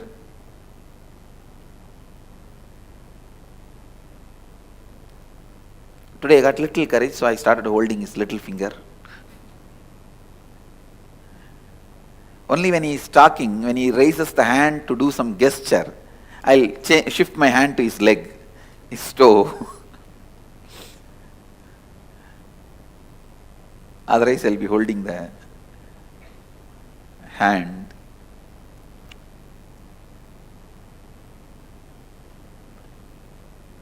It went on for many days, weeks. In 10-15 days, I can say, he became almost just breath of my life. My day is like whole day I'll be with him, whole night I'll be waiting for him, that's all.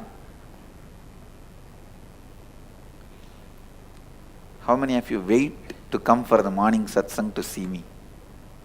Then all of you can understand what I am saying. You just wait for the next morning to happen, to rush and see him.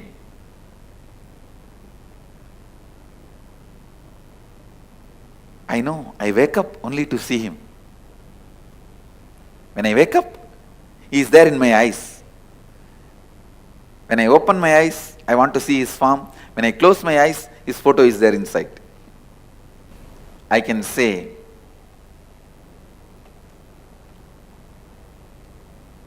he was my everything. Everything. One day in course of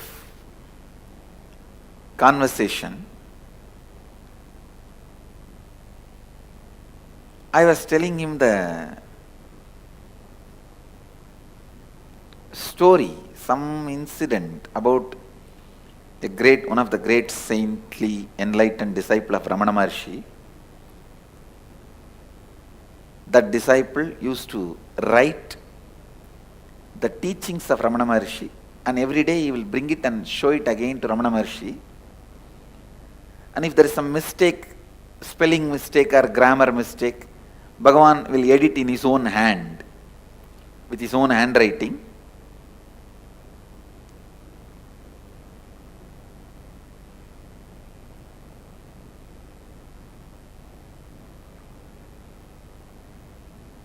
So, that sadhu,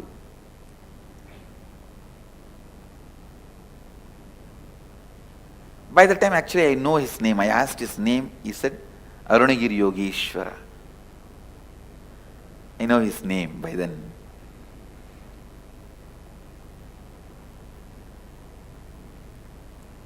So I asked Arunagiri Yogeshwara, I was telling about this story, then Arunagiri Yogeshwara smiled and said, maybe that is the way that Swami was trying to get the handwriting of Ramana Maharshi in his notebook. And he also made a comment, just to get the Ramana Maharshi's handwriting, this Swami will make more and more mistakes. The moment I heard, immediately I thought I got a very brilliant idea. I thought I will also start writing and bring the notebook to you. You will pen down, you will write, I will keep your handwriting with me. And I did it. 2-3 notebooks and 1 or 2 diaries where I will try to pen down in the night whatever I could remember we spoke, and then purposely make mistakes in writing and bring it to him next day. He will also read and smile, and purposely he knows I have done mistake purposely and he will write few lines, few words on it, and he will do editing, means like a crossing or adding. And I very clearly remember he has signed even once, Arunagiri Yogeshwara.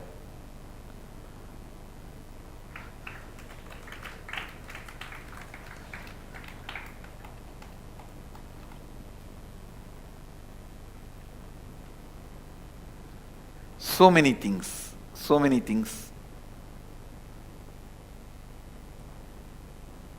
We used to speak.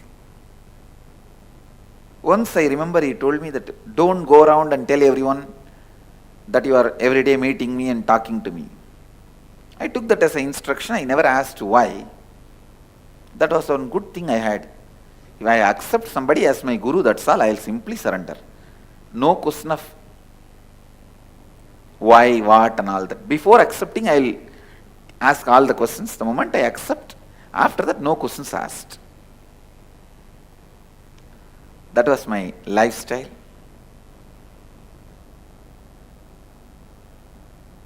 Everything was going well. He was never just a guru. He was far more than that. Far, far, far more.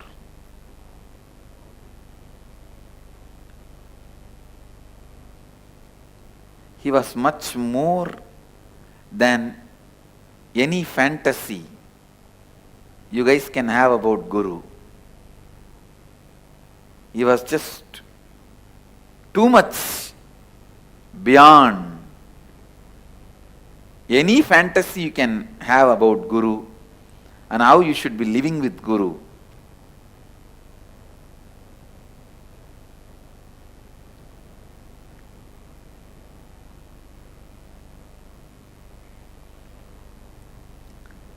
Whatever fantasy you guys may be having, how you should be living with Guru,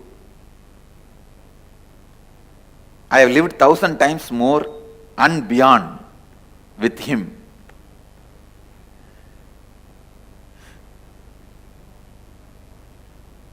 He is the fulfillment of all existing and possible fantasies. That's the word I will utter. Existing and possible fantasies of a guru-disciple relationship.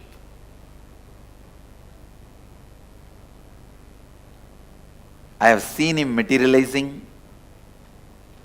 I have seen him flying. I have seen him perform all types of miracles. I have seen him teaching me all these siddhis. While he teaches, he will perform and show. I have seen him bringing the moon directly in front of me.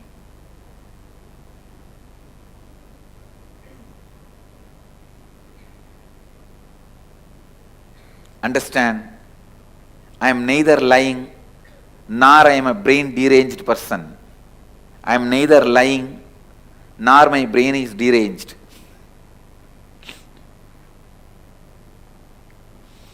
I am not telling you any stories. I am telling you the truth as it happened.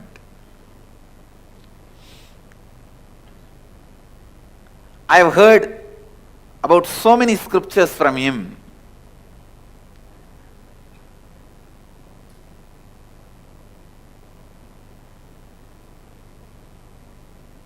Never he will take more than few minutes to explain any scriptures to me.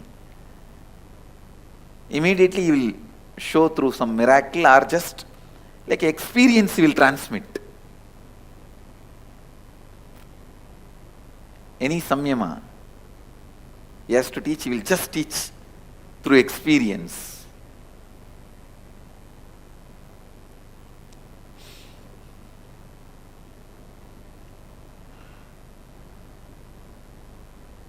Whether the way he looks, sits, carries himself, or the words he utters, or the joy he radiates, or the friendliness he radiates,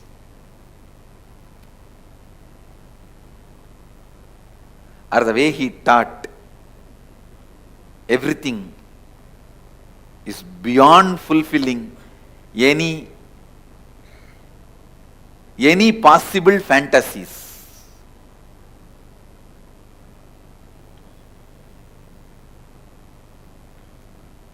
I have seen him making disappear the whole world other than both of us, or showing everything inside him. I have seen him showing Vishwarupa, that everything is he.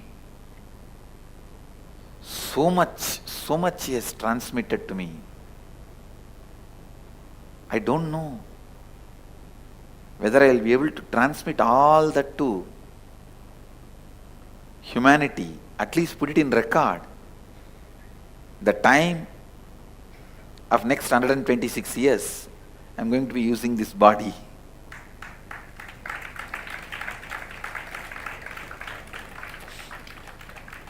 So much he has transmitted. So much he has taught.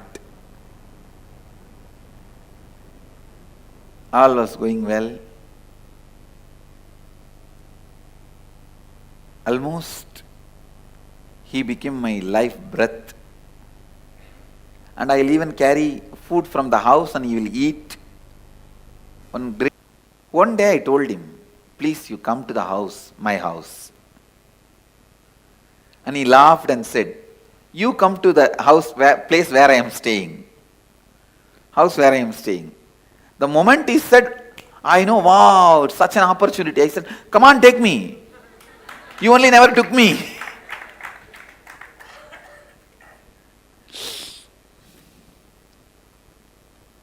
I told him, come on, take me.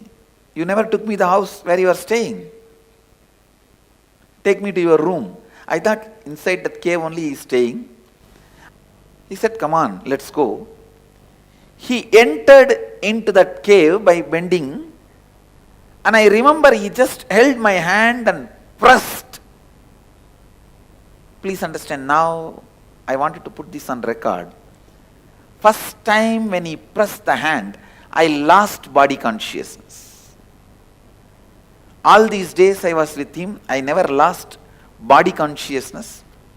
First time I lost body consciousness. So, from this moment, whatever I am describing, I do not know whether physically I was part of that scene or I was taken out of my body and this experience happened.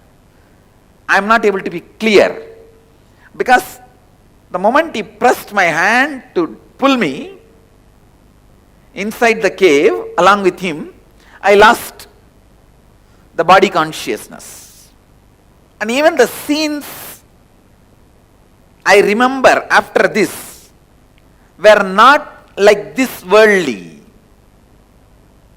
He just walked into a cave and I also walked with him, and suddenly the cave opened and we came out and I saw a huge banyan tree, little bigger than our Biddi banyan tree.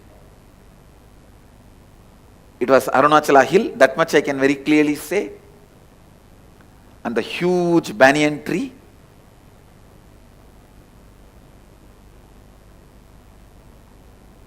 And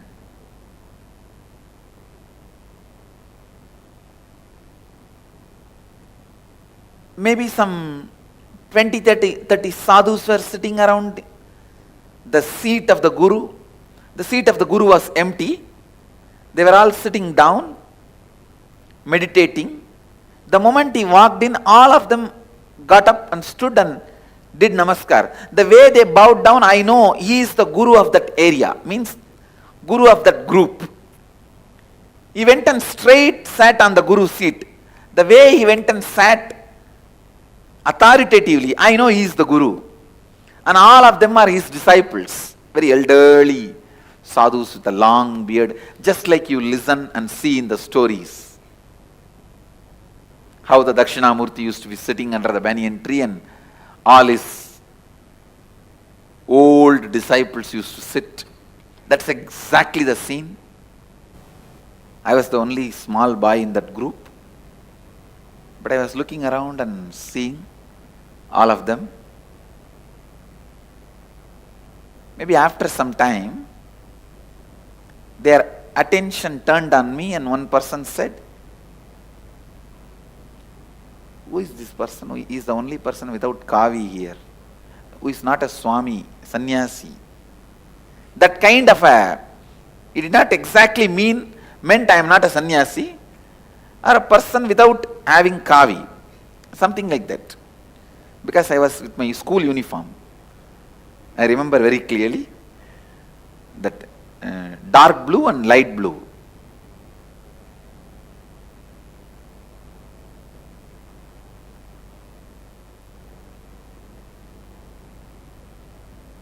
Must be, because 11 means by the time I've already started going to the high school, 6th grade. So dark blue and light blue. That was the school uniform. And immediately that's all my Kundalini. I said, I may not be wearing kavi, I am also sannyasi only. And I saw Aruණagiri Yogeshwara laughed. Then he said, then why you are not wearing kavi? I asked him, you give me kavi. He laughed and he looked. Immediately I saw one sadhu brought kavi cloth and he himself tied that kavi cloth in my hip like a dhoti. He himself tied it.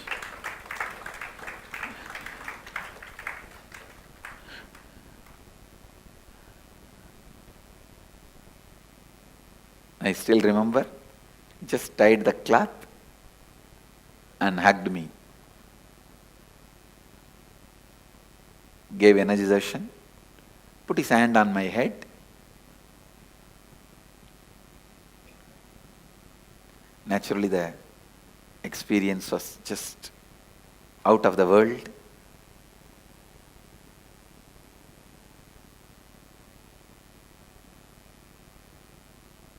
And I came and sat in the group.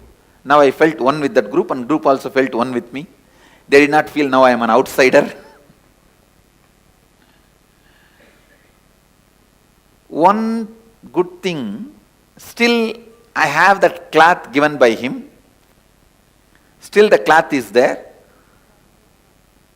Because the cloth is there, I feel the experience is either happened in the physical plane or a metaphysical plane which gets converted to physical plane. So I can say this experience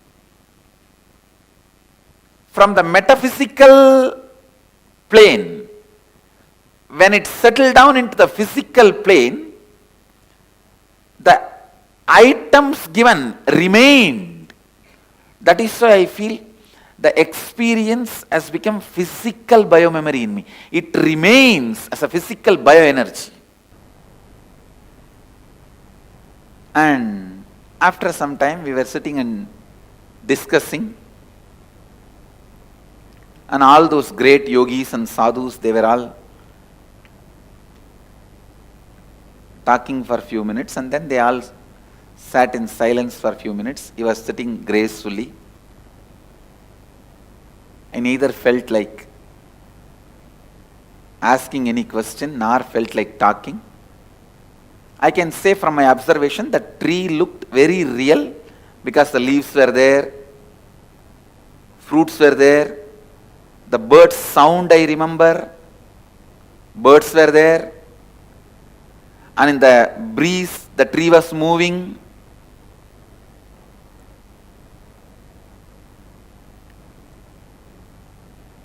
So once it became little dark, late evening, he said, come on, let's go back to the temple. I said, okay. Again, he brought me back.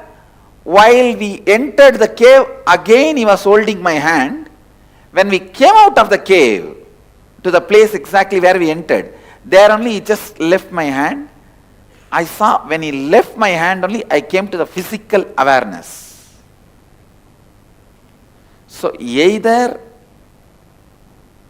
he took my metaphysical body to his metaphysical space, or he took my physical body itself to that metaphysical space.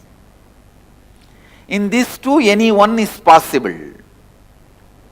Because the cloth is there physically with me, I feel it was physical happening, but because it was completely otherworldly, looked out of the world, I am not able to say it is only physical. I'll explain why in the next continuously.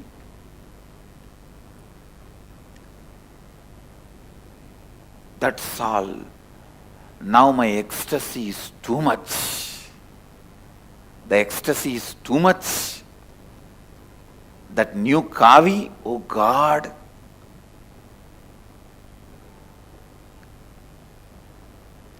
I was running around here and there, showing everyone I got the kavi, I got the kavi, I got the kavi.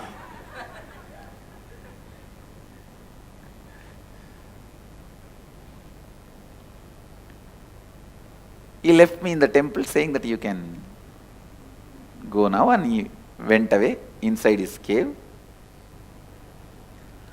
First person I ran was my guru, Mata Vibhudananda Devi, Vibhudananda Puri. Her name was Kuppammal, local name. I ran to her and showed, see, I have kavi, I got kavi.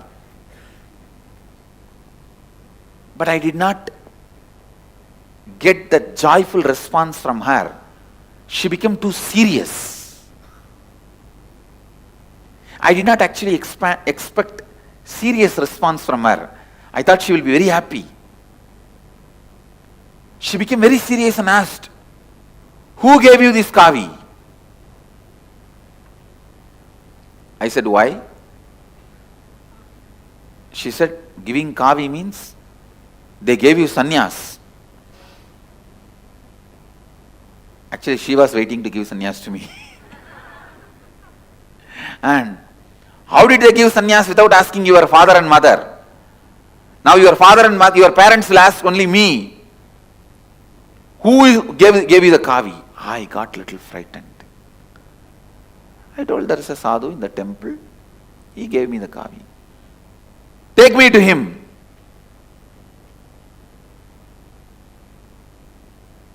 She started telling, no one will give you kavi. You have stolen from some shop. Tell me that. Tell the truth. We will give it back to that shop. I will not tell your grandfather. My grandfather is well known in the city. In that village. So everyone will be afraid of my grandfather, mother's father. I won't tell your grandfather, otherwise I'll tell your grandfather you have stolen from some shop. I got more frightened. Oh God, what is this she's going to tell now? My grandfather I have stolen, I have not stolen, I only got it. Then I said, all right, I'll take you to that Swami, come. He only gave me, I have not stolen in any shop. She held me in her hand. She really believed I was stolen in some shop. The kids, when they go here and there in the shop, they will steal little candy, they will steal little sugar. She thought I was stolen.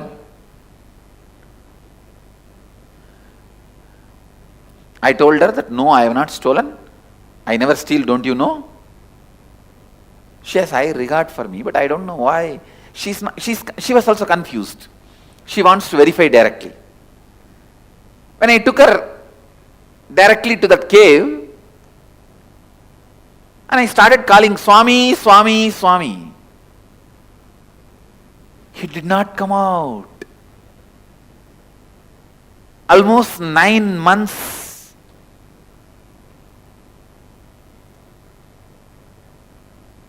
I know him. He is around me. Never he missed coming out. He did not come out. That's all. I was shocked. One side I have to prove to her I have not stolen. Other side she is now making a big ruckus that I have been given sannyas without the parents' permission.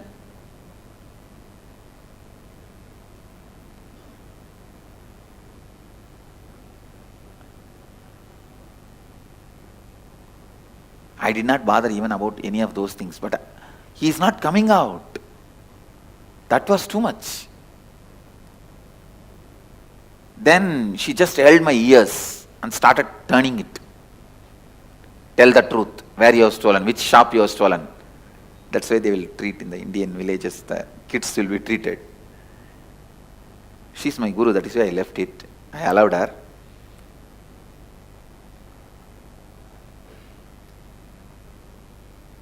I said, no, from this cave only that Swami came out. She dragged me and took near that cave and showed me, whom are you trying to cheat? Is this the cave? She pushed that stone and showed me. Only then I realized it was not a cave, it was a sealed, solid stone. Please understand.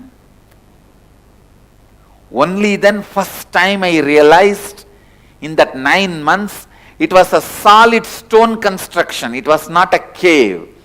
That is why I doubt whether Arunagiri Yogeshwara taking me inside was a physical or metaphysical. Because I realized it is a stone construction, not a cave. Shock for me. She said, now I have no justification because I am not able to get Arunagiri Yogeshwara. I said it's a cave, it is not cave now anymore.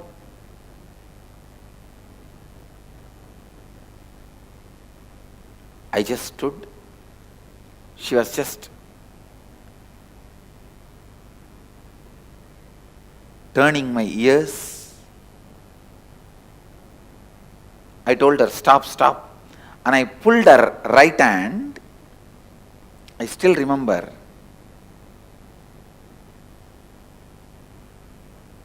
I told her,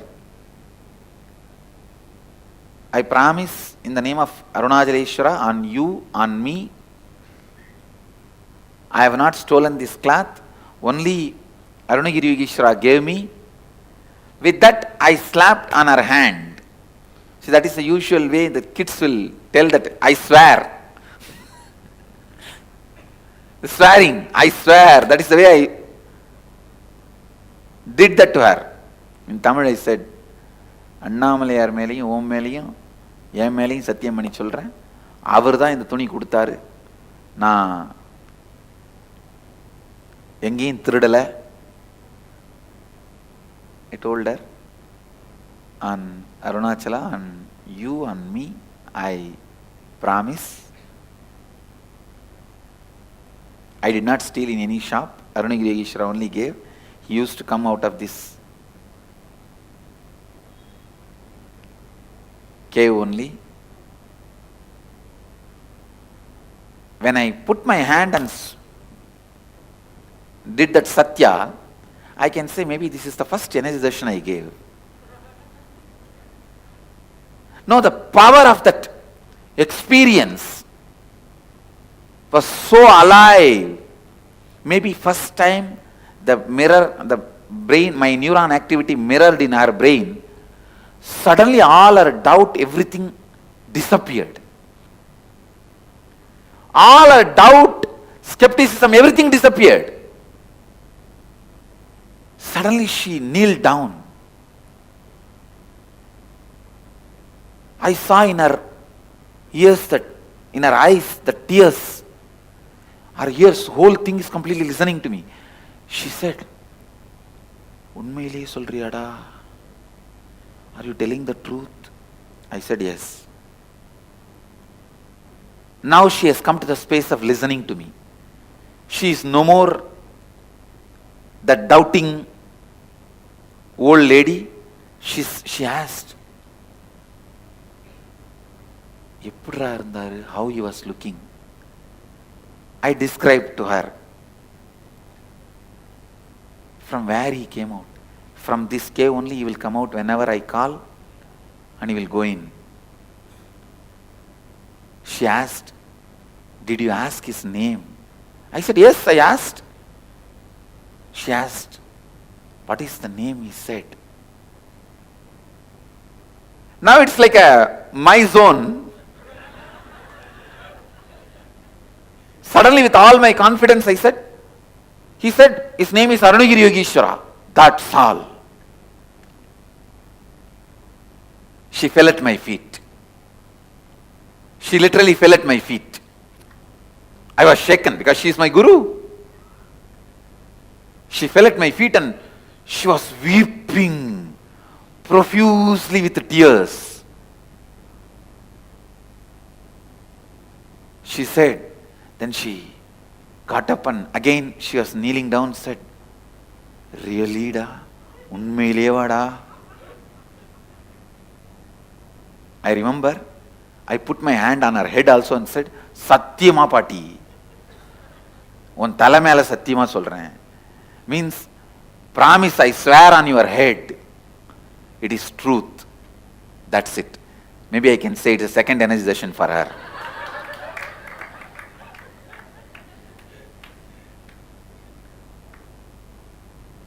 She said, "Hey, we are all meditating for years and doing tapas just to see him once. You really saw him? He gave you the kavi? You spoke to him?" Now she is a complete theist. She is completely able to receive the experience I was telling. Now, I have a big issue. He is not coming. I felt I breached the word he told me.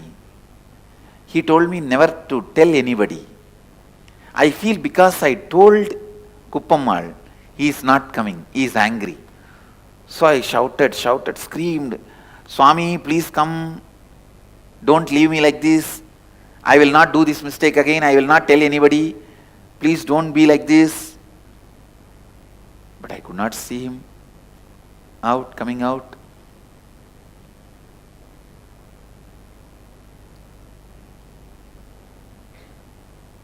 One side when I remembered, she told me, Kuppammal told me, he is directly Mahadeva, Shiva,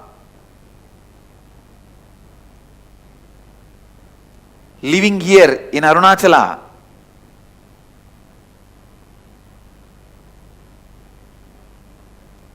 Ramana Maharshi talks about him.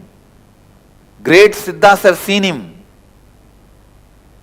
One side that was making my body just explode in joy, bliss. He himself came and gave kavi to me. Other side, now he is not coming. So that was just squeezing my heart. This bliss and joy and pain burnt both the karmas. I just dropped. I can say, by crying, I just slept away there itself. I should not even use the word slept. I fell into some state.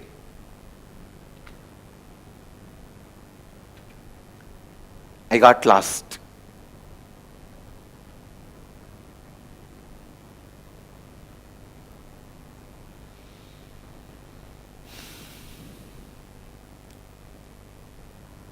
Anyhow, after some time, I think it was a late night, I was sleeping in the temple. I don't want to say sleeping, lying in the temple. The temple watchmen, they will come and wash the temple. He said, go and have darshan in the Garbha Mandir. They are going to close the Garbha Mandir. They are going to put the deity into the bed. Then come back and hold me the pipe. Hold the pipe for me to clean the floor. I said, okay, and I rushed. I was in that same space and state.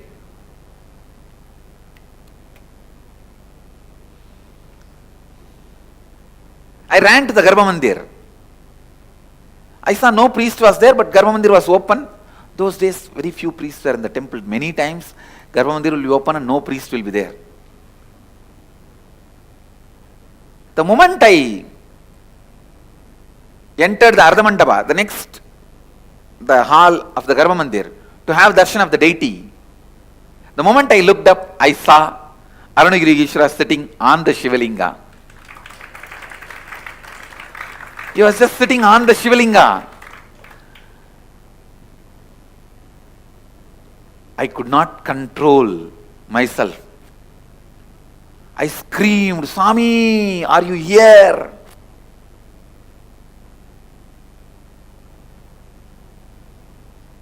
Why you did not come when I called?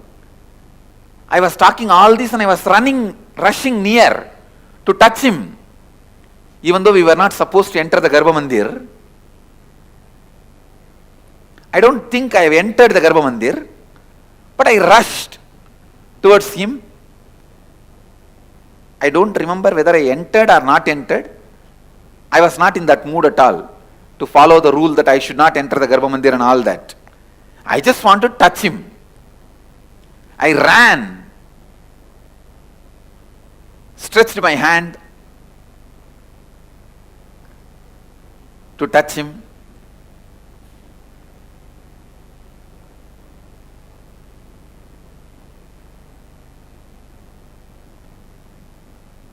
He also stretched his hand. The moment my hand touched his hand, exactly that moment,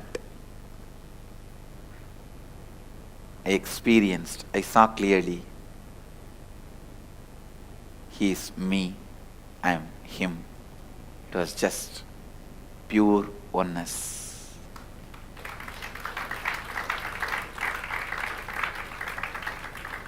Pure oneness. That unclutching has happened exactly at that moment.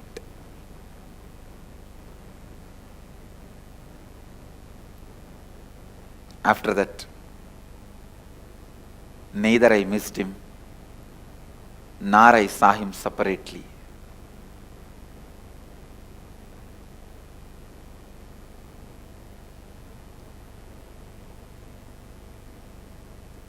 That is the exact moment, experientially, the unclutching.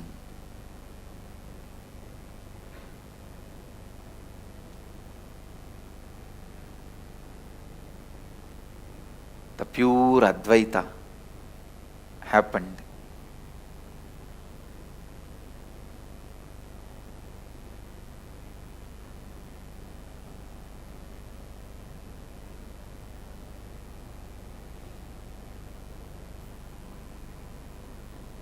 Whatever words you may use, Advaita, Aham Brahmasmi,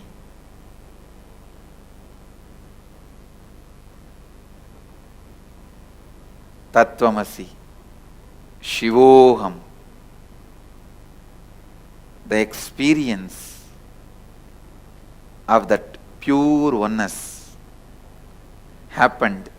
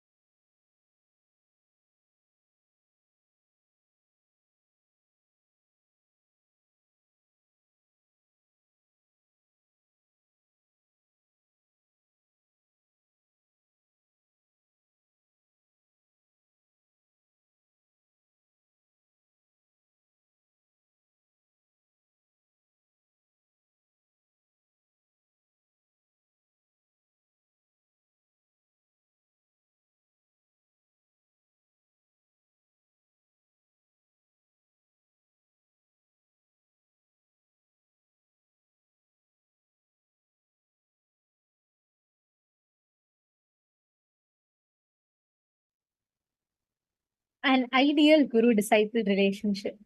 What does it mean to be in love with the Guru? How do we, as a disciple, live with the Guru? How do we connect to the Guru? So beautifully, Swamiji has revealed through his own story.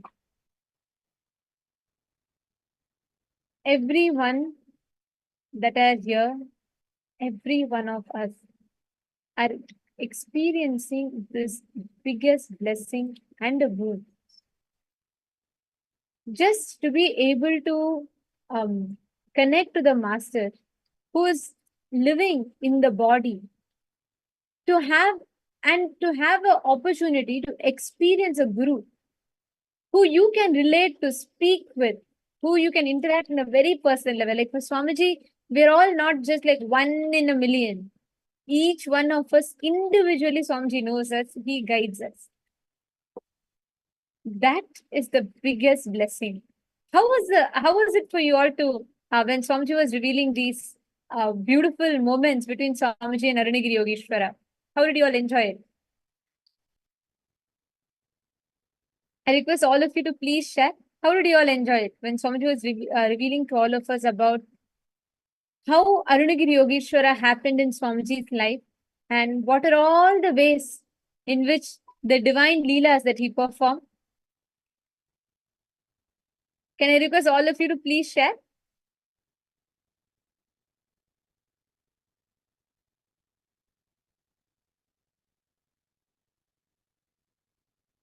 See, please understand the ultimate guru-disciple relationship, where the guru happens as the ultimate, Paramashiva happens as ultimate guru, like Swamiji demonstrated as Arunagiri Yogeshwara.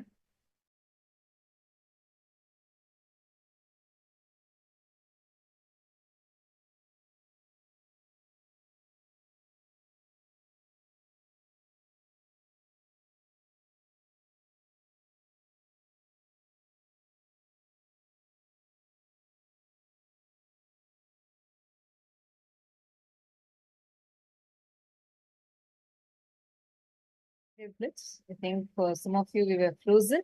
I hope now all of you are able to see us and hear us clearly. What we just listened to now was such a beautiful, very, very, very powerful Leela, where Paramashiva manifested as the ultimate Guru, Arunagiri Yogeshwara, and the ultimate disciple, Swamiji, and played the whole Leela to show us what the ultimate relationship in every being's life, which is the Guru-disciple relationship. How best can it be? And what does it mean to have the best relationship with the Guru? How to relate with the Guru? And what is the best inner space for one to have? I can't really ask for the click that you had in this session because it's just beyond what we can. It's not just what all of the cognitions you're getting, it's the whole experience we had. Just listening to it, how many of you experience like you are experiencing the same thing? Literally, as with Swamiji, you are experiencing that as Swamiji, as your Arunagiri Yogeshwara. How was it for you? Can I request all the participants to please share? To understand, now today, on this 21st day of this program, this is a gift you are getting directly from Swamiji to you. Ma Indra Sidambaranathan was crying listening to Swamiji's experience. So sweet, Ma. Actually, that means you are experiencing that, you are having that deeply happening inside of you, where you are experiencing it, feeling it like, you see, that's why Swamiji said in the beginning of that, saying that intensely listen to this. Because when Swamiji is sharing that, he took you with him, you experienced your whole journey with Swamiji in that so beautifully. So sweet to even listen to this. Actually, Mahendra sit. Yes, yes. Vasilai, I know Mahendra. Yes, pointing and showing. Yes, I do see her. Actually, Mahendra, if you sit now in this space, and make any sankalpa, it will become a reality. Because you are in intense oneness. When you are listening to this, you are in intense oneness with Swamiji, and that inner space starts being transmitted inside of you. Master Stephanie has posted. I have seen it on YouTube and many times before, and I can feel a little bit how Swamiji felt. It is very beautiful. Absolutely. I know I have listened to this clipping so many times. Still, each time I watch this video, it's just too sweet, beyond words, because Swamiji is taking us into that experience. It's not our logic, it's not anything that we could comprehend. Something beyond our comprehension is happening in our inness. That's why Swamiji tells, just whenever you even listen, whenever you just experience, listen to this. Literally, you experience the same space that Swamiji had with Bhagavan Aranagiri Yogeshwara. Every experience you accumulated in this life is worthy to be given up for the experience of oneness. And the oneness manifesting in its ultimate form is what is your relationship with Swamiji. Your connection, your devotion, your feeling connection with Swamiji is exactly that. Understand whatever you learned in the last 20 days, everything that you learned. Ultimate of all, the best gift you're receiving through this program is having Swamiji with you, within you, in your inner space, sitting inside of you as your Atma Murti, your Atma Guru. He's sitting, he's residing inside of you as the very source of your first person. And you, all the beautiful moments you had throughout this program and the experience, that connection you had with Swamiji, this is one of the best gifts you are receiving from this program. Just to experience it, the deep Guru Bhakti, that feeling connection. Whenever you connect to the Guru, whenever you connect to the avatar, Swamiji tells, see, out of hundreds and thousands of possibilities, there are 8 billion people on planet Earth right now, but it's only a chosen handful who are able to sit here and who are able to receive and listen to these beautiful, moments of Swamiji's. See, understand,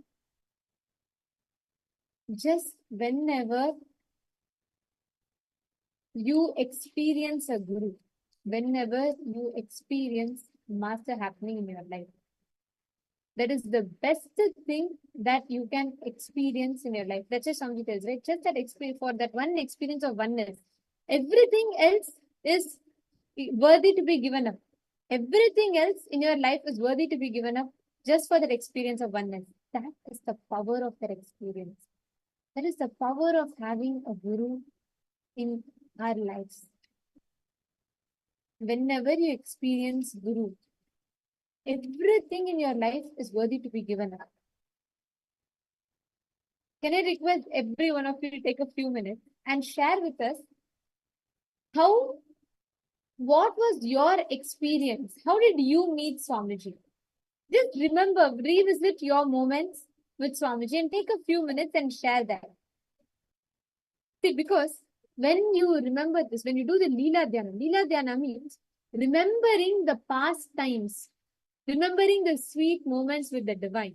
If you see all the enlightened beings, right, and whoever have lived around an incarnation, just by remembering the form, that just by remembering the form of the Guru, just by remembering the divine pastimes of the Guru, you experience so many beautiful, like you just experience so much of closeness to him. That is what is Leela Dhyana. When you remember Swamiji, just when you meditate on the pastimes, like when you meditate on all the Leelas of Swamiji, for the 20 minutes, let's say you meditate every day, you just remember. Meditate means what? Not like typical what you understand as meditation, but when you just sit and connect to Swamiji, just through that one, if you sit for 20 minutes, let's say, for the 20 minutes you are residing, Swamiji is residing inside you. You go back, you live with Swamiji, and you spend your time with Swamiji, and you come. That is the power of Leela Dhyana. That is the power of experiencing the Guru. Can I request every one of you to share your sweet moments? What is your favorite moment? Like how Swamiji shared his moment of oneness with Arunagiri Yogeshwara. What is your moment of oneness with Swamiji? I already see wide smile the moment we are asking. Pavanaya, you're posting saying that people low-key envy inducing. It's not envy inducing, it is oneness inducing. And what you're experiencing is only for you to have, show you that that is a possibility for you also. What a beautiful way that Swamiji himself, manifesting as Arunagiri Yogeshwara, manifesting as Swamiji, showing us the possibility that we all have, and he himself opening up himself and making himself available to us so that we too can have the same experience. I request all the participants. So let's get started now. Please post, share your experience. How did you meet Swamiji? It's a very beautiful line in Shiva Purana. Manika Vasagar very beautifully he sings, Pullagi, Pudai, Puluai, Maramagi, Pal Virugamagi, Paravayai, Pambagi, Kallai, Manidarai, Peyai, Ganangalagi, Val Asuraragi, Munivarai, Devaragi, Yella Chella Nindra, Iptavara Jangamathil, Yella Pirapum Pirandiretim, Yamperuman, Meye one Punnadigal Kande, Indru Veedu Utre, which means he says, we all become from grass to worm to tree, then various different of creature, very different types of animals. Then we become bird, then we become snakes, the reptiles, the mammals, basically the first form of mammals. Then we become, a rock to a human being, then from human being to, living without a body, right? As ghosts and souls. Then from there we become ganas, attain Paramashiva's abode. Then we become various different, asuras, everyone. Then we become munis, like rishis. Then we become devas. And all these births that we take in the entire Stavara and Jangama means all the different births and all the different moving and unmoving things that exist. He sings, all these births I have taken and I have literally melted in your yearning. Because in all these births, if I realize one thing, it is that your feet, that's the only thing that is true. That is the only thing that exists. Such a beautiful line. See, out of all the births, human birth is rare. Out of human births, a birth in the Hindu yoni is rare. Out of the Hindu birth, having a guru is even more rare. And out of that, having Avatar himself as a guru is rarest of the rare. So for everyone that are here, sitting here with us, we're all here. The best news is we are experiencing the rarest of the rare. We are experiencing the most rarest aspects. So it is a boon in itself to have an avatar. Even so, it is a bigger boon to experience Paramashiva himself as our Guru. This is the greatest blessings that one can have. See, wherever you experience deep Guru Bhavan, just connect to the Guru, connect to Swamiji, and experience oneness with him, the deep feeling connection with the Guru. Just sit right now. You don't need to do any other effort, no other extra effort needed. Just sit in that space and manifest them as powers. What you experience right now, just sit in that space and manifest as a power. I'm going to request all of you in this round to keep a glass of water and make the needle move in that glass of water. So you can put a blade of grass or a needle or a rice grain. You're going to make that object move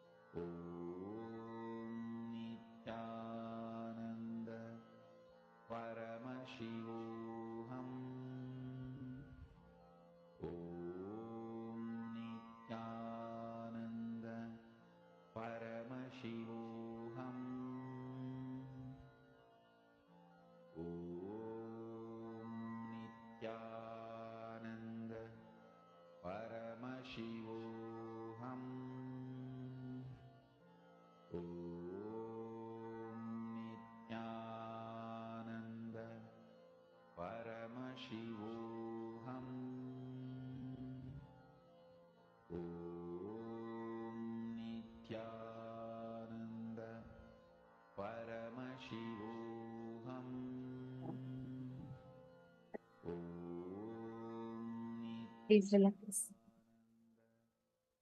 I request all of you to please relax and share with us how many of you are manifesting.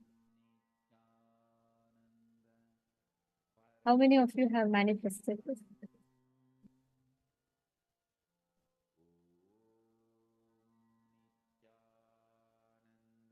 Each one understand, whenever you manifest, whenever you have a breakthrough in power manifestation, you will always see, you only need to have the experience.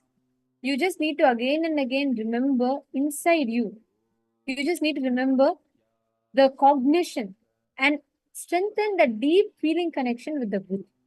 That is powerful enough to lead you to the experience of breakthrough. See, out of all the different ways that you have to connect with the Guru, the most powerful is Leela Dhyana.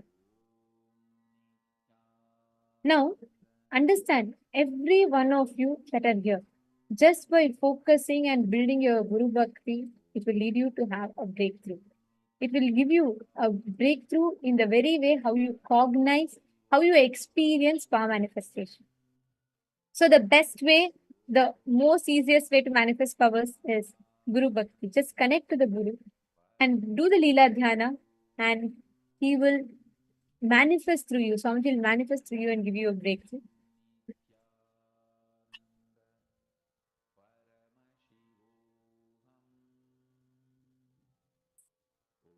Now, we'll all be entering into the next session, where we will be learning about how you can practice the presence of God, how you can practice the presence of God. So let us now listen to Swamiji's revelations on that.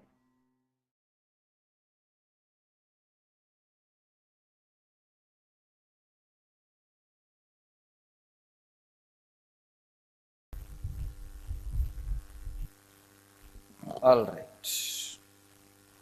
Today I wanted to share a few truths about practicing the presence of God. It's a very beautiful story. You all would have read this story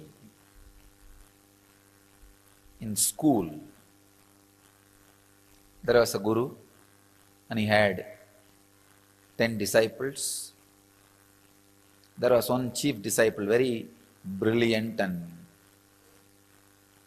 highly spiritual. So naturally Guru was giving attention to that disciple more. So the jealous started among other disciples. So all the other disciples wanted to defame, abuse, disrespect this chief disciple who was getting too much of master's attention. Somehow they wanted to move him out of master's attention. Master also observed.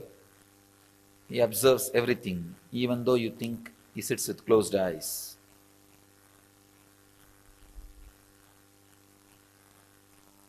He observed what goes on, all the absurdity which goes on when he is with closed eyes, or when people think he is with closed eyes.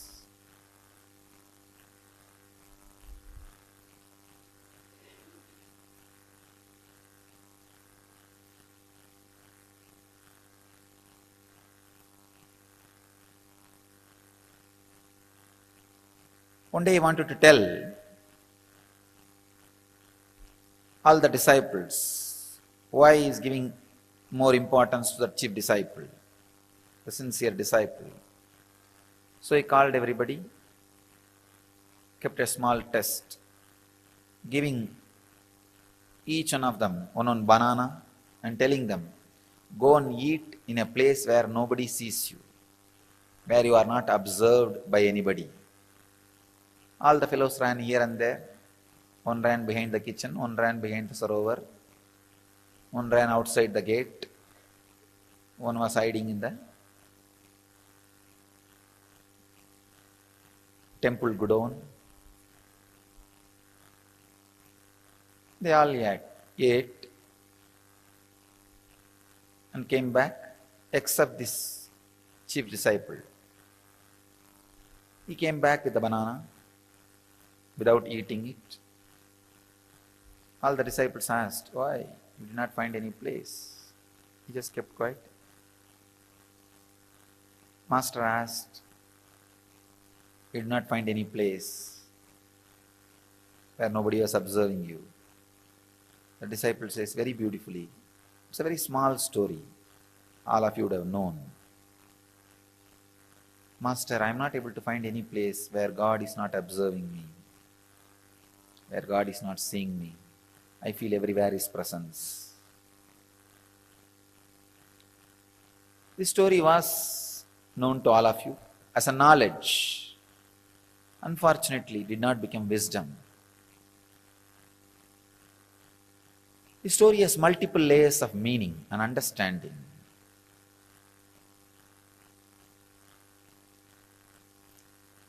First thing,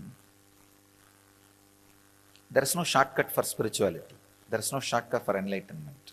There is no technique for enlightenment. Technique means shortcut. There is no shortcut. You have to iron out your 24 hours with a clear understanding of practicing the presence of God in your body, mind, actions, in everything. The clear, intense awareness has to be imbibed.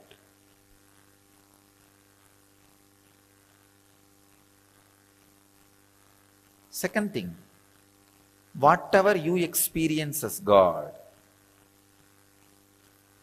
when you experience me, some will have 30% fear and 30% love, 30% confused emotions. Some will have maybe 50% fear, 40% confused emotions. Some will have 100% fear. Some will have 100% love, no fear. Different ways you will be experiencing the Guru. Whatever you experience as Guru, that's what your experience as God. You have no other experience. Whatever may be the experience you have about Guru, whether it is with fear or the attitude of master and disciple, or the attitude of father and son, or the attitude of mother and son, or the attitude of friend, or the attitude of beloved, practice 24 hours. Two things will happen. One, your action will fall into awareness. Second, that fear, whatever the lower experience you have about the master, will extinct, will be burnt away. The percentage of fear you experience with me will be burnt away. The percentage of other emotions, except pure surrender you experience with me, will be burnt away. These two things is possible only by practicing intensely the presence of Guru, practicing the presence of the Master. When you sit in your office, think, this place is owned by Swamiji. How Swamiji will maintain this office? When you sit and talk to people, if Swamiji is here physically, how will I talk? When you do Guru Puja, when I am here physically, Just remember, if he is sitting with open eyes, how I will do?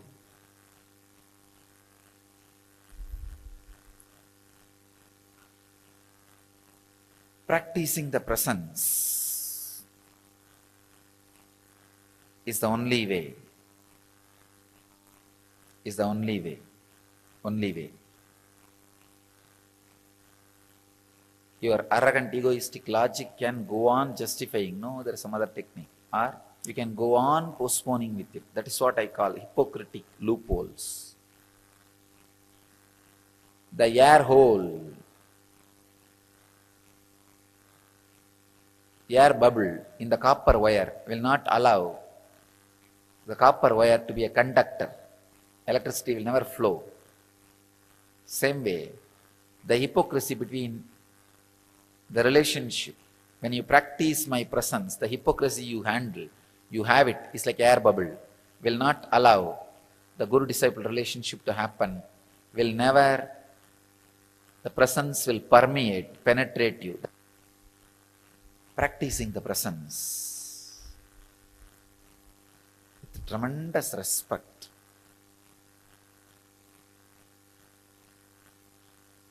Is the only way. That is the only way. My blessings to all of you. Let me tell you one incident. Really it happened. Heavy rain. Maybe around the time when I had my first experience, I was going for a circumambulation of that hill. I had the fear, heavy rain and thunders, lightning. Immediately I thought, how Annamalai Swami will behave? He won't bother. He will just walk. Let me also do the same way.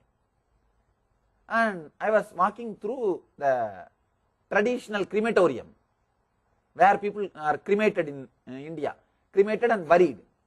In India, both are done in same place. Burial and cremation, both are done in same place.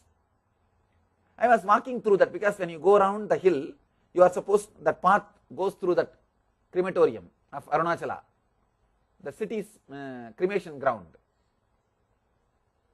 Suddenly I saw one dog biting something and eating. When I went near, the dog was trying to bark to drive me out. First thing, when the fear came, I saw that. I thought, how Annamalai Swami will behave? He won't bother. Just let me go. I started moving. Anyway, when I started moving, the dog got frightened and ran away. When I went near only, I saw it was a dead body which was not completely buried, came out in the rain, and it is lying on the road. And just imagine, 12-13-year-old boy, midnight, dead body, without head, because head is in the mouth of the dog. And the moment the fear started, it did not even reach my being completely. The shock, fear stroke did not even happen completely. The moment even the first thought started coming, the awareness was so intense. I thought, how Annamalai Swami will behave now? He will just walk around and go. Just walk around and go. I went, that's all. That's all. Just I took bypass, detour, walked, did not even bother to turn back and see. Just walked. The fear stroke did not reach my whole body. The fear stroke, which was like a pebble which started, or which was about to start, did not even open up and reach my body. The heat or that shivering or that shaking was not there in the body. Just it's died. It's not there. Intensely, the whole conscious inner space was ready. That is the reason the small, just a small punch or a small inspiration was able to put me into that experience. That's what I call living enlightenment. When you live enlightened master's body language, you live enlightenment. Whenever any thought comes into my body or into the space, first thing I'll think, how he will behave. naturally this will not be there, then forget about it. So he became the scale, these masters became the scale or the inner space, just constantly from morning till night, constantly they became the life center. I asked him once, Swamiji, that I saw the Arunachaleshwara in dream. Do you also see him in the dream? He said, no, I don't have any dream. You don't have dream? Then how can I have dream? That night I said, no dream. Annamalai Swami will not have dream. Then how can I have dream? No dream. You will be surprised. That night when some dream started happening, I clearly inside the dream I am saying, no, Annamalai Swami doesn't have dream. Then how can I have dream? Dream disappeared. Just dream disappeared. The inner space was so thorough, so innocent, so straight, direct.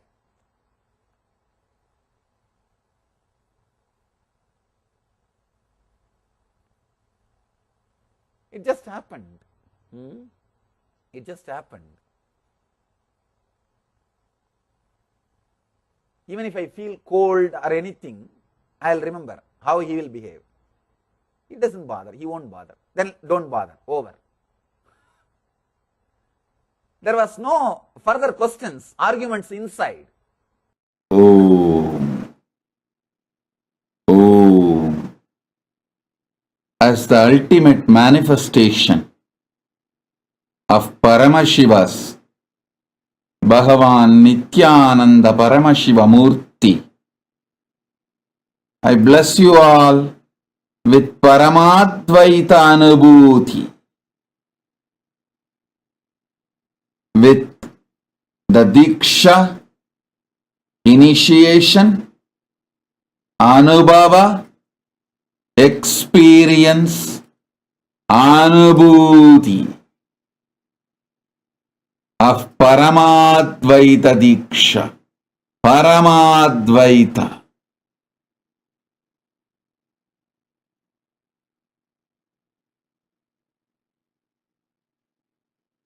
All of you will manifest all the Ananta Kalyana Gunas.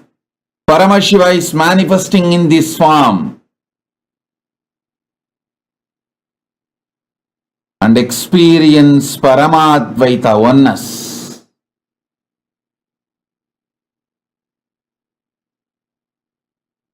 Listen.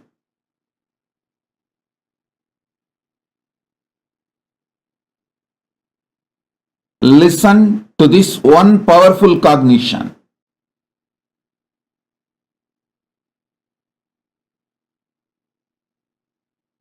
What made me successful?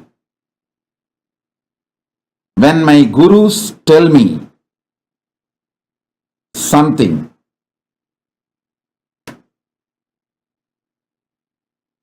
I apply Karna Dana Nyaya. Listen. In Vedantic literature, in Hinduism, there are many Nyaya, like Pramarakita Nyaya, Rajyasarbha Nyaya. There are different analogies. Rajyasarbha Nyaya means seeing the snake as the rope or the rope as the snake. That is Rajyasarbha Nyaya. And then waking up to the truth. In the delusion, seeing snake as a rope or the rope as snake, and waking up and realizing what the reality is, whether it is a snake or rope. It's called Rajyasarbha Nyaya. There is something called Pramarakita Nyaya. How bee picks up a worm, keeps in his small bee nest, just by going on injecting his sound, infusing into it like meditating. he makes that worm into bee. That is called Pramarakita Nyaya. There is one more called Karana Dana Nyaya. Means somebody came to ask Dana from Karana. He was applying oil from a golden cup. Before his logic can come up and measure how much we should give him, what is his qualification, should we give gold or should we give just silver, before the mind comes to play the destructive game, he just picked up the oil cup with the left hand and gave it away. Karana Dana Nyaya, it is called. I always did Karana Dana Nyaya with my Guru work. Before the duality, Dvandva, choice picking attitude grows inside my system, I just do my Guru work. I just go for it. Even now,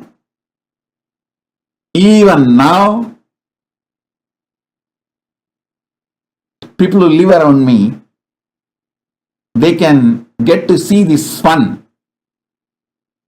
They will come and ask, Swamiji, today, are you going to wash your hair? Before the mind starts choosing. Of course, I don't have mind. That is different. Mine is different space. Before yes, no, I'll just pour the water on the head and say, come on, we should have a head bath. Head need to be cleaned, hair need to be cleaned. Same way, neem juice. Today should you take neem juice?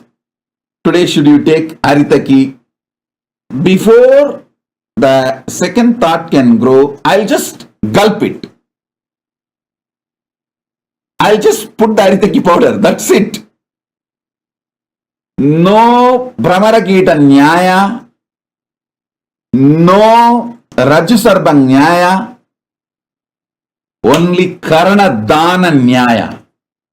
With Guru, no other negotiation. See, the Pramarakita Nyaya means getting the getting the Guru walk. Does he have any vested interest, or am I qualified for it? I am so angry with myself. I am so angry with Guru. I am so angry with life. How can I complete? When will I complete all this? When can I make decision?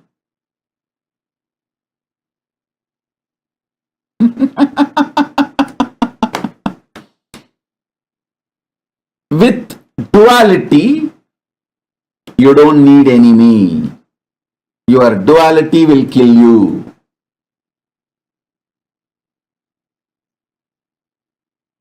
Same way with Rajasarva Nyaya. Mistaking rope as a snake.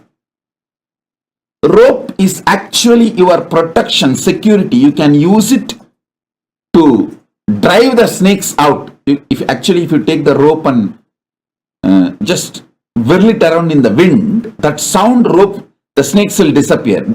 And even if you beat the rope on the ground, with that sound, the snakes will disappear. But unfortunately, due to your delusion, you start seeing rope as a snake and real snake as a rope, and you try to hold.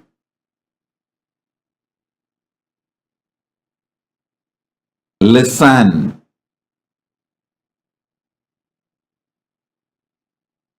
I've seen many people telling me,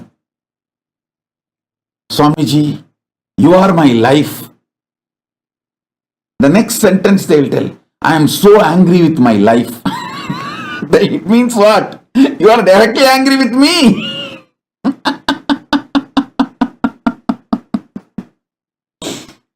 This is what I call Rajju Sarvanyaya. In your deep delusion, you utter words, you make decisions which has no meaning. Rajju Sarvanyaya or Pramarakita Nyaya is enough to destroy you. With Guru Vak, your relationship with Guru should be very clear. Karanadana Nyaya. There are many Nyayas.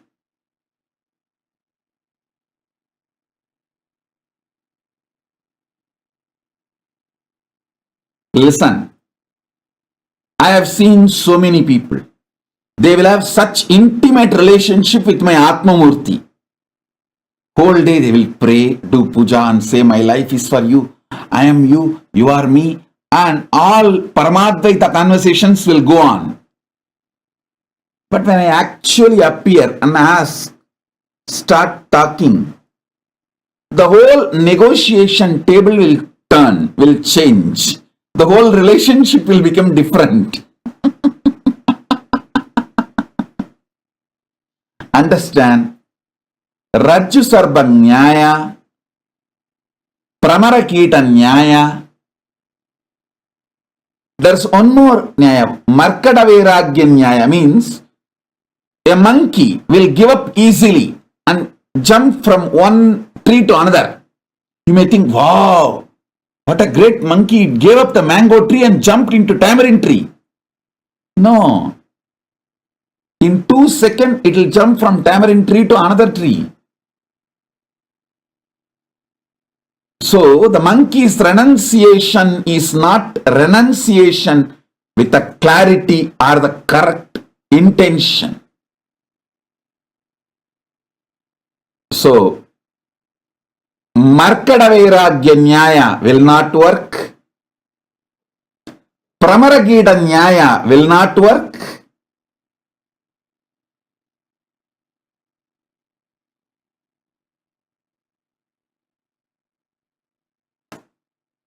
With Guru, only Karanadana Nyaya works, because I have always seen whenever my gurus tell me something, or even when I smell, they expect me to do something, I just do it. That makes them feel so much about me. They immediately shower on me so much of life, energy, success, and they expect me to take the next jump. And then I take the next step, next step, next step.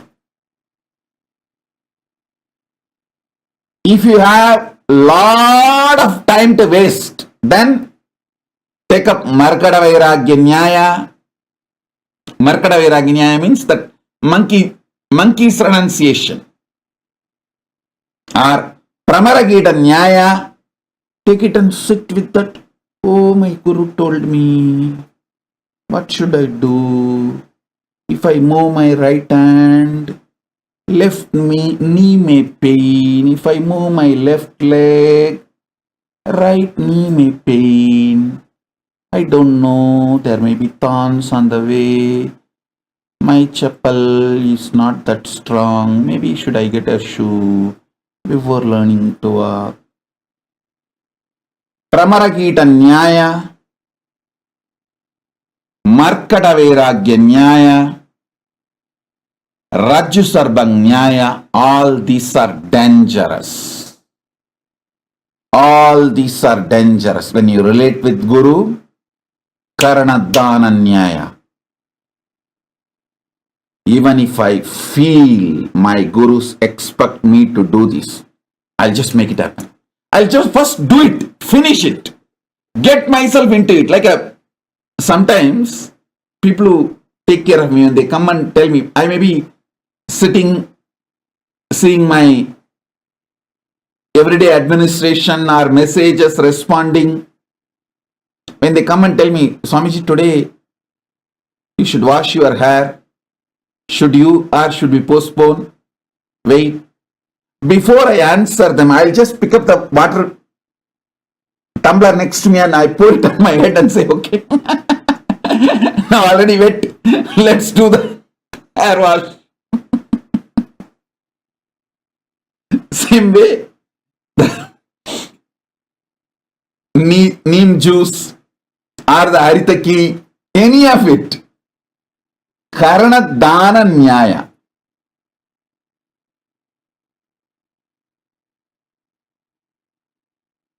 Anything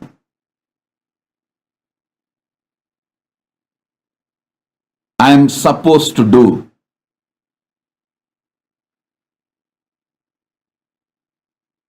Karana dana nyaya is the only thing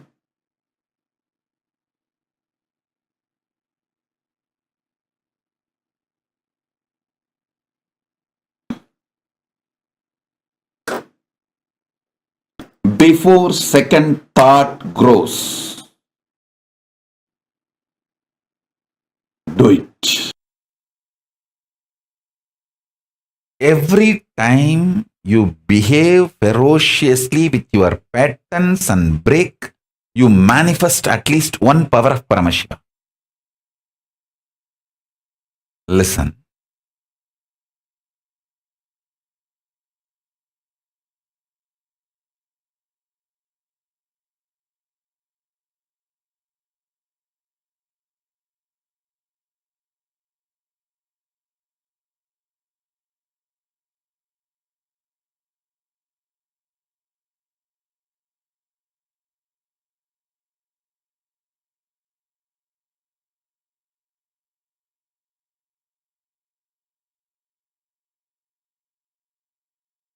To behave ferociously with your pattern,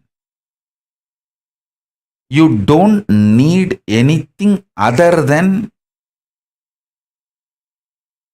feeling connection or trust on me, because the trust you have on me will naturally manifest as the courage to execute my words.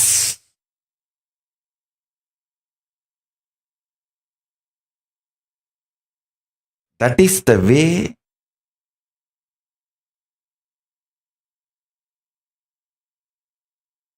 I manifested Paramashiva. See, my extreme love for my gurus,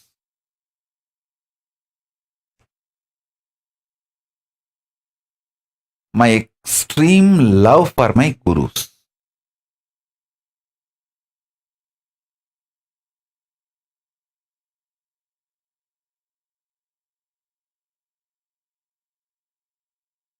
I'll tell you one small incident.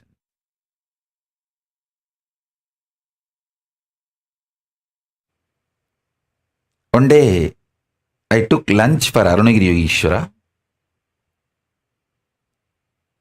He ate, and after eating, I was sitting next to him. I used to be so attached to him. I picked up his left hand. In his left hand, the little finger used to have a long nail. Many fingers had a long nail. I picked up his little finger, and through that fingernail, I was cleaning my teeth. And he is such a sweet person.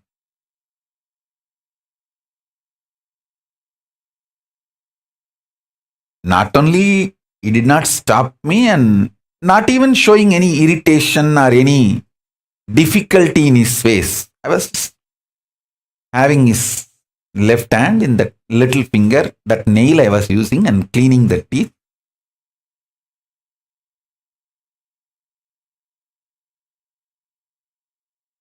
he was talking something about mukti, goal of life, all that.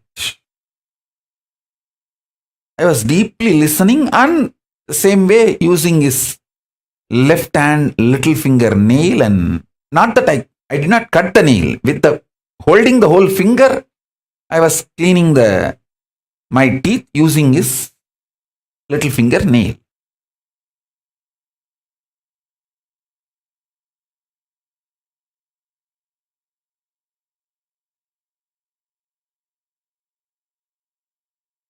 I'll try to exactly repeat the whole flow of the information from Akashic records so that all of you can understand.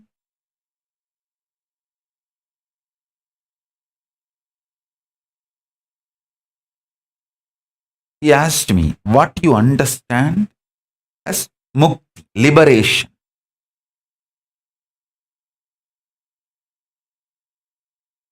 Because he was teaching me about goal of life is mukti, liberation.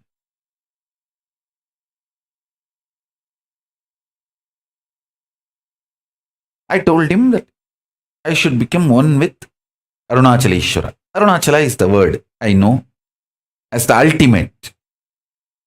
So I told him that I should become one with Arunachala. He said, okay, after that, what do you think should be your goal? I don't know what far he was leading me into the conversation. Maybe he was making me spell out more and more words, giving me clarity.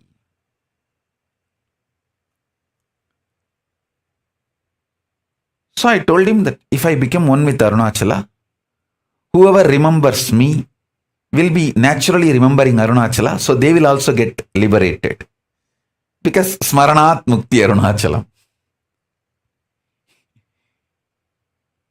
At the time when I uttered this, he had a wide smile in his face. I was holding his left hand and cleaning my teeth and talking and cleaning, and with the right hand, with his right hand, he just held my cheeks. How the kids, we hold the cheeks of the kids and conjify. He held and shook my face and said, Tatastu, Tatastu, Tatastu. Blessed me. And I could see very clearly that very blessing entered into the whole being and started manifesting. Not only as my liberation, me becoming one with Paramashiva, Arunachaleshwara, and liberated. Anyone remembers me, remembers Arunachaleshwara. So I am only just a symbol of Arunachaleshwara. I am just one stone of Arunachala hill, that's all. Or one small tree. We should not even say small tree. Anything in Arunachala is great. Uncomparable. One tree or one small, so I should not even, again, I should not use the word small. A stone or a tree or sand, dust of Arunachala.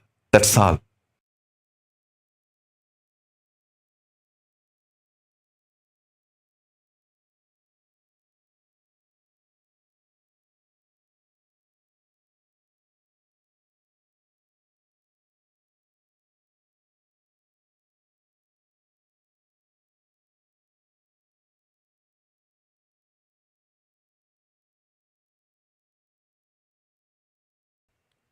Listen.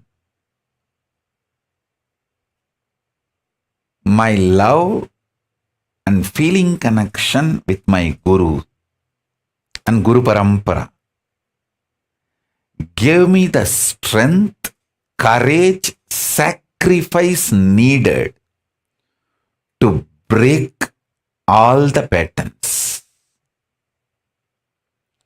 and never allow any pattern to get built which can bind me in any way.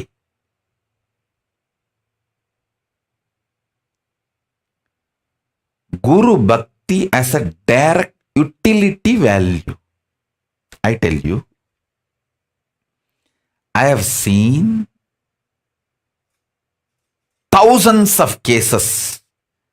The moment they lose their Guru Bhakti, all the great ferociousness, powerfulness they had, and broken their compulsive reactionary patterns, that whole strength they lose when they lose Guru Bhakti and fall back into that patterns, and even voluntarily they attract that patterns and say, wow, so many years I did not eat onion, green chili, garlic because of this fellow. Let me go and eat even meat. Okay, go and eat meat. Who is the loser? Not me. I tell you, when you gain Guru Bhakti, it is not just Guru Bhakti. Millions of good things comes to you along with Guru Bhakti.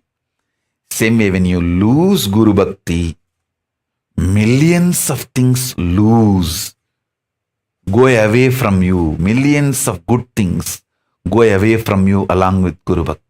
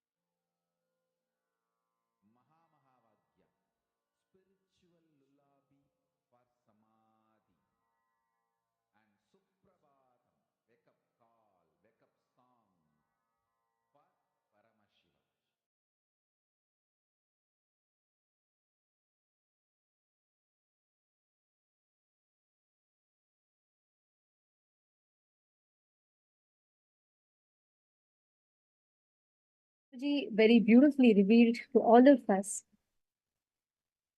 how you can practice the presence of God. Understand, this is a very, very powerful technique. What Swamiji revealed to all of us in this session is an excellent technique for you to have any situation in life.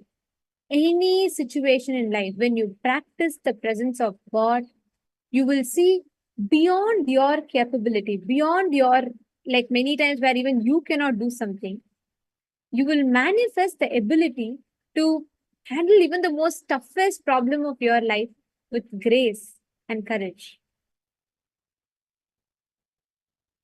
Each of us that are going to be here, each of us that are going to be receiving the initiations today, understand, every one of you, if you just take this one gift, one takeaway, which is practicing the presence of God, how do you constantly maintain, how do you constantly maintain that feeling connection? How do you constantly maintain that inspiration, the self-driving inspiration to experience the divine? It happens with practicing the presence of God. And Swamiji himself does this in his life. Swamiji is so intense in his decision to practice the presence of God. I'll just tell you all a very small incident. Once Swamiji had, like when Swamiji was 7 or 8 years old, I guess, Swamiji had a dream. In his dream, Swamiji had a darshan of Devi. Like Devi appeared in Swamiji's dream, and Swamiji was like so excited like about it. Swamiji was like, he was very, very excited that he got Devi in his dreams. So Swamiji immediately ran to Swamiji's guru, Annamalai Swamigal. And Swamiji ran to Annamalai Swamigal, and Swamiji told him that I had a dream of Devi, and I had darshan of her in my dream. Then Swamiji looked at Annamalai Swamigal and asked that, Swami, do you also get darshan like this in your dream? Then Annamalai Swamigal said, I don't have dreams at all. That one response from Annamalai Swamigal was like to Swamiji, oh God, if he doesn't have dream, how can I have dream? If Annamalai Swamigal does not have dreams, how can I have dreams? Swamiji beautifully says his decision was so strong, like it was from his being. That night, when Swamiji was sleeping, and when Swamiji had the dream, a dream started coming in Swamiji. Like imagine the depth of Swamiji's decision. In his dream, Swamiji like got up and Swamiji told that, hey, Annamalai Swamigal doesn't have dreams, so dreams cannot come to me, go back. Then like he stopped the dream. In his dream state, Swamiji spoke to himself in dream and he said, if Annamalai Swamigal doesn't have dream, I cannot have dream. And that is the last day ever Swamiji had any dream. Understand, this is the power of practicing the presence of God. When you actually start applying, when you actually start practicing, when you start reminding yourself, this is what my guru does. If he does not have, I cannot have. That is it. It will be so powerful. Many, many, many techniques.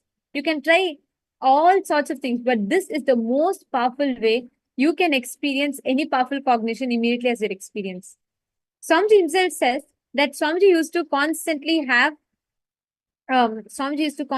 think inside of him that how does Annamalai Swamigal behave? How does Annamalai Swamigal respond? I will respond the same way. How does Annamalai Swamigal, will Annamalai Swamigal get angry? No, then I'll not get angry. Will Annamalai Swamigal get scared? No, I'll not get scared.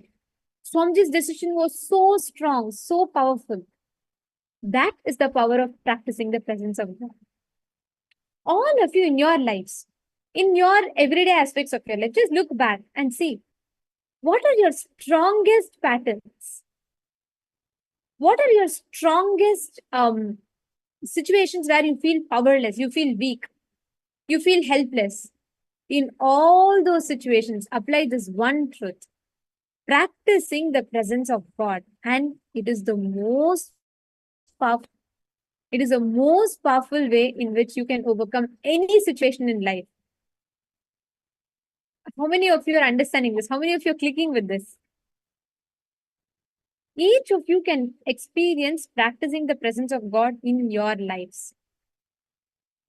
Literally, you can experience how you want to practice the presence of God in your life. Till you decide to operate on gratitude, you have not yet completed your commitments. See, only when you operate out of complete gratitude, when you say, hey, I am Swamiji told, I am surrendered to Swamiji, it's his responsibility. When you decide that no situation, hard, strong, weak, whatever it is, no situation can stop you from experiencing life as it is and experiencing bliss. Right now, all of you can identify, write down 5 biggest patterns that you have. Like you feel you have tried a lot and somehow you cannot break free from that pattern. 5 things like fear, caring about what others tell. Like many times, people not try something just because they're afraid of what someone will tell about it or losing something. Write down 5 biggest things which you have stopped yourself from. Like, for example, you never went and spoke on the stage because you're afraid that your friends may make fun of you. Like this, write any 5 things that you're really afraid of trying. It's your patterns are influencing your decision. Any 5 things. Please pen down.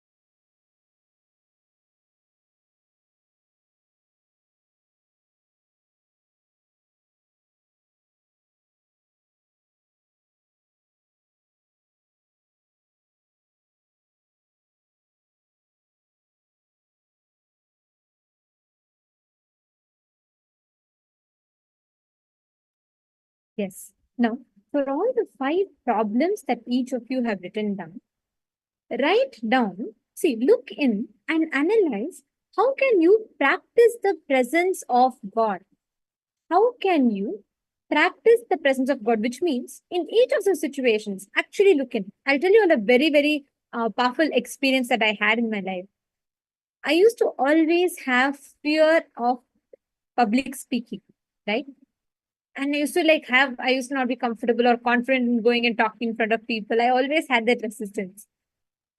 But once, when I was put on the stage the first time, actually, in Gurukul, the school teachers, they didn't tell me that if I was going to conduct for a crowd, because when I was young, before joining Gurukul, I had spoken once on stage, and I almost out of fear, I almost fainted and I got fever.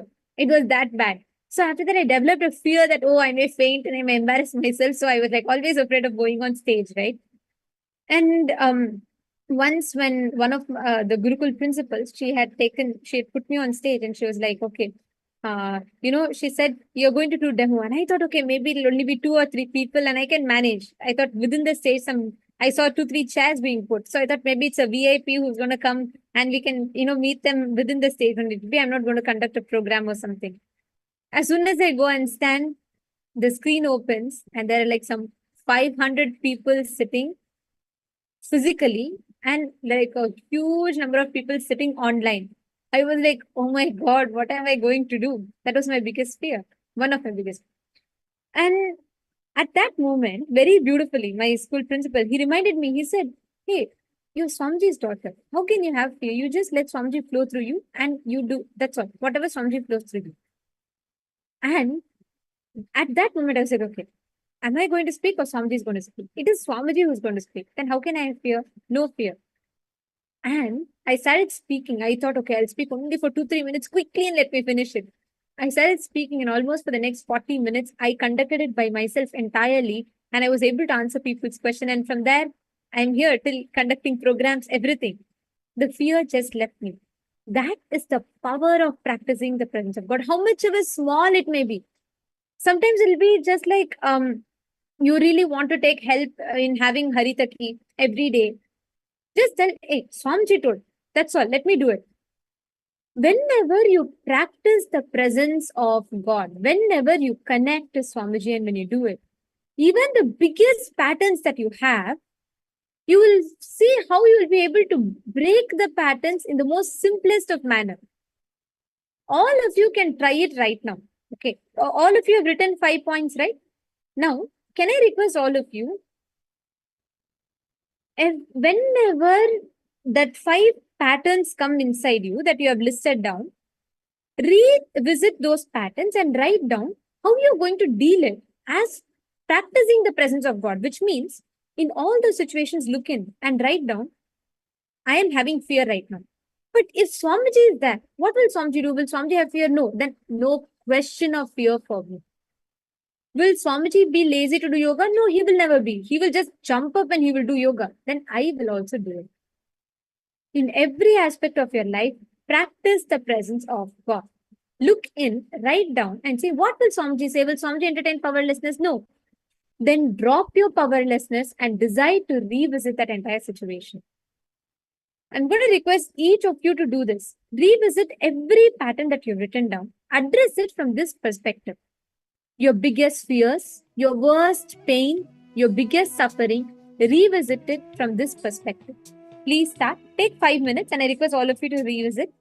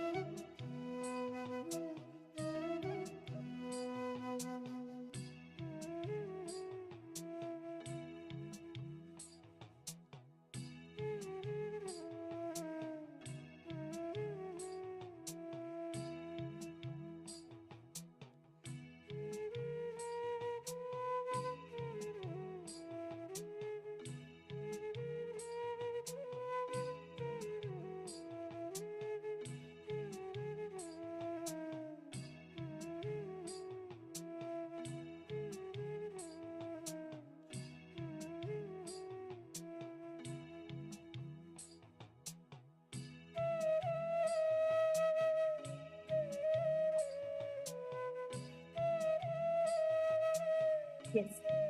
5 minutes is up. Hope all of you have finished. See, from now onwards, decide to apply this powerful cognition in your life, and you will all really see how the shift will very beautifully happen in every aspect of your life. None of the big problems that you go through will actually be a problem anymore to you, because the power and the impact, influence the patterns have over you will simply leave you. Now, we're all going to be entering into a very beautiful session next, which is the Sadashiva Tattva, experiencing Sadashiva Tattva. Now, what is Sadashiva Tattva? What does it mean? There's a very beautiful incident that happens in Swamiji's life, after which Swamiji says he was never again the same. There was an upgrade. What was that incident that happened? And there's a very sweet moment with Swamiji, between Swamiji and Arunagiri Yogeshwara. And this session is something that all of us have to listen to, and you will enjoy the way Swamiji reveals the whole experience between him and Arunagiri Yogeshwara, and a very, very important truth for all of us to learn from this. Let us enter into the next session where we learn about the Sadashiva Tattva.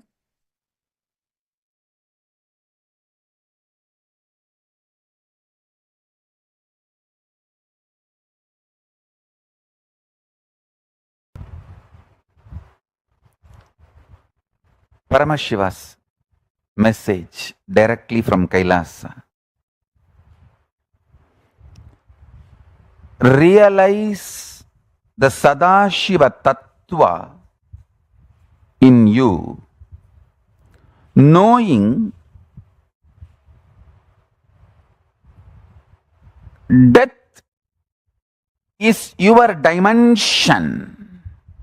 When you know destruction is one of your dimension, it becomes rejuvenation.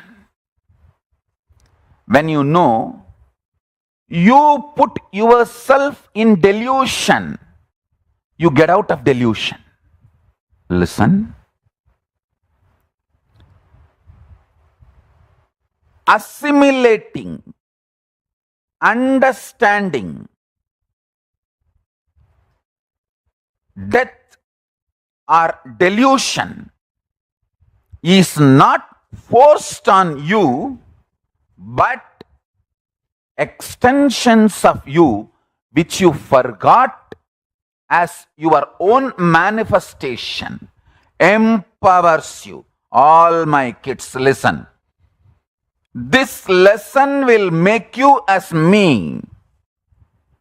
All my kids. Today's homework is this whole satsang you should sit and transcribe. This is most important message from Paramashiva.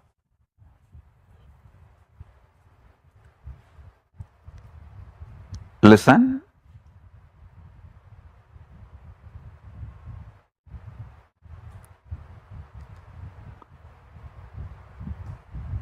I'm going to explain an important principle. Listen. I'll give you a technique also.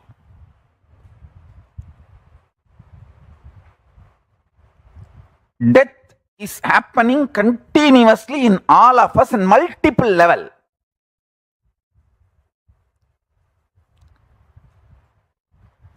Every time life energy leaving you, you feeling low, even your tiredness is a death in a way. Continuously millions and billions of cells are dying in you. It's a death. Even if you shave, a part of your body is removed from you. Your extension, your hairs are removed from you. Even if you remove the nail, something is removed from you. And if you feel something is your extension, like money or people, and they are removed from your life, that money is removed, or that luxury is removed, or that person is removed from your life, even that is a death. That is why breaking from a relationship causes such deep pain. Understand, if you are in the female body, every time you have periods, and that egg which was supposed to become life leaves your body, it is a death. If you are in male body, every time the masculine life energy, semen, leaves your body, it is death. Death is not just stopping of your heart, multi-level, it happens multiple ways. Everything which you think as you or yours leaving your body is death. Leaving you is death. Understand this very deeply. I'll give you a simple technique which I directly received from Arunagiri Yogeshwara.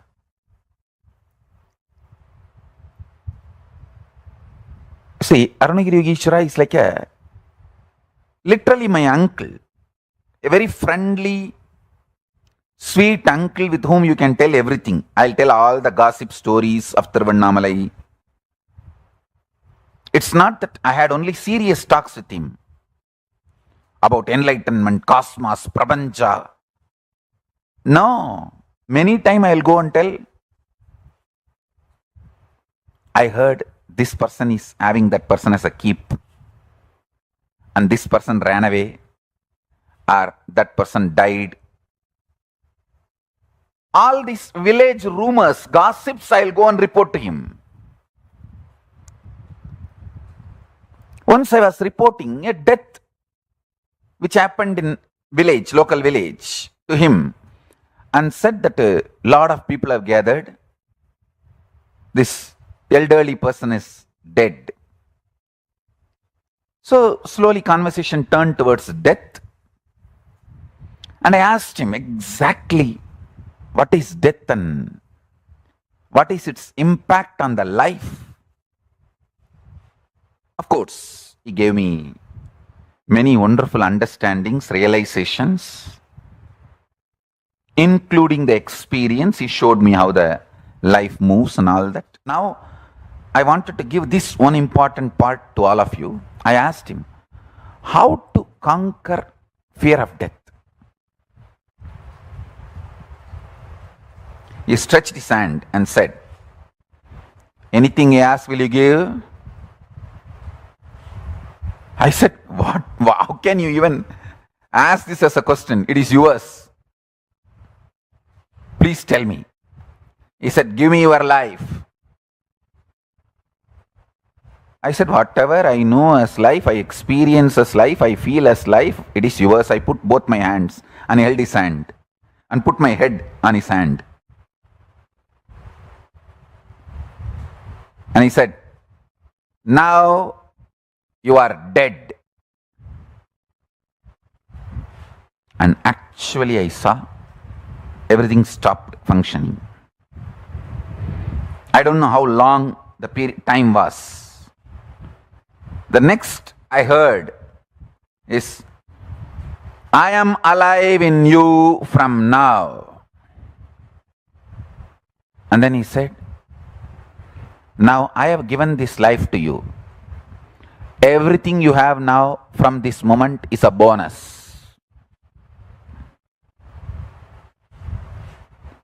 I tell you, from that time till now, whenever I feel any difficulty externally, internally, only one thing I will remember, I am already dead. Now whatever I am having is a bonus. Come on. This one realization, even now it stays in my guts. It stays in my guts. It just rejuvenates me every time I remember. Every time I face the difficulties externally or internally, I remember holding his hand with my both hands and putting my head on his hand and declaring, I am giving everything to you. And he declaring, you are dead. And then he's saying, from now, I am alive in you. So the life is my gift. Everything is my gift. You can't complain about anything anymore. In multiple dimensions, I started realizing it. I can't take the life for granted anymore. I can't complain about anything, about anybody, about anything anymore. I can have only one thing, gratitude. Nothing else. I can't complain. God, what a shift He gave me in life. What a change He has done to me.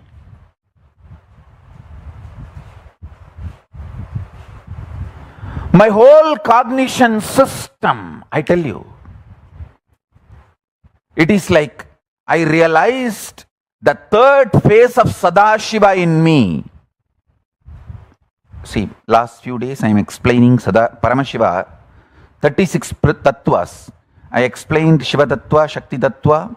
Now I am explaining Sadashiva Tattva. Listen.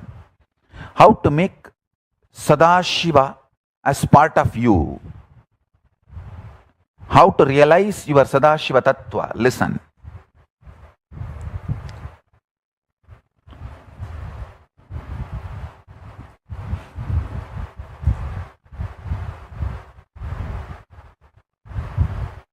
The moment I started thinking in this direction, hey God,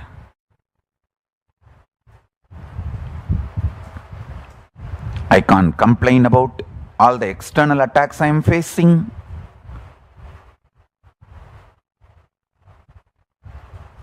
I can't even have any internal reactions on my own because I am dead.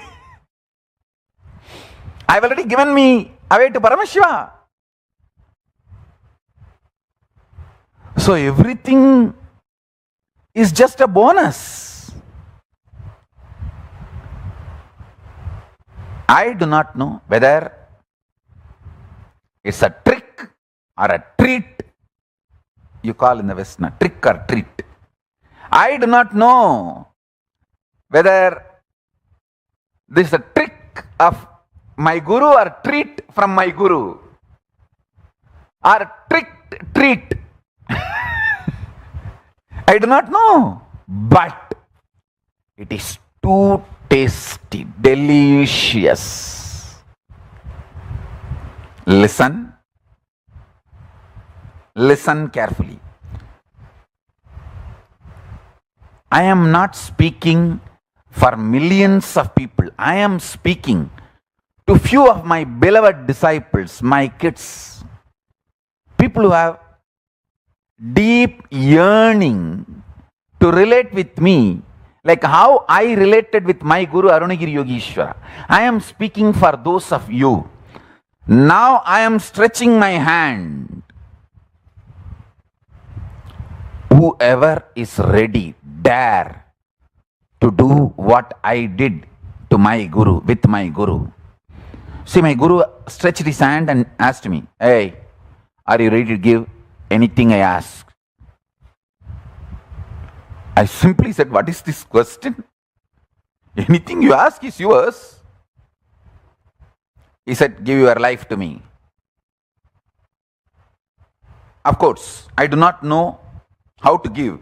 So I just held his hand with both my hands and put my head on his hand and said, whatever I know as my life, everything is yours.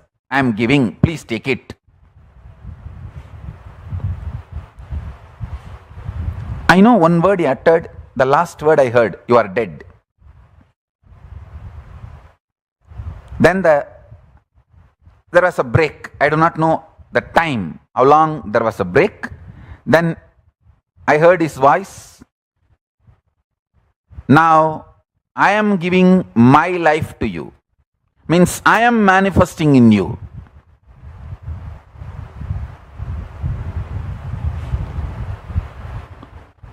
And he said, from now, the life is given by me as a gift bonus. You can't complain about anybody, anyone, anything anymore.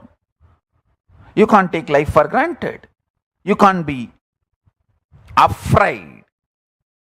You can't have fear. You may lose this, you may lose that. No, because you already lost everything. Now whatever you have is my gift. I tell you, the kind of the internal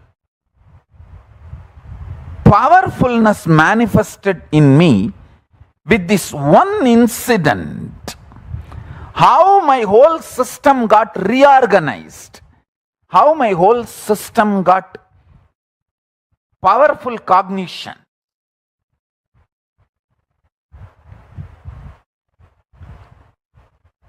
Now I can clearly realize how my Guru made death as rejuvenation in me. Understand?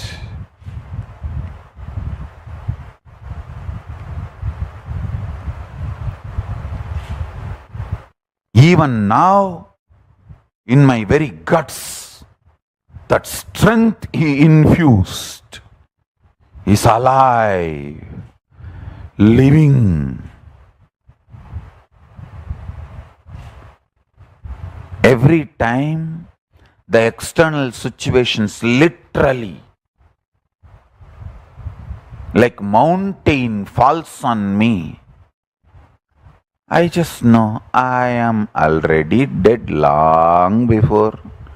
Now whatever I have is given by him. So I can neither have fear of death nor complain. Whatever is there is a bonus. I have nothing to lose. Nothing worse can happen. Because I am already dead long before. This one realization just wakes me up. I know now death has become rejuvenation. The samhara has become part of me. It is no more away from me. It is part of me.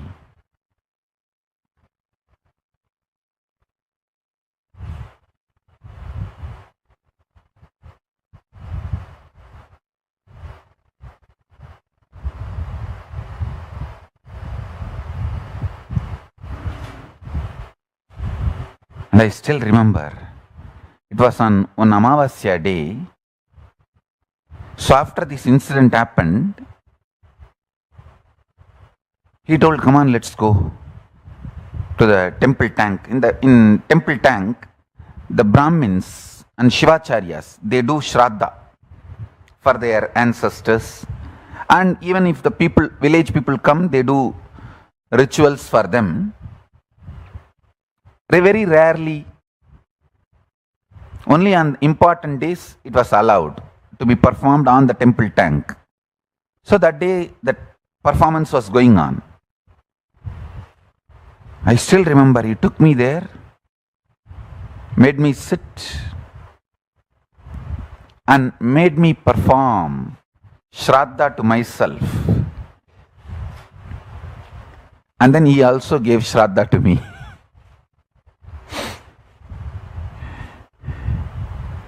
Symbolically declaring I am dead and only he is alive in me.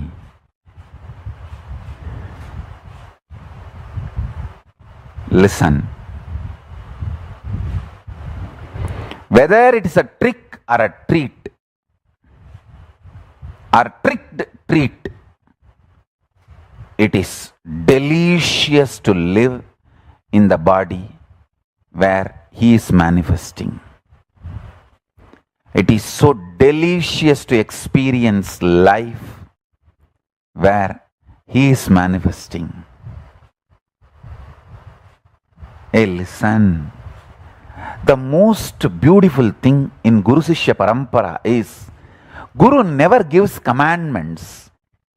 He just awakens your consciousness. You go on singing His glory. Because the way He awakened your consciousness. Hinduism is not built on commandments. It is built on consciousness.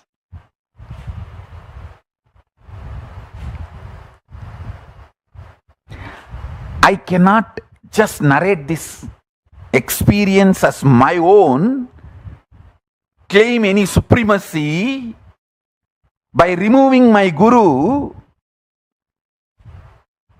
because the whole thing is so juicy only because of my guru.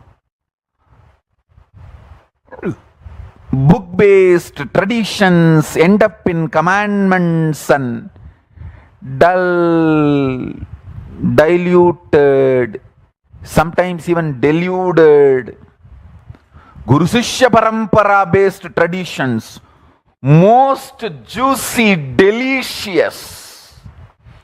Blessed are those who like Guru. Listen, I am not even using the word who love.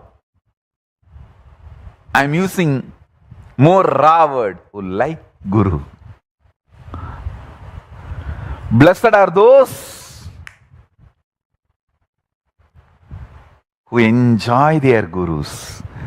The Guru Sishya Parampara is the most delicious living component of Hinduism. If he has not stretched his hand, and if I did not have that kind of a love feeling connection, I would have never experienced this deliciousness of death becoming rejuvenation. Understand? I did not have a big introduction about the Sadashivatva and death will become rejuvenation in you if you promise to give your life to me. Nothing. I just had a simple attachment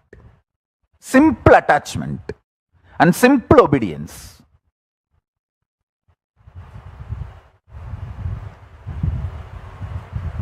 Only after I started manifesting whatever he gave me, I realized, oh God, now death is no more death, it is exuberating rejuvenation.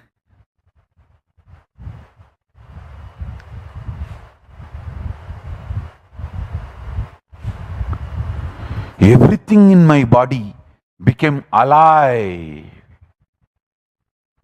Everything in my body became alive.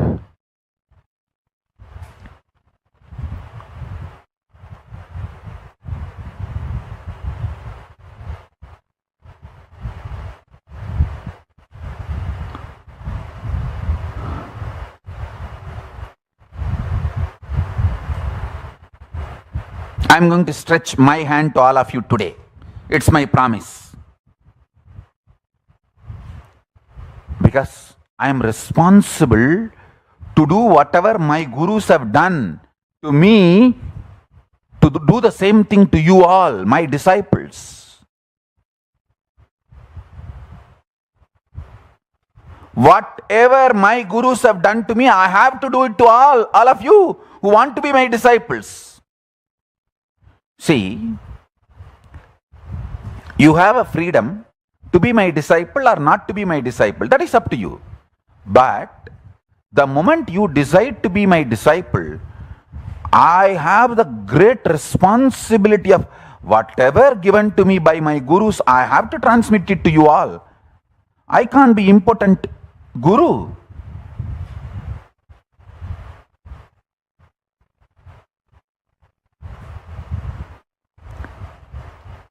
How my guru has reproduced himself on me in my consciousness, I have to reproduce me in your consciousness.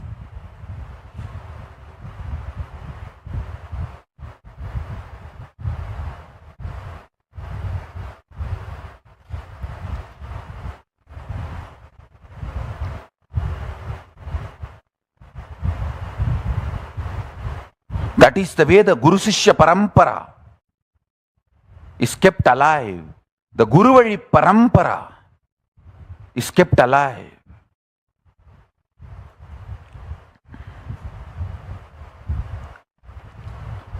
You have a freedom to be disciple or not. But if you decide to be disciple, I have the responsibility of reproducing everything my gurus have done to me to you. It's my responsibility. I'm going to stretch my hand to all of you today. Let me explain the next principle. Realizing you form your delusion. The moment you realize you form, you are the source of your delusions. You are liberated from delusions. Listen.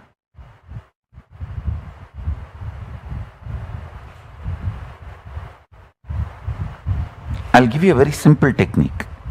Every night, when you fall asleep, keep a wet towel or ice cube, the bag filled with ice cube on your stomach. Why I say this, if you lie down like that with that wet towel or the ice cubes on your stomach, you can beautifully see how you slip into the dream state and deep sleep. The cool way you sleeping, what will happen, you will gain huge confidence to see the alternative states of your existence. See, if you have a restful awareness to see your dream, your deep sleep, during the transition period, you will have guts to see all delusions you manifested. By uttering repeatedly you have anger towards somebody, you built anger. By declaring somebody as an enemy to you, you made them enemy. By declaring you love somebody, you started loving them. By declaring something is good, you really made it as good for you. By declaring something is bad, you really made that as a bad for you. By your choice, your declarations, your decisions, you built something is good, bad, right, wrong around you. And when you declared something is bad, after that you realized it is not bad, it is good, but still you are stuck because of your early declaration. That is called delusion. Listen to this. This is directly from my Guru Arunagiri Yogeshwara. He is fully alive in me, in the body today. Round கட்டி அடிக்கிறாரு. இன்னைக்கு போடுற பால் எல்லாம் sixer தான். Hey, listen. Listen. You are settling down, downloading. That is why little delay for the satsang. Listen. Practice this technique for next 11 days. Putting the wet towel or the ice cube on your stomach while you sleep.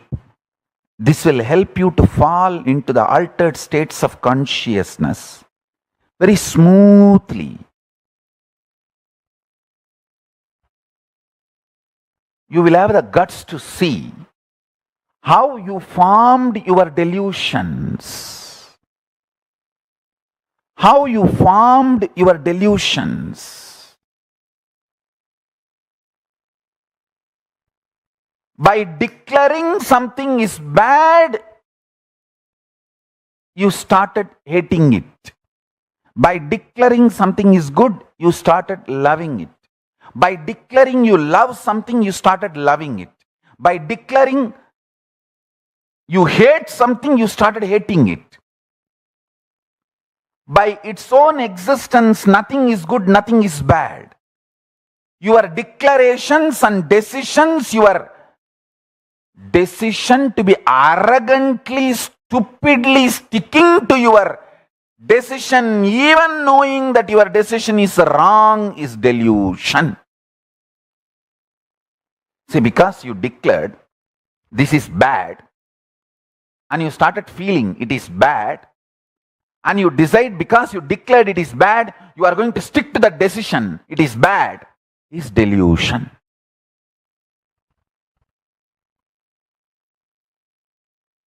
Please understand, all my disciples,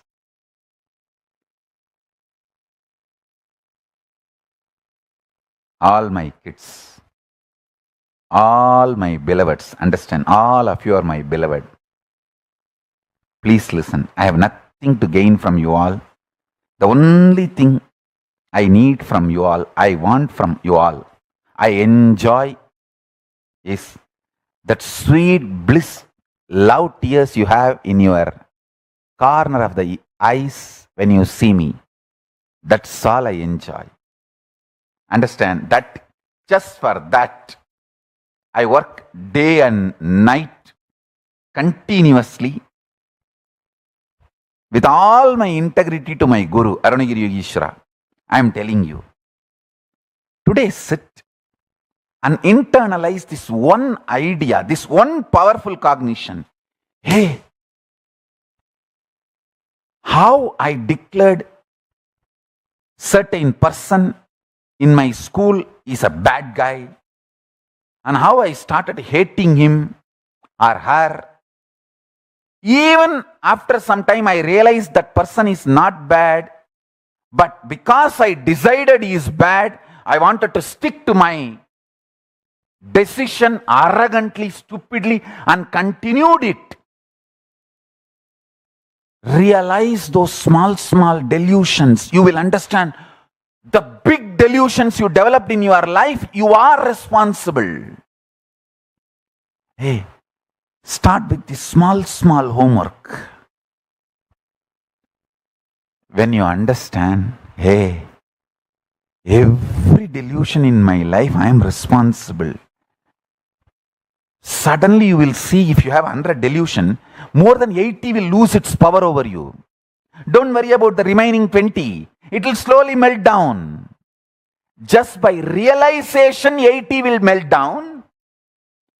By applying few times, the remaining 20 will melt down. Slowly you will become free of delusions.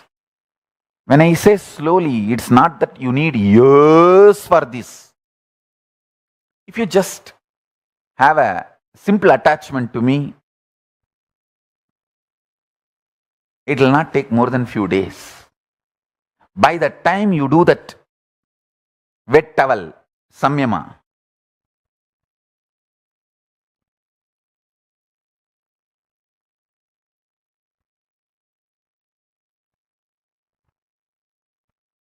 and understand how you slip into altered states of consciousness. Understand?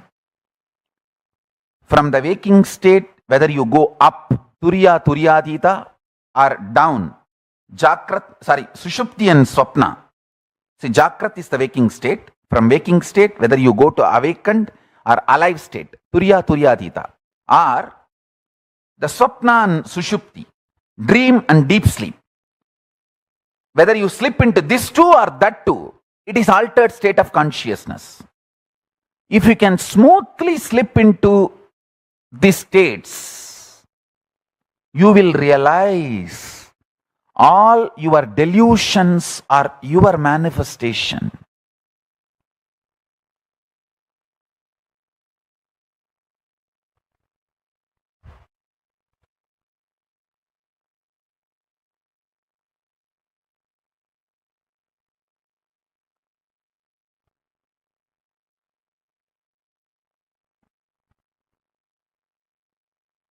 One of my elder brother died.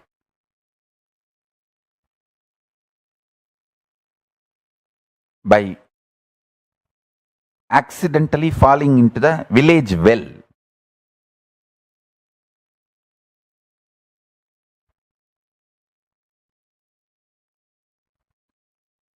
I ran to Yoganandapuri, yogi,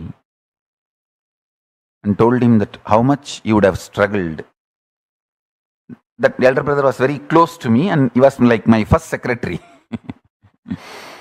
And he went for a vacation to relative's house. And unfortunately, in that village well, he fell and he died.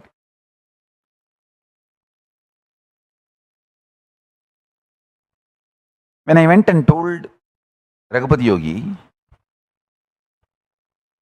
he first listened to the whole thing with a deep sympathy and healed me and cooled me. Next day, when I started telling him how much he would have struggled to breathe, the water filling the lungs, all that, then Raghupati Yogi said, you should not develop fear or resistance towards anything. And he held my hand sweetly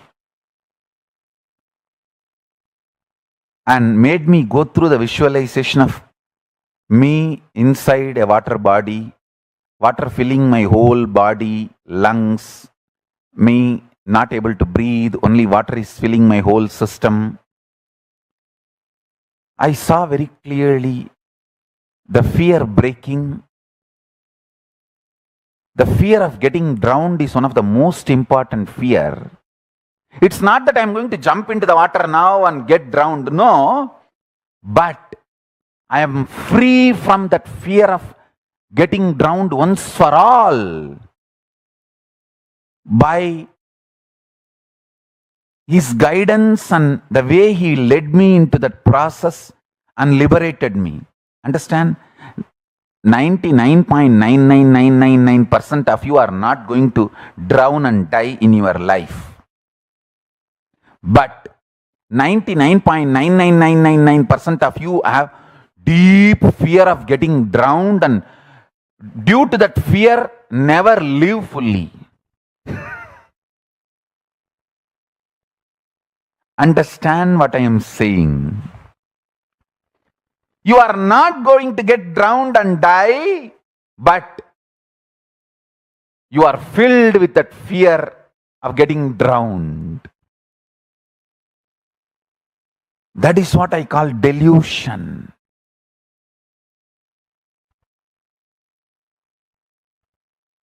Listen.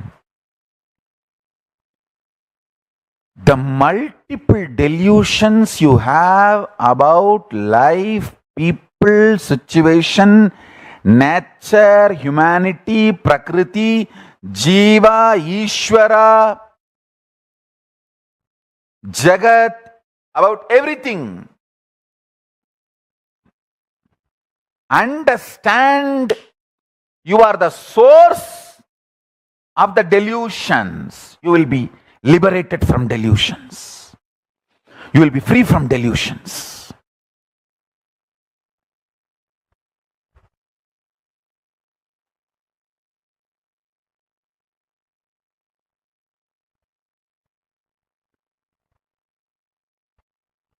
Aquaphobia is one of the biggest delusions.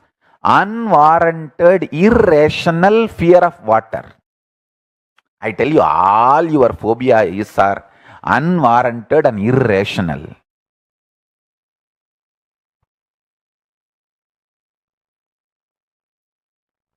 All your phobias.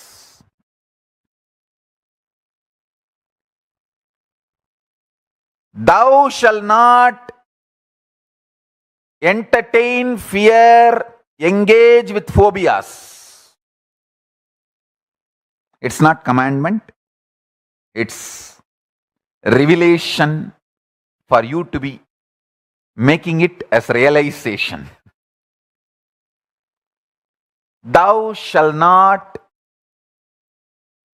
engage with fears, entertain yourself with phobias. It's not commandment, it's a realization to be enjoyed.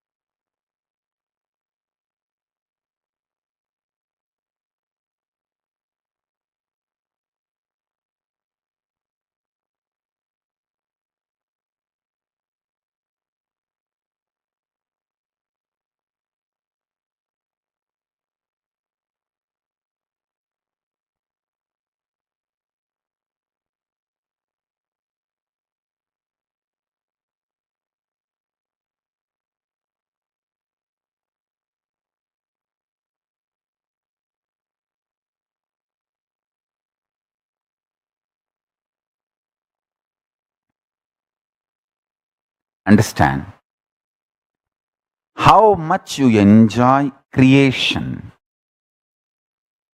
maintenance. Same way, start enjoying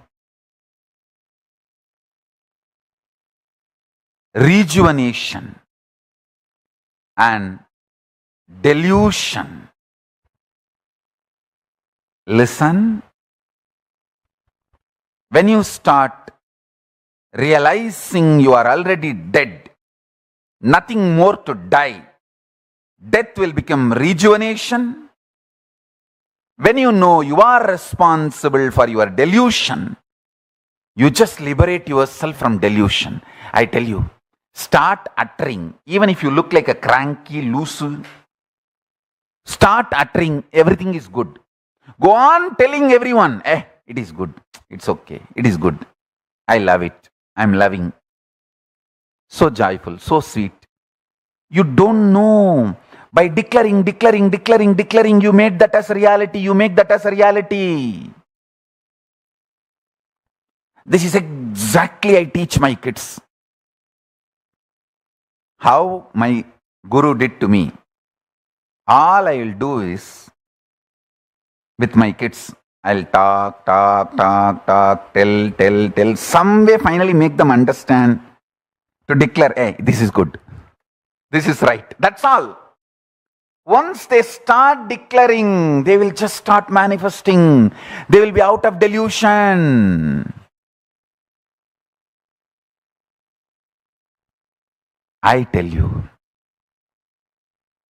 if you start declaring, this is right, this is good, this is sweet, this is beautiful, go on, you will manifest so much love, so much ecstasy. It's like a honey oozing out of honeycomb. You will ooze consciousness in your life. See, consciousness oozing in your life is life energy. I tell you, whether I sit in samadhi or work 24 hours, I am alive. Whether I am unclutched, body is inactive, or fully active, alive, I am fully alive. Because so much life positivity oozing out of me. Whether I love or scream, whether I am like ice cream or ice cream, I am intense.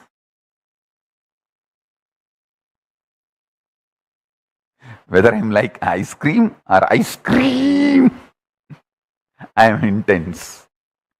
Love oozing out in your life.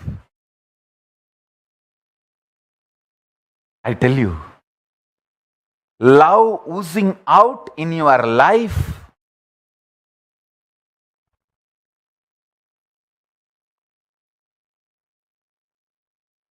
Go on declaring, this is good, this is good, this is good. Let me work on it. Even sometime, if your mind is not ready to agree, no, this is bad. No, let us work on it. Let us start working on it. Why so much resistance? Why to engage or entertain, support the resistance? Let's work on it.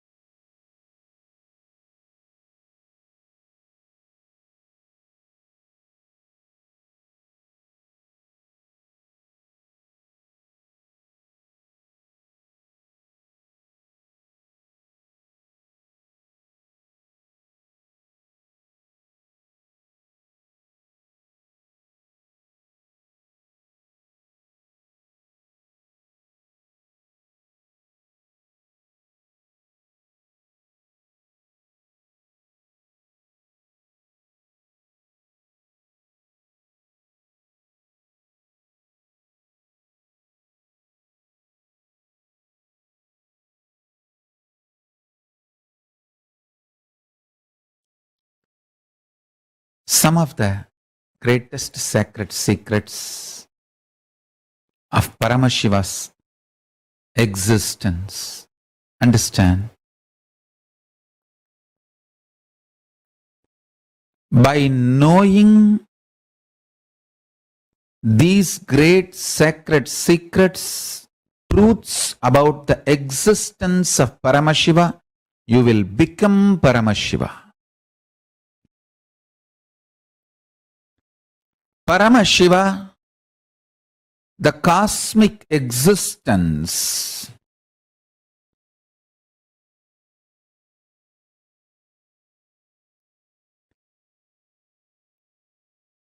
can be experienced just by listening and internalizing these sacred secrets, powerful truths I am revealing.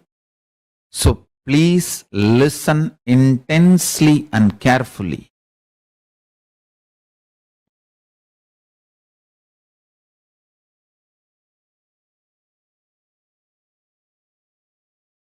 Akshaya Guna of Paramashiva means Guna can be. Guna means the nature, character, idea, habit, all these put together. And something more is the word, Sanskrit word Guna denotes, which is your core nature expresses as a habit in your doings.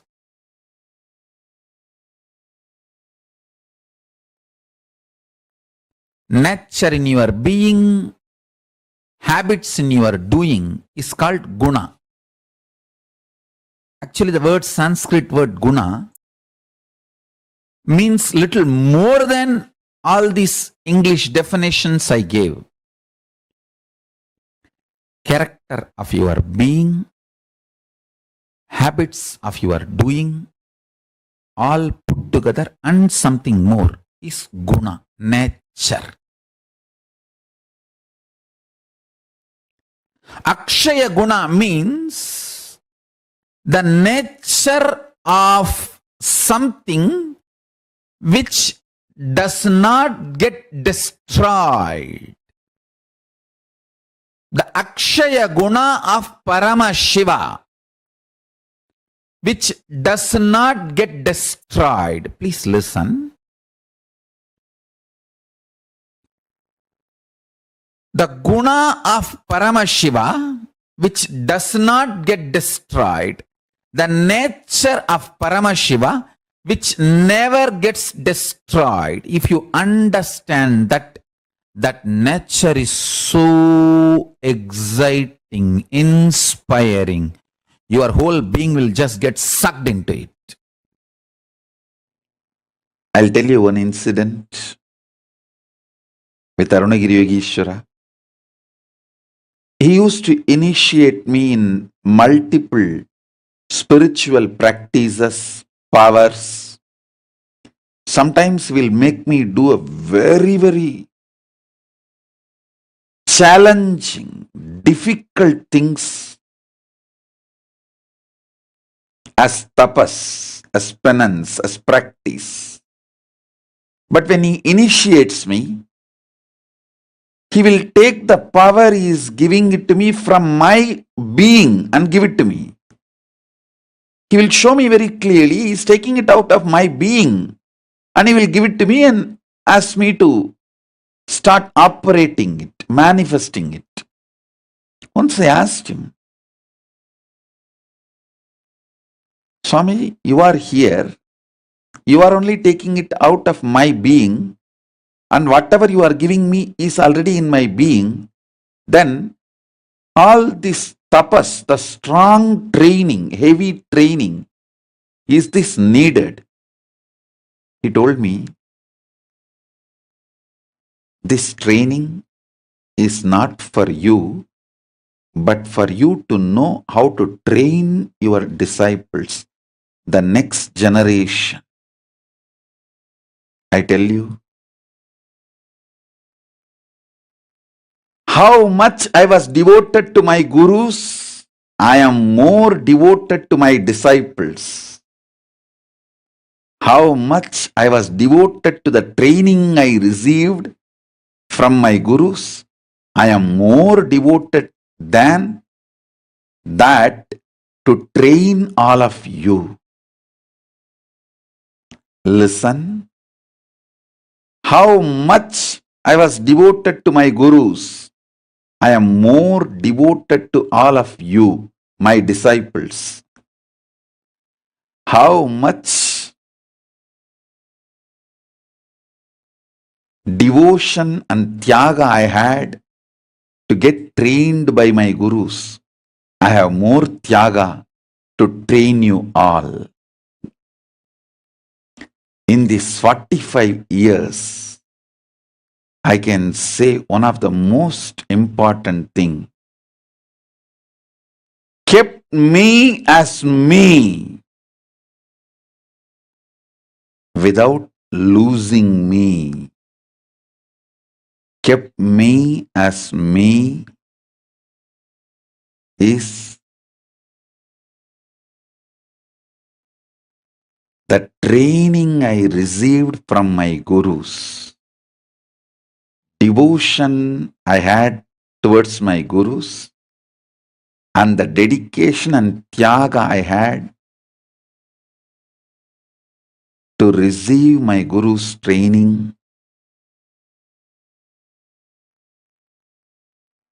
that kept me absolutely devoted to all of you and absolutely dedicated and ready to sacrifice anything to train you all.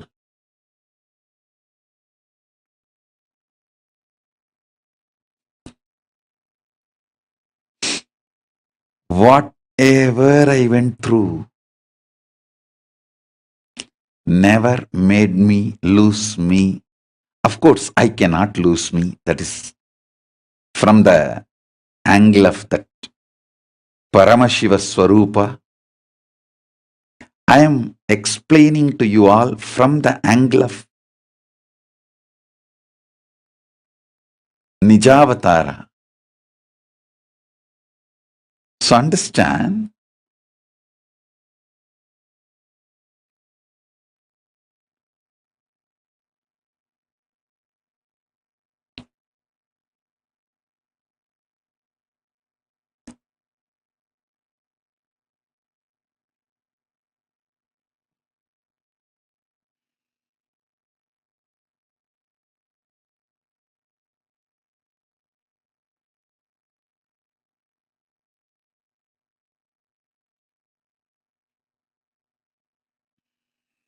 I'm just looking this whole 45 years in fast forward to pick up and give you all the best things I received from Paramashiva.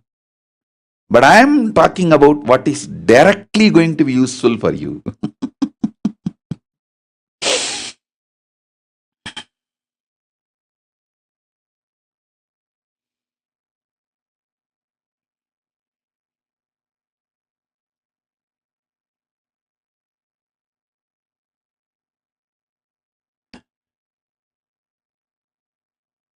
The greatest thing I learned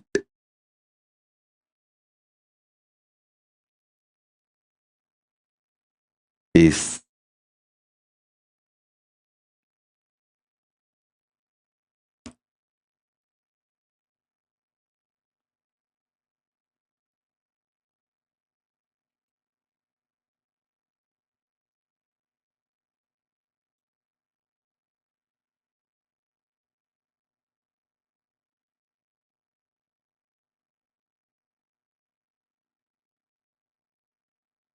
the stamina, power, strength of Parameshwara Sankalpa, the will, persistence, and ready to sacrifice, do tyaga of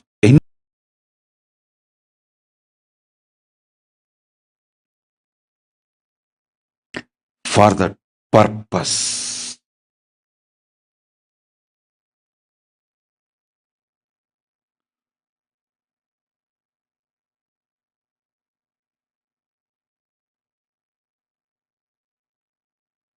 One of the Ananta Kalyana Gunas of Paramashiva's manifestation in this being as Nijavatara, when he is manifesting, one of the most beautiful Ananta Kalyana Guna is extreme powerfulness, extreme compassion, absolute tyaga.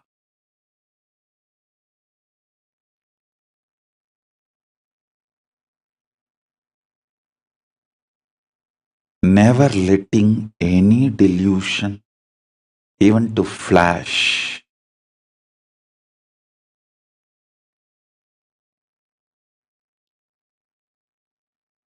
If at all I was narrating some incidents as if some delusions flashed in me, it is for you to understand. In reality, never ever any delusion flashed in my existence as this Nijavatara last 45 years.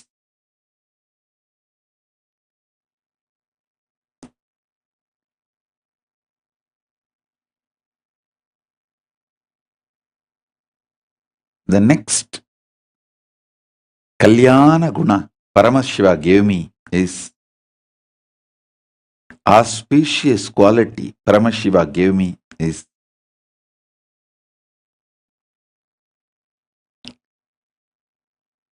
unending, eternal patience, and again and again and again reviving.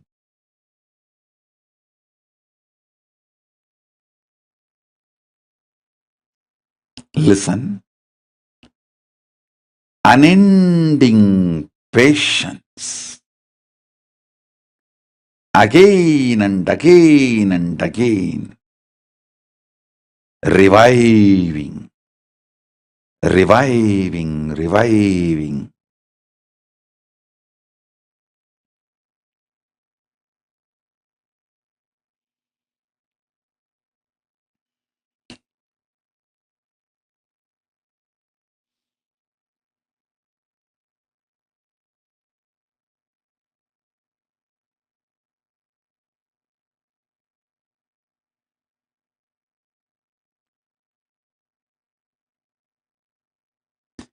Even though I operate within the time frame,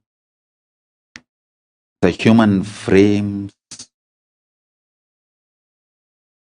my existence is not bound by any of these frames. It infuses such large energy, power.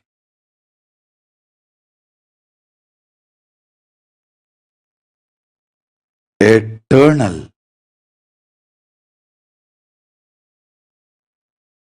life, excitement, energy, tyaga, ability to restart. Let's all restart with the tremendous energy of Paramashiva.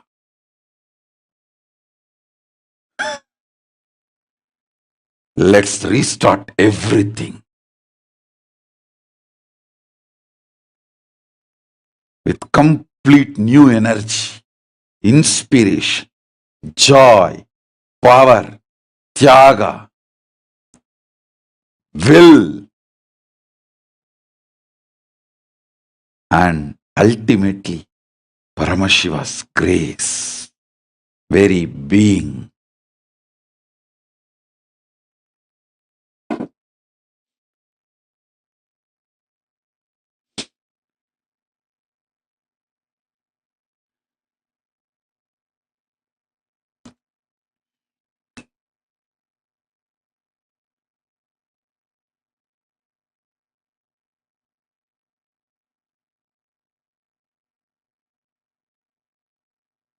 I'll highlight few of the Ananta Kalyana Gunas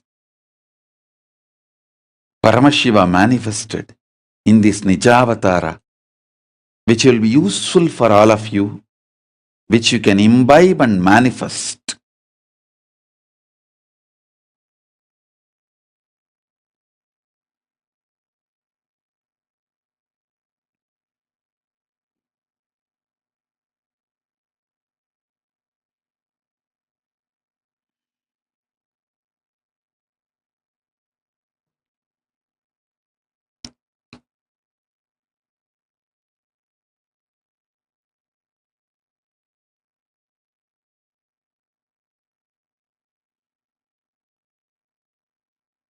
Absolute compassion and Paramashantatva. Because of extreme compassion, extreme peace in the core,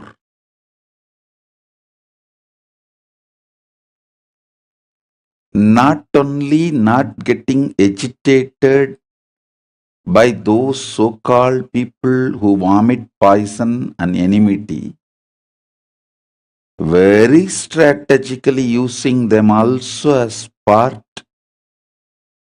to make Kailasa successful, to make my mission successful.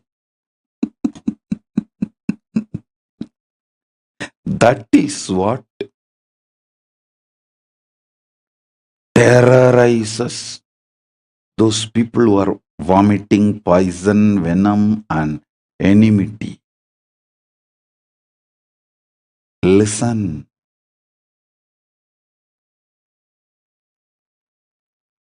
I never show violence,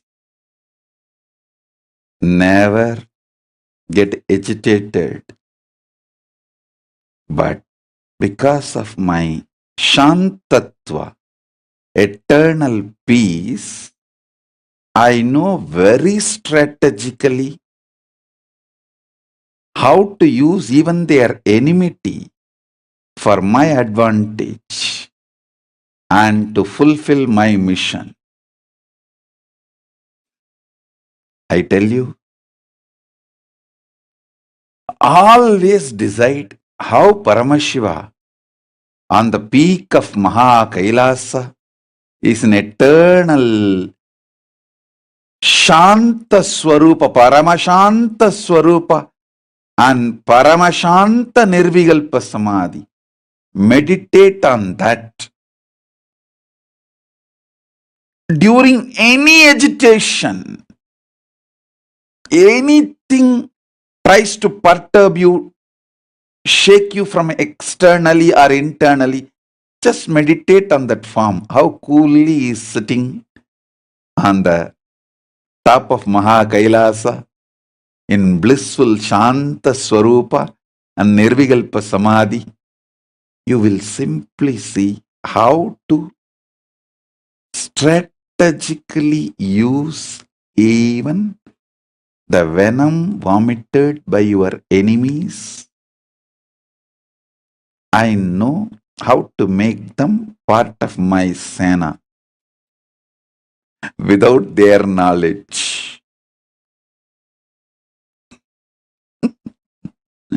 Understand?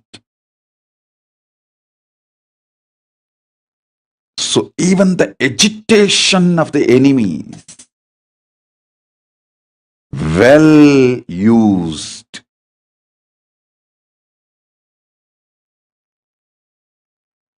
by Paramashiva. Listen. When the Targhavana Rishis, I don't know what kind of, when the Targhavana Rishis sent all different attacks on Paramashiva, like they sent a snake, deer, fire, thinking that they can destroy Paramashiva.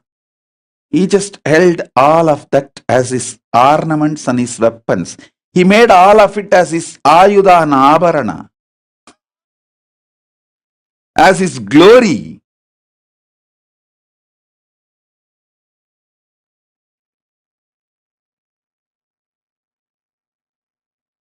When Tarugavana Rishi's most powerful people sent a snake and he held it like a toy and playing with it and controlling it, nobody else even dared to attack him. All of them know his power, his glory. They just disappeared. Nobody else even thinks about attacking him. Nobody even cherishes enmity towards him.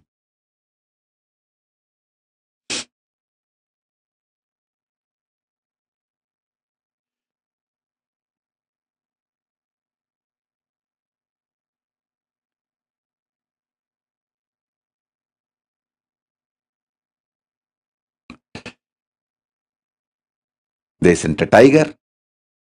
He just made the tiger skin as his dress. They sent deer.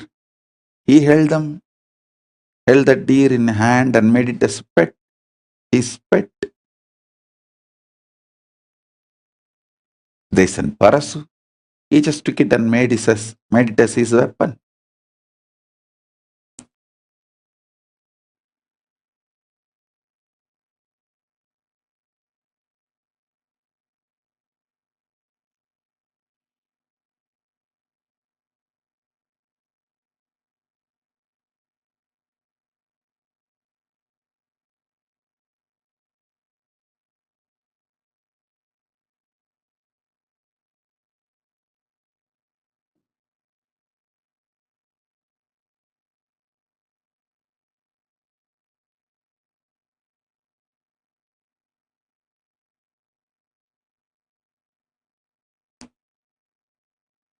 Paramashiva is a living being, not just embodiment of few qualities. He is a living being. Karunamurti. Connect with him. He will shower his auspicious qualities on you. Om. Om. Listen. One more Kalyana Guna Paramashiva is manifesting through this Nijavatara is even 24 hours before. Last night, I was sitting and writing a book. All of you should know.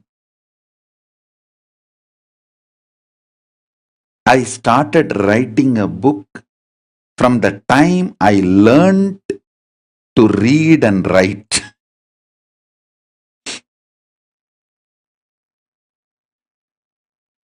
I started giving satsangs from the time I started speaking fluently. To tell you honestly, my first book was handwritten book.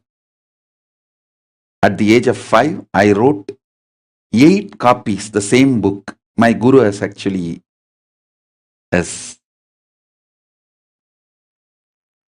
given me this as a homework, like a training. He said, first, you should always write book handwritten and publish. Only then you should go for publishing it. So before you want to publish my first book, I always used to think my first book was published at the age of when I was 20. But now we found out from the Tiruvannamalai, a lot of evidences are coming out when we are doing the research. From that handwritten book, now only after this evidence is recovered, even I am remembering, yes, at the age of 8, my guru has made me write handwritten book and made me publish it, we always consider only printed book publication as a publishing. So I did not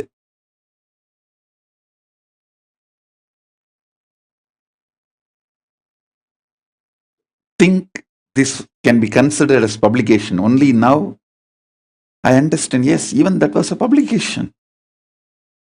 So from the age of 8, my first book publishing, till now, even few hours before I am sitting and writing, and even though after setting a record, world record, that I'm the largest published author in any field. We have a book of records, Asia Book of Records. Even after the world record, I am continuing to write because I have something to share with you all. As long as Paramashiva has something to share with you all, he will continue to write through this Nijavatara. Same way, at the age of 5, during this month of Margari, my Acharya, he used to give regular satsangs in Tiruvannamalai temple, Unnamalai Amman Sannidhi, on Devaram, Tiruvasakam, Agama, Shaiva Siddhanta, all these Hindu scriptures. One day he made me sit and asked me to start speaking.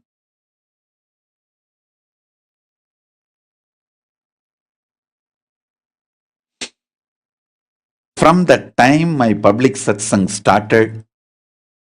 It is now 40 years of public satsangs. In this also we have set world record. The largest number of hours public discourses given.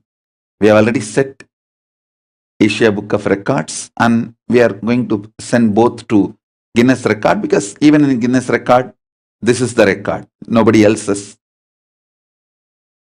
set this record. We are able to break all the records, earlier records. Even after setting the world record, I don't feel tired or bored to speak. I have so much to speak. If I am stuck and sitting without words, not because I don't have anything to speak, I have too much to speak. And I am just waiting, thinking where to start. Understand? I am not stuck because I don't have something to speak. I am stuck because I have too much to speak. It's only traffic jam. If the words are not moving, not because words are not there, but because of the traffic jam.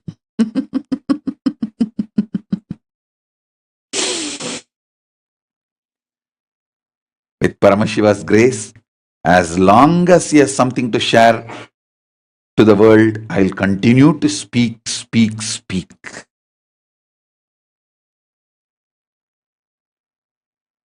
Tireless life. No boredom.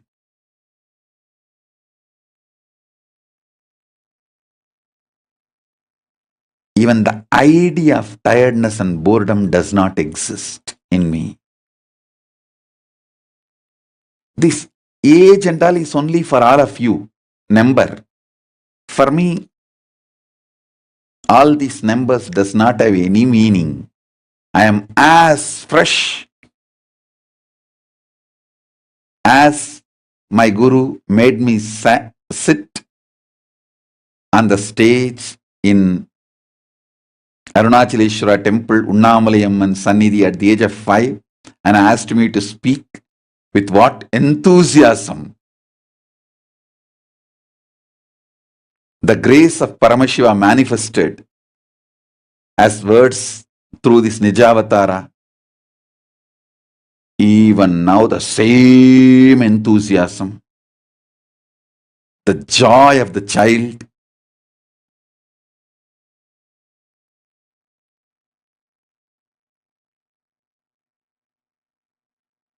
fresh beginning.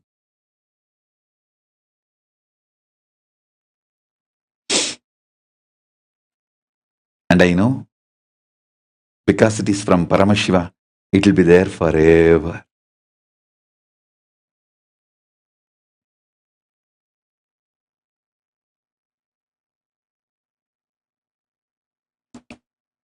If you heard oldest video recorded satsangs, meditation instruction, when I guide meditations, and here today, you will hear the same instructions for each meditation technique properly, without a word changing and without even the tone or the tune will be changing.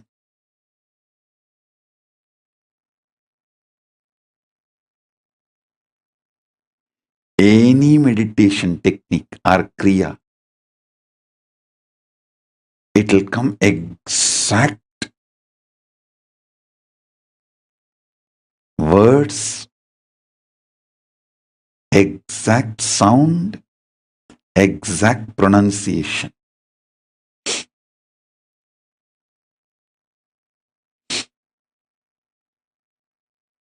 Because it is coming from Paramashiva, it will be there forever.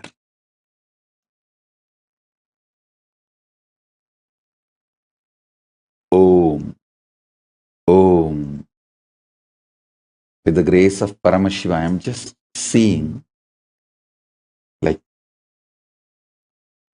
intense version of this 45 years of Paramashiva's manifestation as this Nijavatara.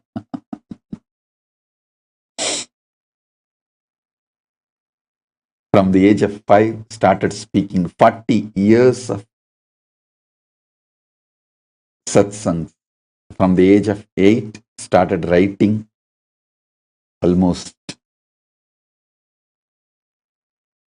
37 years of publishing. And from the age of 4, I started carving with the grace of Paramashiva, the deities. So now almost 41 years of reviving the sacred arts. From that time, intensely, now all of you should know, undoubtedly we are the largest sacred arts organization in the world. Undoubtedly we are the largest Hindu organization in the world. And undoubtedly, with the grace of Paramashiva, we are the only Hindu nation in the world with sovereign land. Having Vedas and Agamas as constitution. Understand, we should say very clearly, with Paramashiva's grace, we are the only nation with the constitution written by Paramashiva, not any human beings. Constitution written by Paramashiva himself. Jurisprudence written by Paramashiva himself. We are the only nation whose constitution and jurisprudence is written, revealed by Paramashiva himself.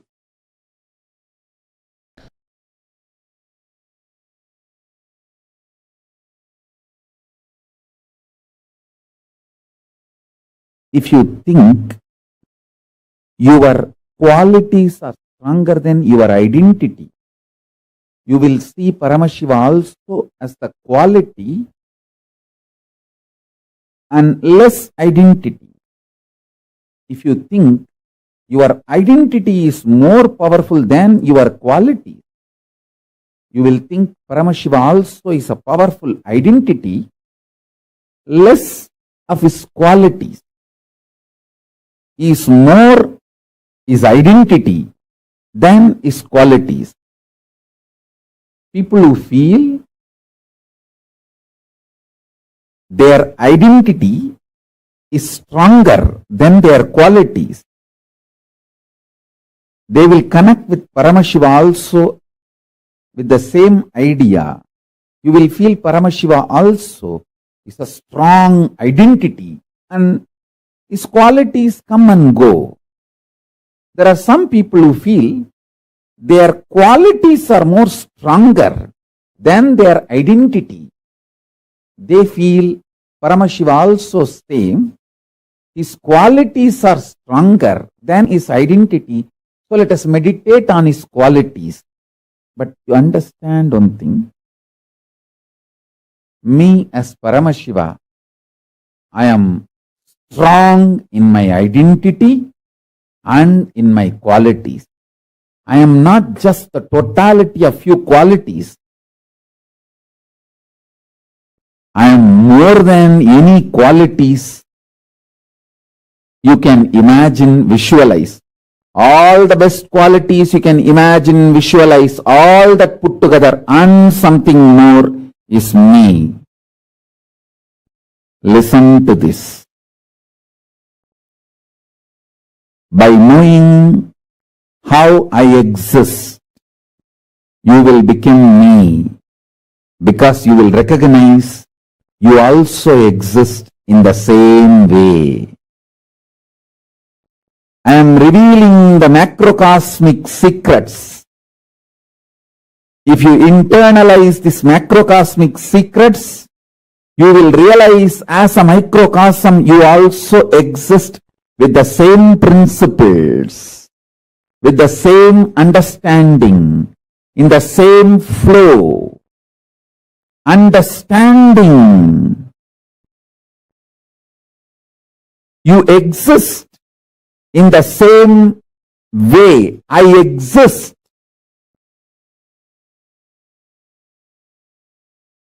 You will be liberated. You will be liberated.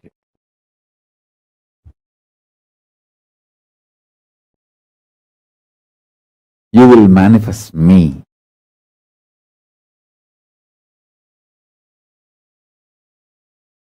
Paramashiva is all the best qualities you can imagine, all the best qualities put together, plus something more.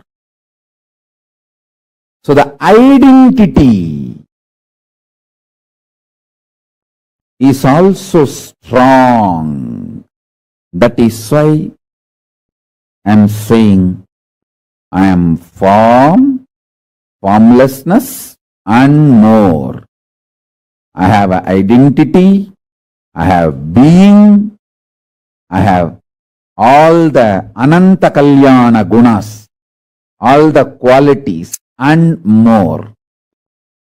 By meditating on any of my qualities or my identity, you will manifest me. You can connect with anything.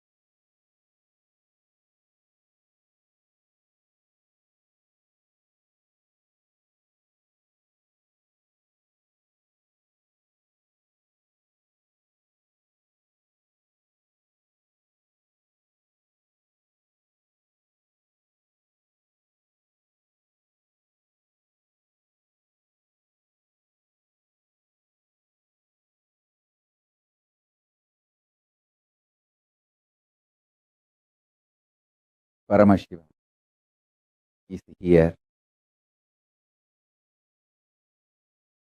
manifesting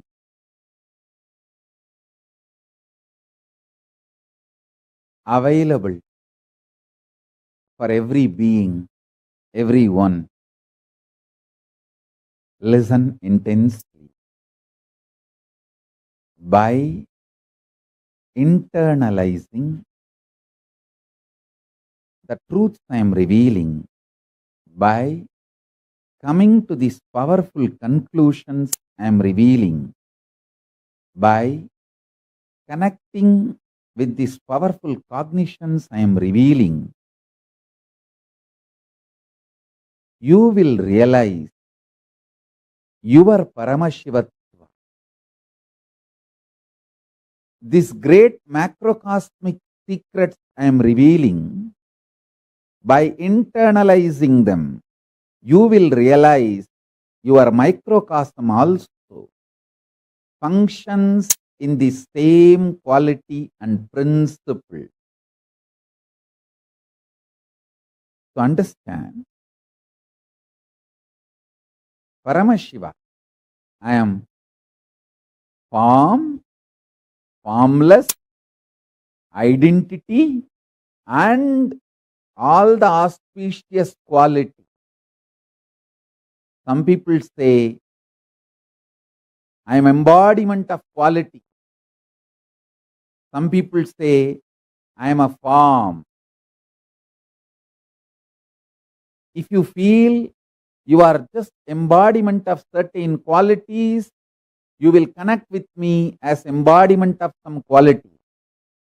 If you feel you are an identity, you will connect with me also as an identity. If you feel you have form, you will connect with me as a form. Understand, in reality, I am formless and I have forms, and I am a powerful identity, powerful being, powerful auspicious qualities. I have everything as my expression, as me. If you connect to any of my auspicious quality, you will reach me. If you connect to my forms, you will reach me. If you connect to my being, you will reach me. If you connect my existence, you will reach me. Shiva is not just the totality of you auspicious qualities. So by meditating on it, you become that. He is totality of auspicious qualities and consciousness.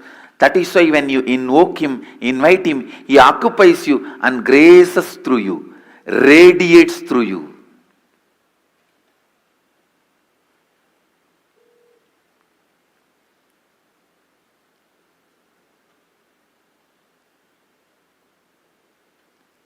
Not only he introduces himself to you, he introduces himself through you to everyone.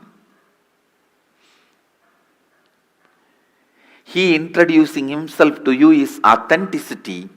He introducing himself through you to others is enriching. Mahadeva is the conscious intelligence.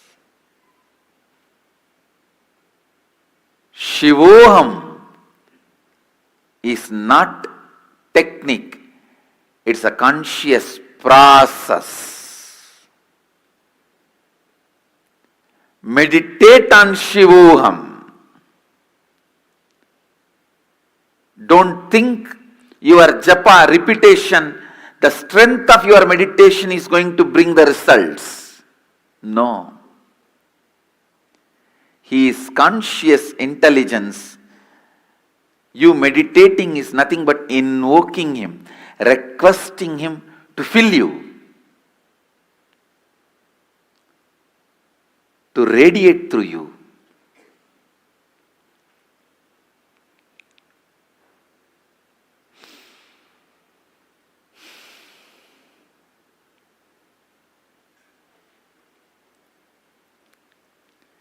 Mahadeva. Mahadeva is pure consciousness. Mahadeva is embodiment of purity. Mahadeva is alive. I can't say just because I chanted Shivoham for millions of times, I started experiencing Mahadeva. No. Just because he is consciousness, he accepted my request to walk into me. He started radiating himself through me. Understand, he is consciousness is the good news I want all of you to know. He accepts your request even if it is made once. He is Bholenath. Simple guy. His presence is not heavy, demanding. No. He is not Vaikuntavasi.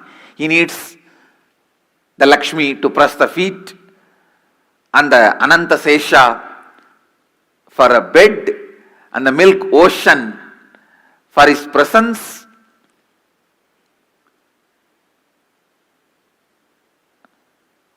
And all the best things, Shamantaka, the greatest jewelry for wearing. No, I am not disrespecting Vishnu. All I am trying to tell you is, Mahadeva is Bholenath. Even if you are already depressed like a cremation ground, you are almost there, your whole mind is dull, dead, depressed cremation ground, even then, he is happy to dance there.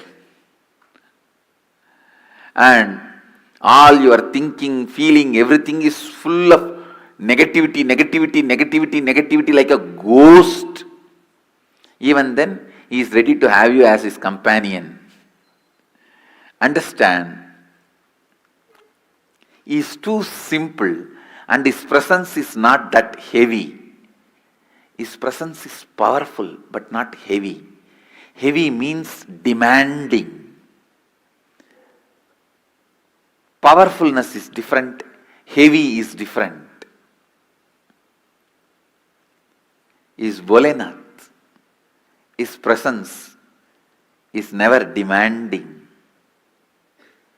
His presence is so powerful, but not demanding.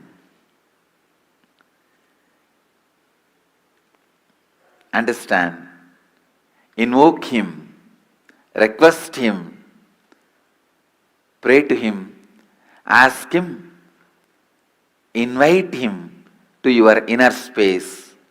Mahadeva, whatever I know as Aham is a bunch of my root patterns, social conditionings, parental conditionings, layers and layers of patterns, samskaras, and the past life karmas. But this is not too big for you. You can burn all this, and this cannot be the reason why you are not happening through me. Can this stop you happening in me? I am completing this and surrendering at your feet. O Prabhu, happen in me. O Mahadeva, happen in whatever I feel as me. Let Aham become Shivoham. Let Aham become Shivoham. Invite him. Invoke him. Request him. Understand, he is conscious, alive, present.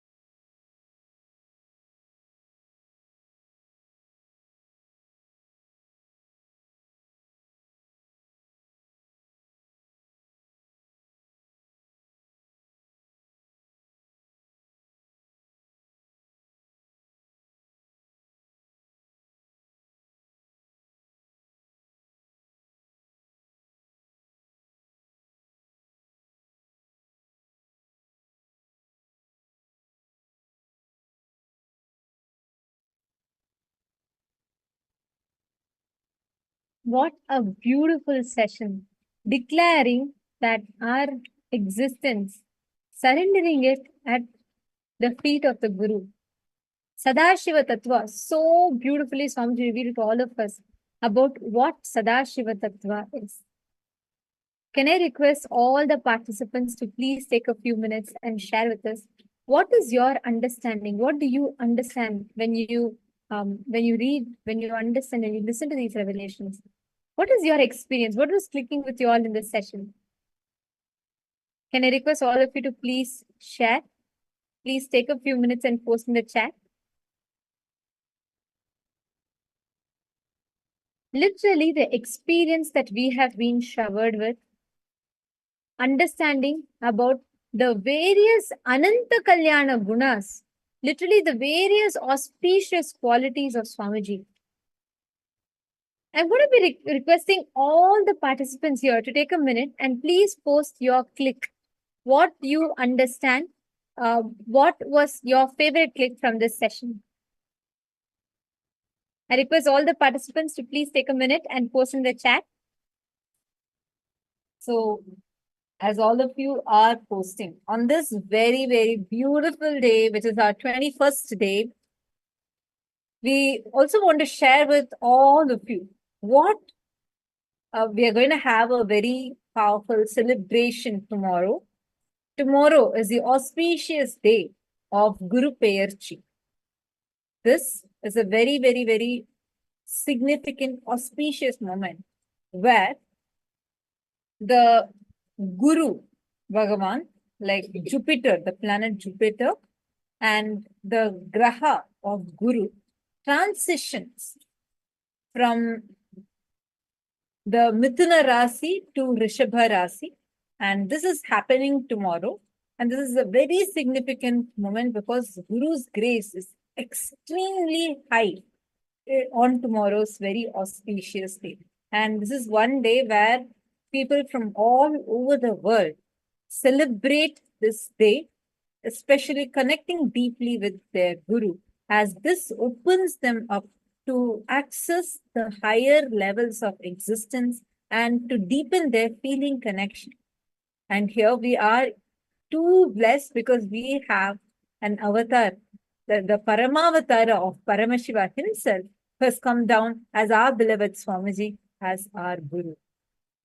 Anyone who wants to deepen your feeling connection with Swamiji and you want to have a very, very prosperous beginning in your life. Today you're graduating and tomorrow onwards to restart your life in the best way possible, you can offer sevas directly to Swamiji on the auspicious day of Guru Peyarchi. We are having many different sevas that are available on tomorrow's very auspicious day. And we are going to be taking you all through the different sevas that you can offer. And the seats are limited. So anyone who wants to offer, we highly recommend you to sign up right now itself. The registration would be closing soon. So we urge all of you to sign up as soon as possible. This is a very auspicious beginning, and like for tomorrow, for each Rashi, like whichever sign you have, for each of those Rasis, we are having a specific benefit that happens.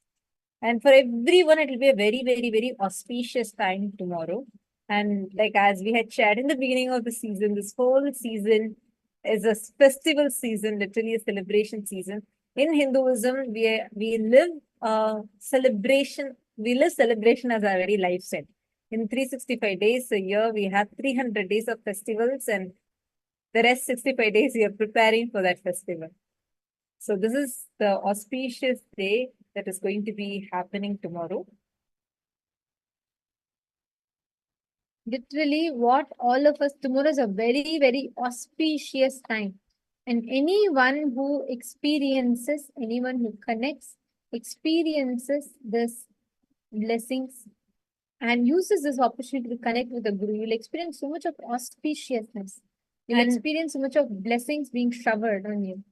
And tomorrow, this is going to be a very special Guru Payarchi that is going to be happening, because in this, the moment it's going to be happening tomorrow, all of us are going to be blessed with auspicious shower of wealth. I think this whole season is blessed with so many manifestations of wealth, and like we had such beautiful blessings of Swamiji, as we had the darshan of Swamiji as Rama, Swamiji as Venkateshwara, that took twice, thrice we had.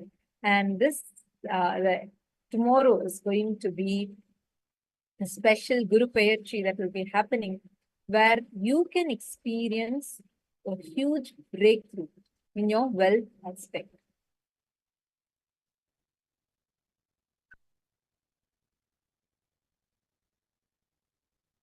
So now we are going to be taking you all through the different sevas.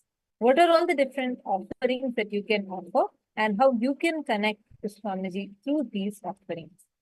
Kriya Pada is a very unique dimension to Hinduism. And we are going to be experiencing this beautiful connection, the sweet feeling connection with Swamiji, and through the Kriya Pada. Now, first let's understand what is Kriya Pada of Hinduism. Kriya Pada is a very, very unique and a powerful aspect of Hinduism, where you connect to the divine, you experience, you connect to the deities and gods through the ritualistic aspect in Hinduism. Please understand, there are four main aspects or different parts or organs of Hinduism. The first is Charya Pada. Charya Pada is your lifestyle. All the, like for example, everyday morning doing yoga, wearing basma, wearing sari.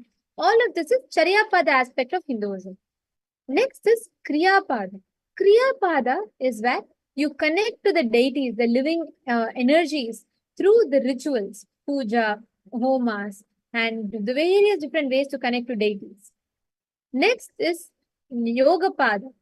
Yoga Pada is where through yoga, through moving your body, you prepare your body, train your body to experience oneness with the divine. And last is Jnana Pada. Jnana Pada is where you gain the powerful cognitions, you understand the powerful truths revealed in the scriptures to build your experience. All these four makes up the entire Hinduism, and out of this, Kriya Pada is the most unique and the most powerful science that we experience. Kriya Pada is where you experience the deep feeling connection with the divine through rituals. And with an avatar, it is not just the deities, you actually connect with the living Guru, with an avatar. And through that, when you offer the sevas, when you offer puja, homa, you literally directly interact with the deities, the living energies, the different gods and goddesses, and you make your offering. So now, first I request all the participants to please come and settle down in front of the camera. We're going to be entering into preparing ourselves for the darshan. All the Paramashivoham Level 1 participants,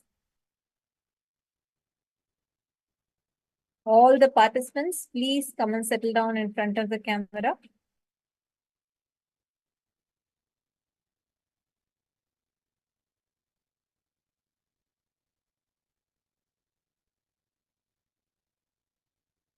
Let us now, it is time. Let us all now enter into the preparation. So nice to see so many of you sitting here. Now, let us all understand more about what is this Guru Payarchi. How can one experience the breakthroughs in the Guru Payarchi, and what we can do to prepare ourselves for tomorrow's very powerful cosmic happening.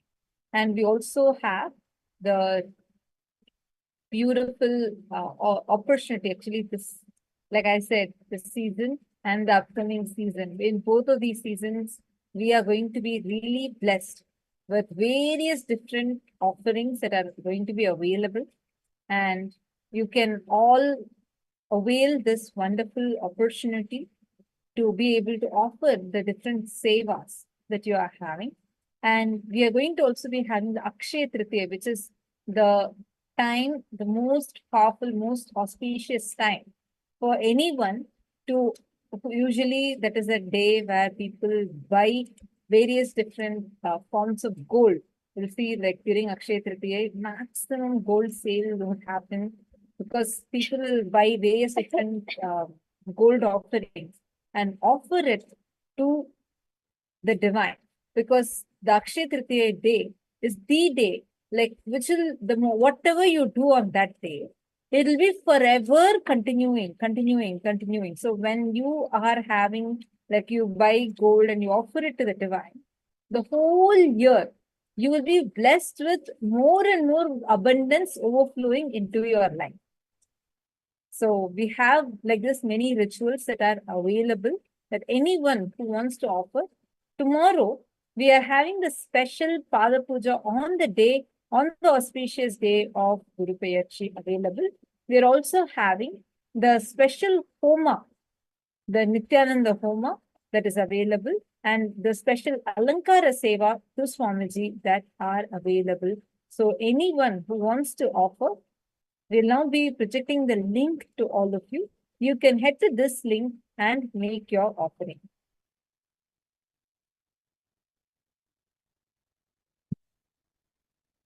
Now, let us first understand what is this Nityananda Homa that is going to be happening, as well as the Alankara Seva that you can do, as well as the Naivedya Seva that you can offer. See, each ritual has a unique benefit.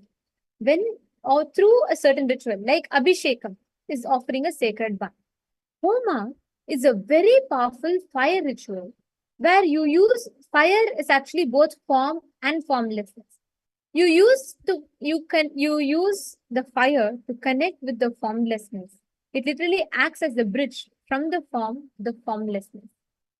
So anyone that offers the Nityananda Homa, you receive the entire benefit, all the auspicious purpose that you offer, you intend to offer the Homa for. You receive all that benefits to you. So the Nityananda Homa is where you connect to Swamiji through the sacred fire, Agni, and that will be conducted. It's a very, very powerful ritual, and anyone who offers that will be bestowed with so much of bliss, so much of joy and peace from within. And this is specifically for anyone who's looking forward to having a spiritual breakthrough. You want, now whatever you have learned in the last few days, now you want to take these learnings to the next level. You want to start experiencing breakthroughs. You want to have a breakthrough in whether you are having a power manifestation experience, or you are having higher level spiritual experiences, and you are looking to have breakthroughs in all of these. Tomorrow's day, you can offer this particular seva. We'll take you all through all the sevas, then you can enter into this particular link, events.ecitizen.info/seva. And in this link, you can sign up to any of the sevas that you want to offer. We are also having a very special Abhishekam that is going to be happening to Swamiji's deity. And this is going to be happening in various Kailasas around the globe. As every day we all are seeing, there are so many temples, different parts of the world where the sevas, the rituals, the celebrations are happening. So you are going to have a wonderful opportunity to be able to connect to all these different forms and to be able to offer these rituals. So we are going to be taking you all through each of these rituals right now. So any questions any of you have, feel free to post it and ask. Don't think that, don't feel any kind of an inhibition to ask you. If you feel like, if I have already offered the seva, should I still be offering? Like this, any kind of questions you have, feel free to post it here and ask. A very beautiful thing, but why you need to offer a seva to the deities, especially to the deities that are there in Kailasa. See, in all other temples, whichever temple you go to, unless it's some 1,000-year-old or 2,000-year-old temple, the temples are only having the mantra pratishta, not prana pratishta. Prana pratishta can only be done by an avatar. Only he can transmit his very bioenergy and infuse life, bring life into the deity. And that is why it's very, very, very powerful when you offer these sevas in any of our Kailasas. So now I'm going to be taking you all through one by one each of these offerings. So anywhere, any seva that you want to offer, you can feel free to post it here in the chat, as well as make sure you're going to the form. Last time we had many of you who only posted it in the chat, and it's very important that you go to the form and fill it out.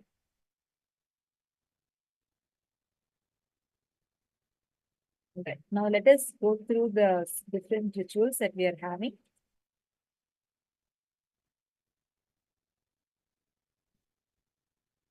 The first, as we were sharing with all of you, the first is the Nityananda Homa, worshipping Swamiji through the sacred fire. And during this time, a very sacred fire ritual, the Homa, will be conducted, and you will be receiving the blessings of Swamiji. You'll be experiencing, you will also get a special link to join, and you will also be trained to do the ritual, and you will also be supported to chant the mantras and supported to understand the experience you are having, and you'll be showered with the grace and blessings of Swamiji for each one of these sevas that we are having. So do take a few minutes and do head to this particular link and check out as we are sharing with you about these sevas. So the next one, the first is the Nityananda Homa. The second one, the second seva that we have that you can offer is a Naivedya seva. Naivedya seva is literally you offering food to Swamiji's deity for deep healing. So this Naivedya seva, you can experience deep healing and liberation by offering Naivedya seva to Swamiji on this auspicious day of Guru Peyarchi.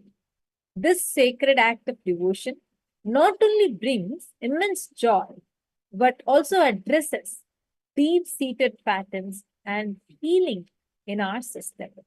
So here you will be getting to offer the sacred food offering, the Naivedya Seva, to Swamiji's deity, and you will be able to offer this through various different temples, and your name would be chanted, and the offering would be done on behalf of you, and you will be receiving all the punya that is coming from this ritual, as well as direct blessings from Swamiji. The next offering we have is a Guru Peyarchi special Alankara Seva, where you get to adorn Swamiji's deity with beautiful clothes and jewels. By participating in this devotional offering, one experiences deep completion in their outer and social images. So this is mainly for your identity. It is mainly for your outer image, your social relationships, how people are towards you, how you are experiencing with people, and how is life for you in general. This helps you tremendously with that. Anybody who wants to experience breakthrough, especially in these dimensions, do offer this particular seva. Can I request all the participants, whoever wants to offer any of these sevas, to please let us know here.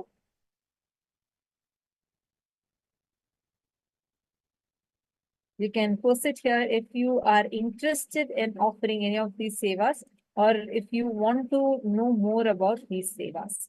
And okay, next is, we have a very beautiful offering, which is the Abhishekam Seva. I really love this offering. This is to fulfill all your desires and to be liberated. This is literally, you all can see there's a beautiful picture of the Abhishekam offering. This is the beautiful golden deity of Swamiji receiving the Abhishekam. And This is very special because in Gurukul we got the opportunity to do this Abhishekam to Swamiji's deity. And this offering of Abhishekam, the seva directly to Swamiji's deity, bestows deep fulfillment in life, thereby bringing you to a deeper feeling connection, more and more close to the Guru, who liberates you from this very cycle of birth and death. It's a very, very, very beautiful offering that we are having as an opportunity. Anyone who's interested in this, whoever feels like, you want to deepen your feeling connection with Swamiji, you have this wonderful opportunity tomorrow to offer these sevas. Take a moment and kindly head to events.ecitizen.info/seva. So this is the offering where we have many beautiful deities of Swamiji in various different Kailasas. And we are going to be having this special offering of Abhishekam to Swamiji's deity. And while offering the Abhishekam, anyone who wants to offer this Abhishekam, you will have this special blessings from Swamiji, as well as any desire that you want to have it fulfilled. You will have that opportunity to ask that as a boon also directly from Swamiji. So we'll give you all a few minutes. I see some of you posting yes, saying you want to, which one do you want to offer now? Can I request all of you to let us know that also? And if any of you need any assistance or you would like to know more about a certain offering, please do feel free to post in the chat and we will be able to assist you all, help you all further.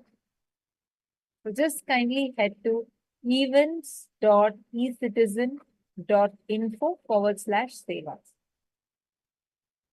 We'll be projecting the link for all of you, and I request everyone to please head to the link and please you can find out all the details about that and please choose the sevas that you like.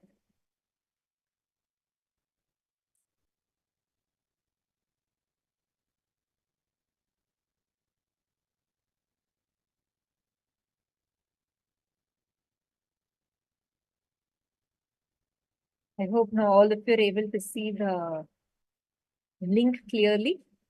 It's events.ecitizen.info/seva. Take a few minutes and head to this link. We are also having an opportunity to offer Pratyaksha Pada Puja to Swamiji. And tomorrow's day, all the participants that are here, we urge each of you to not miss out on tomorrow's day and offer your heartfelt gratitude. Today, you have received the last 21 days, you have been showered so beautifully by Swamiji. And today is your graduation day. And in Hinduism, we have this tradition. Every time a disciple offers Guru Dakshina, to whatever extent he is able to offer, like what is the best capacity, he offers his gratitude in the best capable form to his Guru. This is called as the Guru Dakshina. And so beautifully for this season, especially tomorrow's day, we are having a very powerful happening of the Guru Payarchi, where the planet Jupiter is actually transitioning, and you will experience many powerful breakthroughs when the position of this Guru Graha changes. So this will also bring in a lot more auspiciousness into your life and protect you from any kind of a negativity. So take a few minutes and you all can head to this link and make your offering. Offer your gratitude in the form of any of these sevas.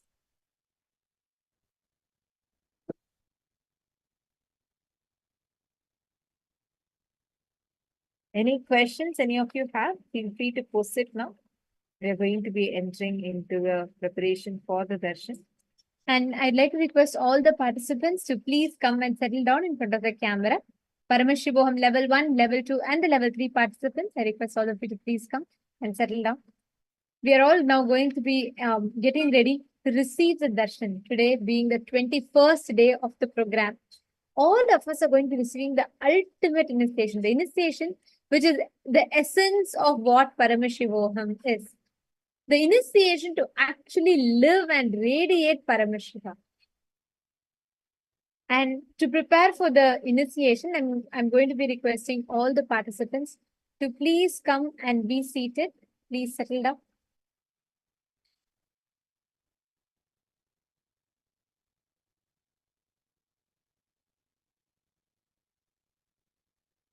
Please make sure all of you are in the camera.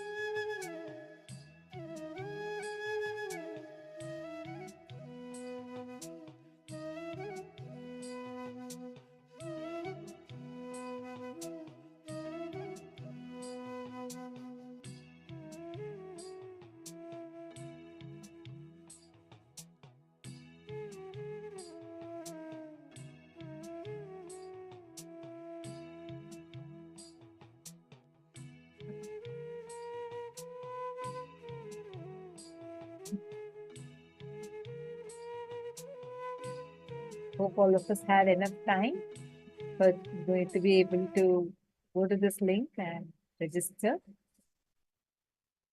All right. Now let us all enter into preparing ourselves for today's darshan. Can I request all the participants to please kindly come in front of the camera and settle down? Today's darshan is the darshan of the ultimate manifestation of Paramashiva, the ultimate of the ultimate, the Paramavatara of Paramashiva, our beloved Swamiji. We are going to be having his very own darshan as he is in his Paramavatara.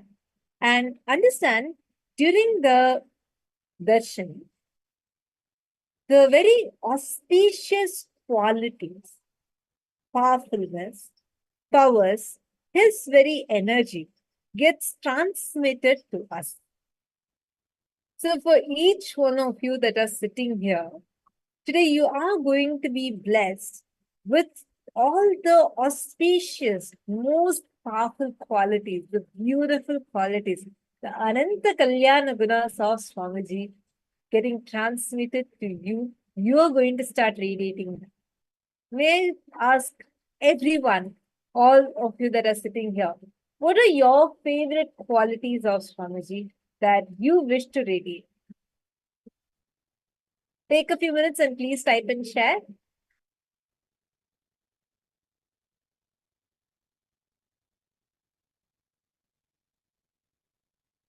What are the favorite qualities, the Ananta Kalyana Gunas of Swamiji that you really love and you feel like you too want to radiate those qualities?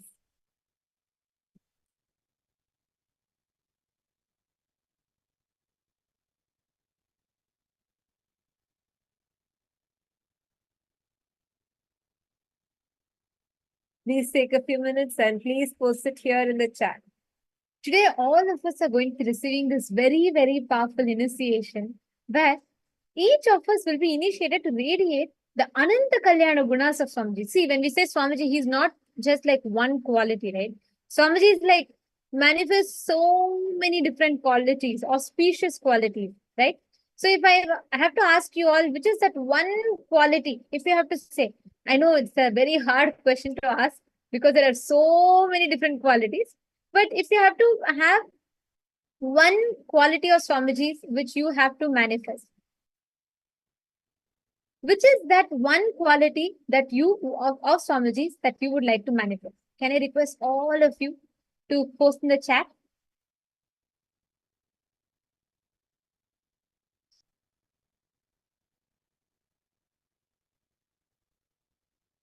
Now, what are these Ananta Kalyana Gunas? See, the Ananta Kalyana Gunas of the avatar. Okay, Bhuteshwara has to say Swamiji's very state itself. Turiya Tita state. Okay, beautiful. Can I request all of you also to post? See, Swamiji beautifully shares how if you want to break a dam, right? Strong dam, if you want to break down that dam, you don't need to go and break every bit of it. So for a building, you need to go break every bit of the dam. Even if you poke a few holes, 3-4 holes if you poke, the water that is gushing through that itself will break down the entire dam. Like that, to break that dam that is inside of you, which is stopping, like you are forcefully built a dam now, and you're believing this limited perception of you is all what you are, and you believe in, yes, I am only this much of possibility I have, these many problems I have, I have so many things that I want to do, but I cannot achieve, these patterns that I'm struggling with. Now, all these perceptions and cognitions you're battling with you inside you, correct? You built a dam inside you with that cognitions about yourself. When you meditate, when you start cherishing the Ananta Kalyana Gunas of Swamiji, even few qualities, it is like poking a hole in that dam. You don't need to sit and work on replacing every bit of you. You just poke a few holes. He will gush through you. He will manifest through you. So that is why we are having on this 21st day, we have this auspicious initiation from Swamiji to receive his very Ananta Kalyana Gunas. Ma Yogamaya has posted Swamiji's Paramashanta, Ma Dhanananda, all of his qualities. Ma Dhanananda you should also list down. So when we say all, you should also list down what all you mean as all. Abha Sharma has posted Swamiji surrendered to his gurus. And Ma Virupaksha, not to be influenced by any critics or negative attitudes. Ma Abha Sharma has also posted his compassion.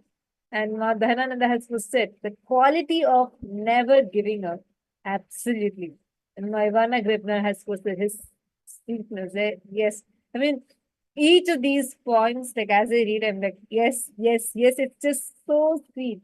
Actually, Ma Dhanananda, I wanted to also highlight what you have posted, right?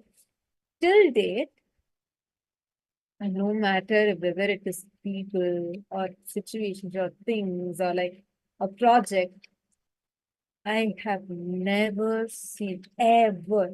Swamiji has never ever given up on anyone, no matter what happens.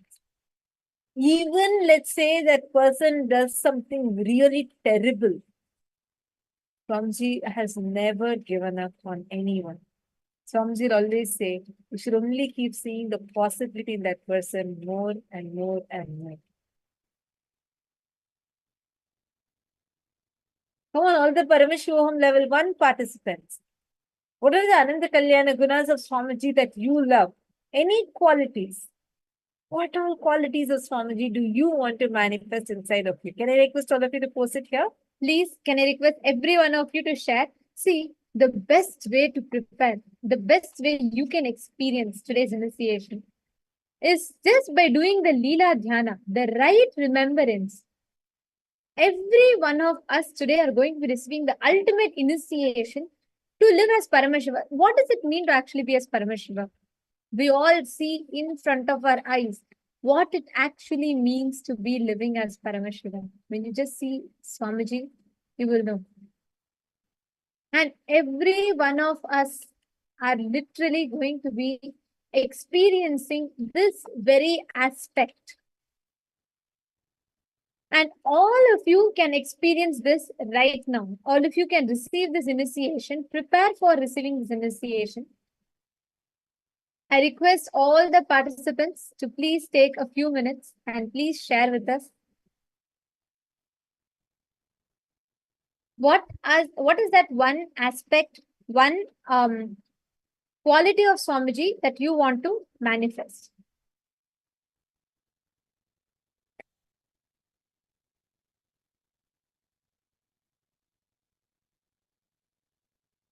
His freedom, Javier Raya has posted. Beautiful. Come on, all of you can also share. When you say, for example, my Sabil, you have posted beautifully his compassion. Can I request all of you to share your few sweet moments with Swamiji, where you have experienced these various different dimensions of Swamiji in your life? Take a few minutes and please share your experiences also with us.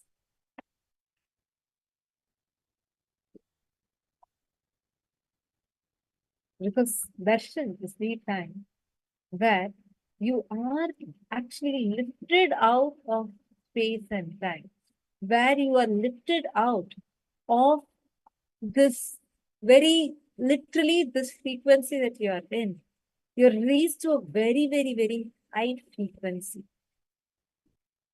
Swamiji literally transmits his very own being, his very own powers, his cognitions, his inner space as a gift to you. That is what is initiation. And each of you, there are so many of you here who repeatedly have been attending the Paramashivoham, been blessed tremendously. Today, by experiencing the darshan, you are going to be raised to a very high frequency, literally having the experience of the ultimate happening inside of you.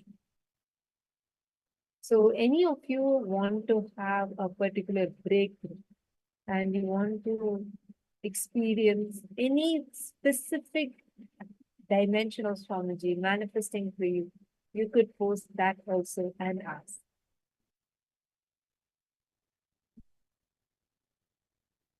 Okay, I see more and more coming. My one examiner has posted super determinism of Swamiji. Now, Mary Jacqueline, again, you have posted all dimensions. I request you to post specific dimensions which you want to manifest. Malia Correa has posted remembrance of as many of his divine qualities.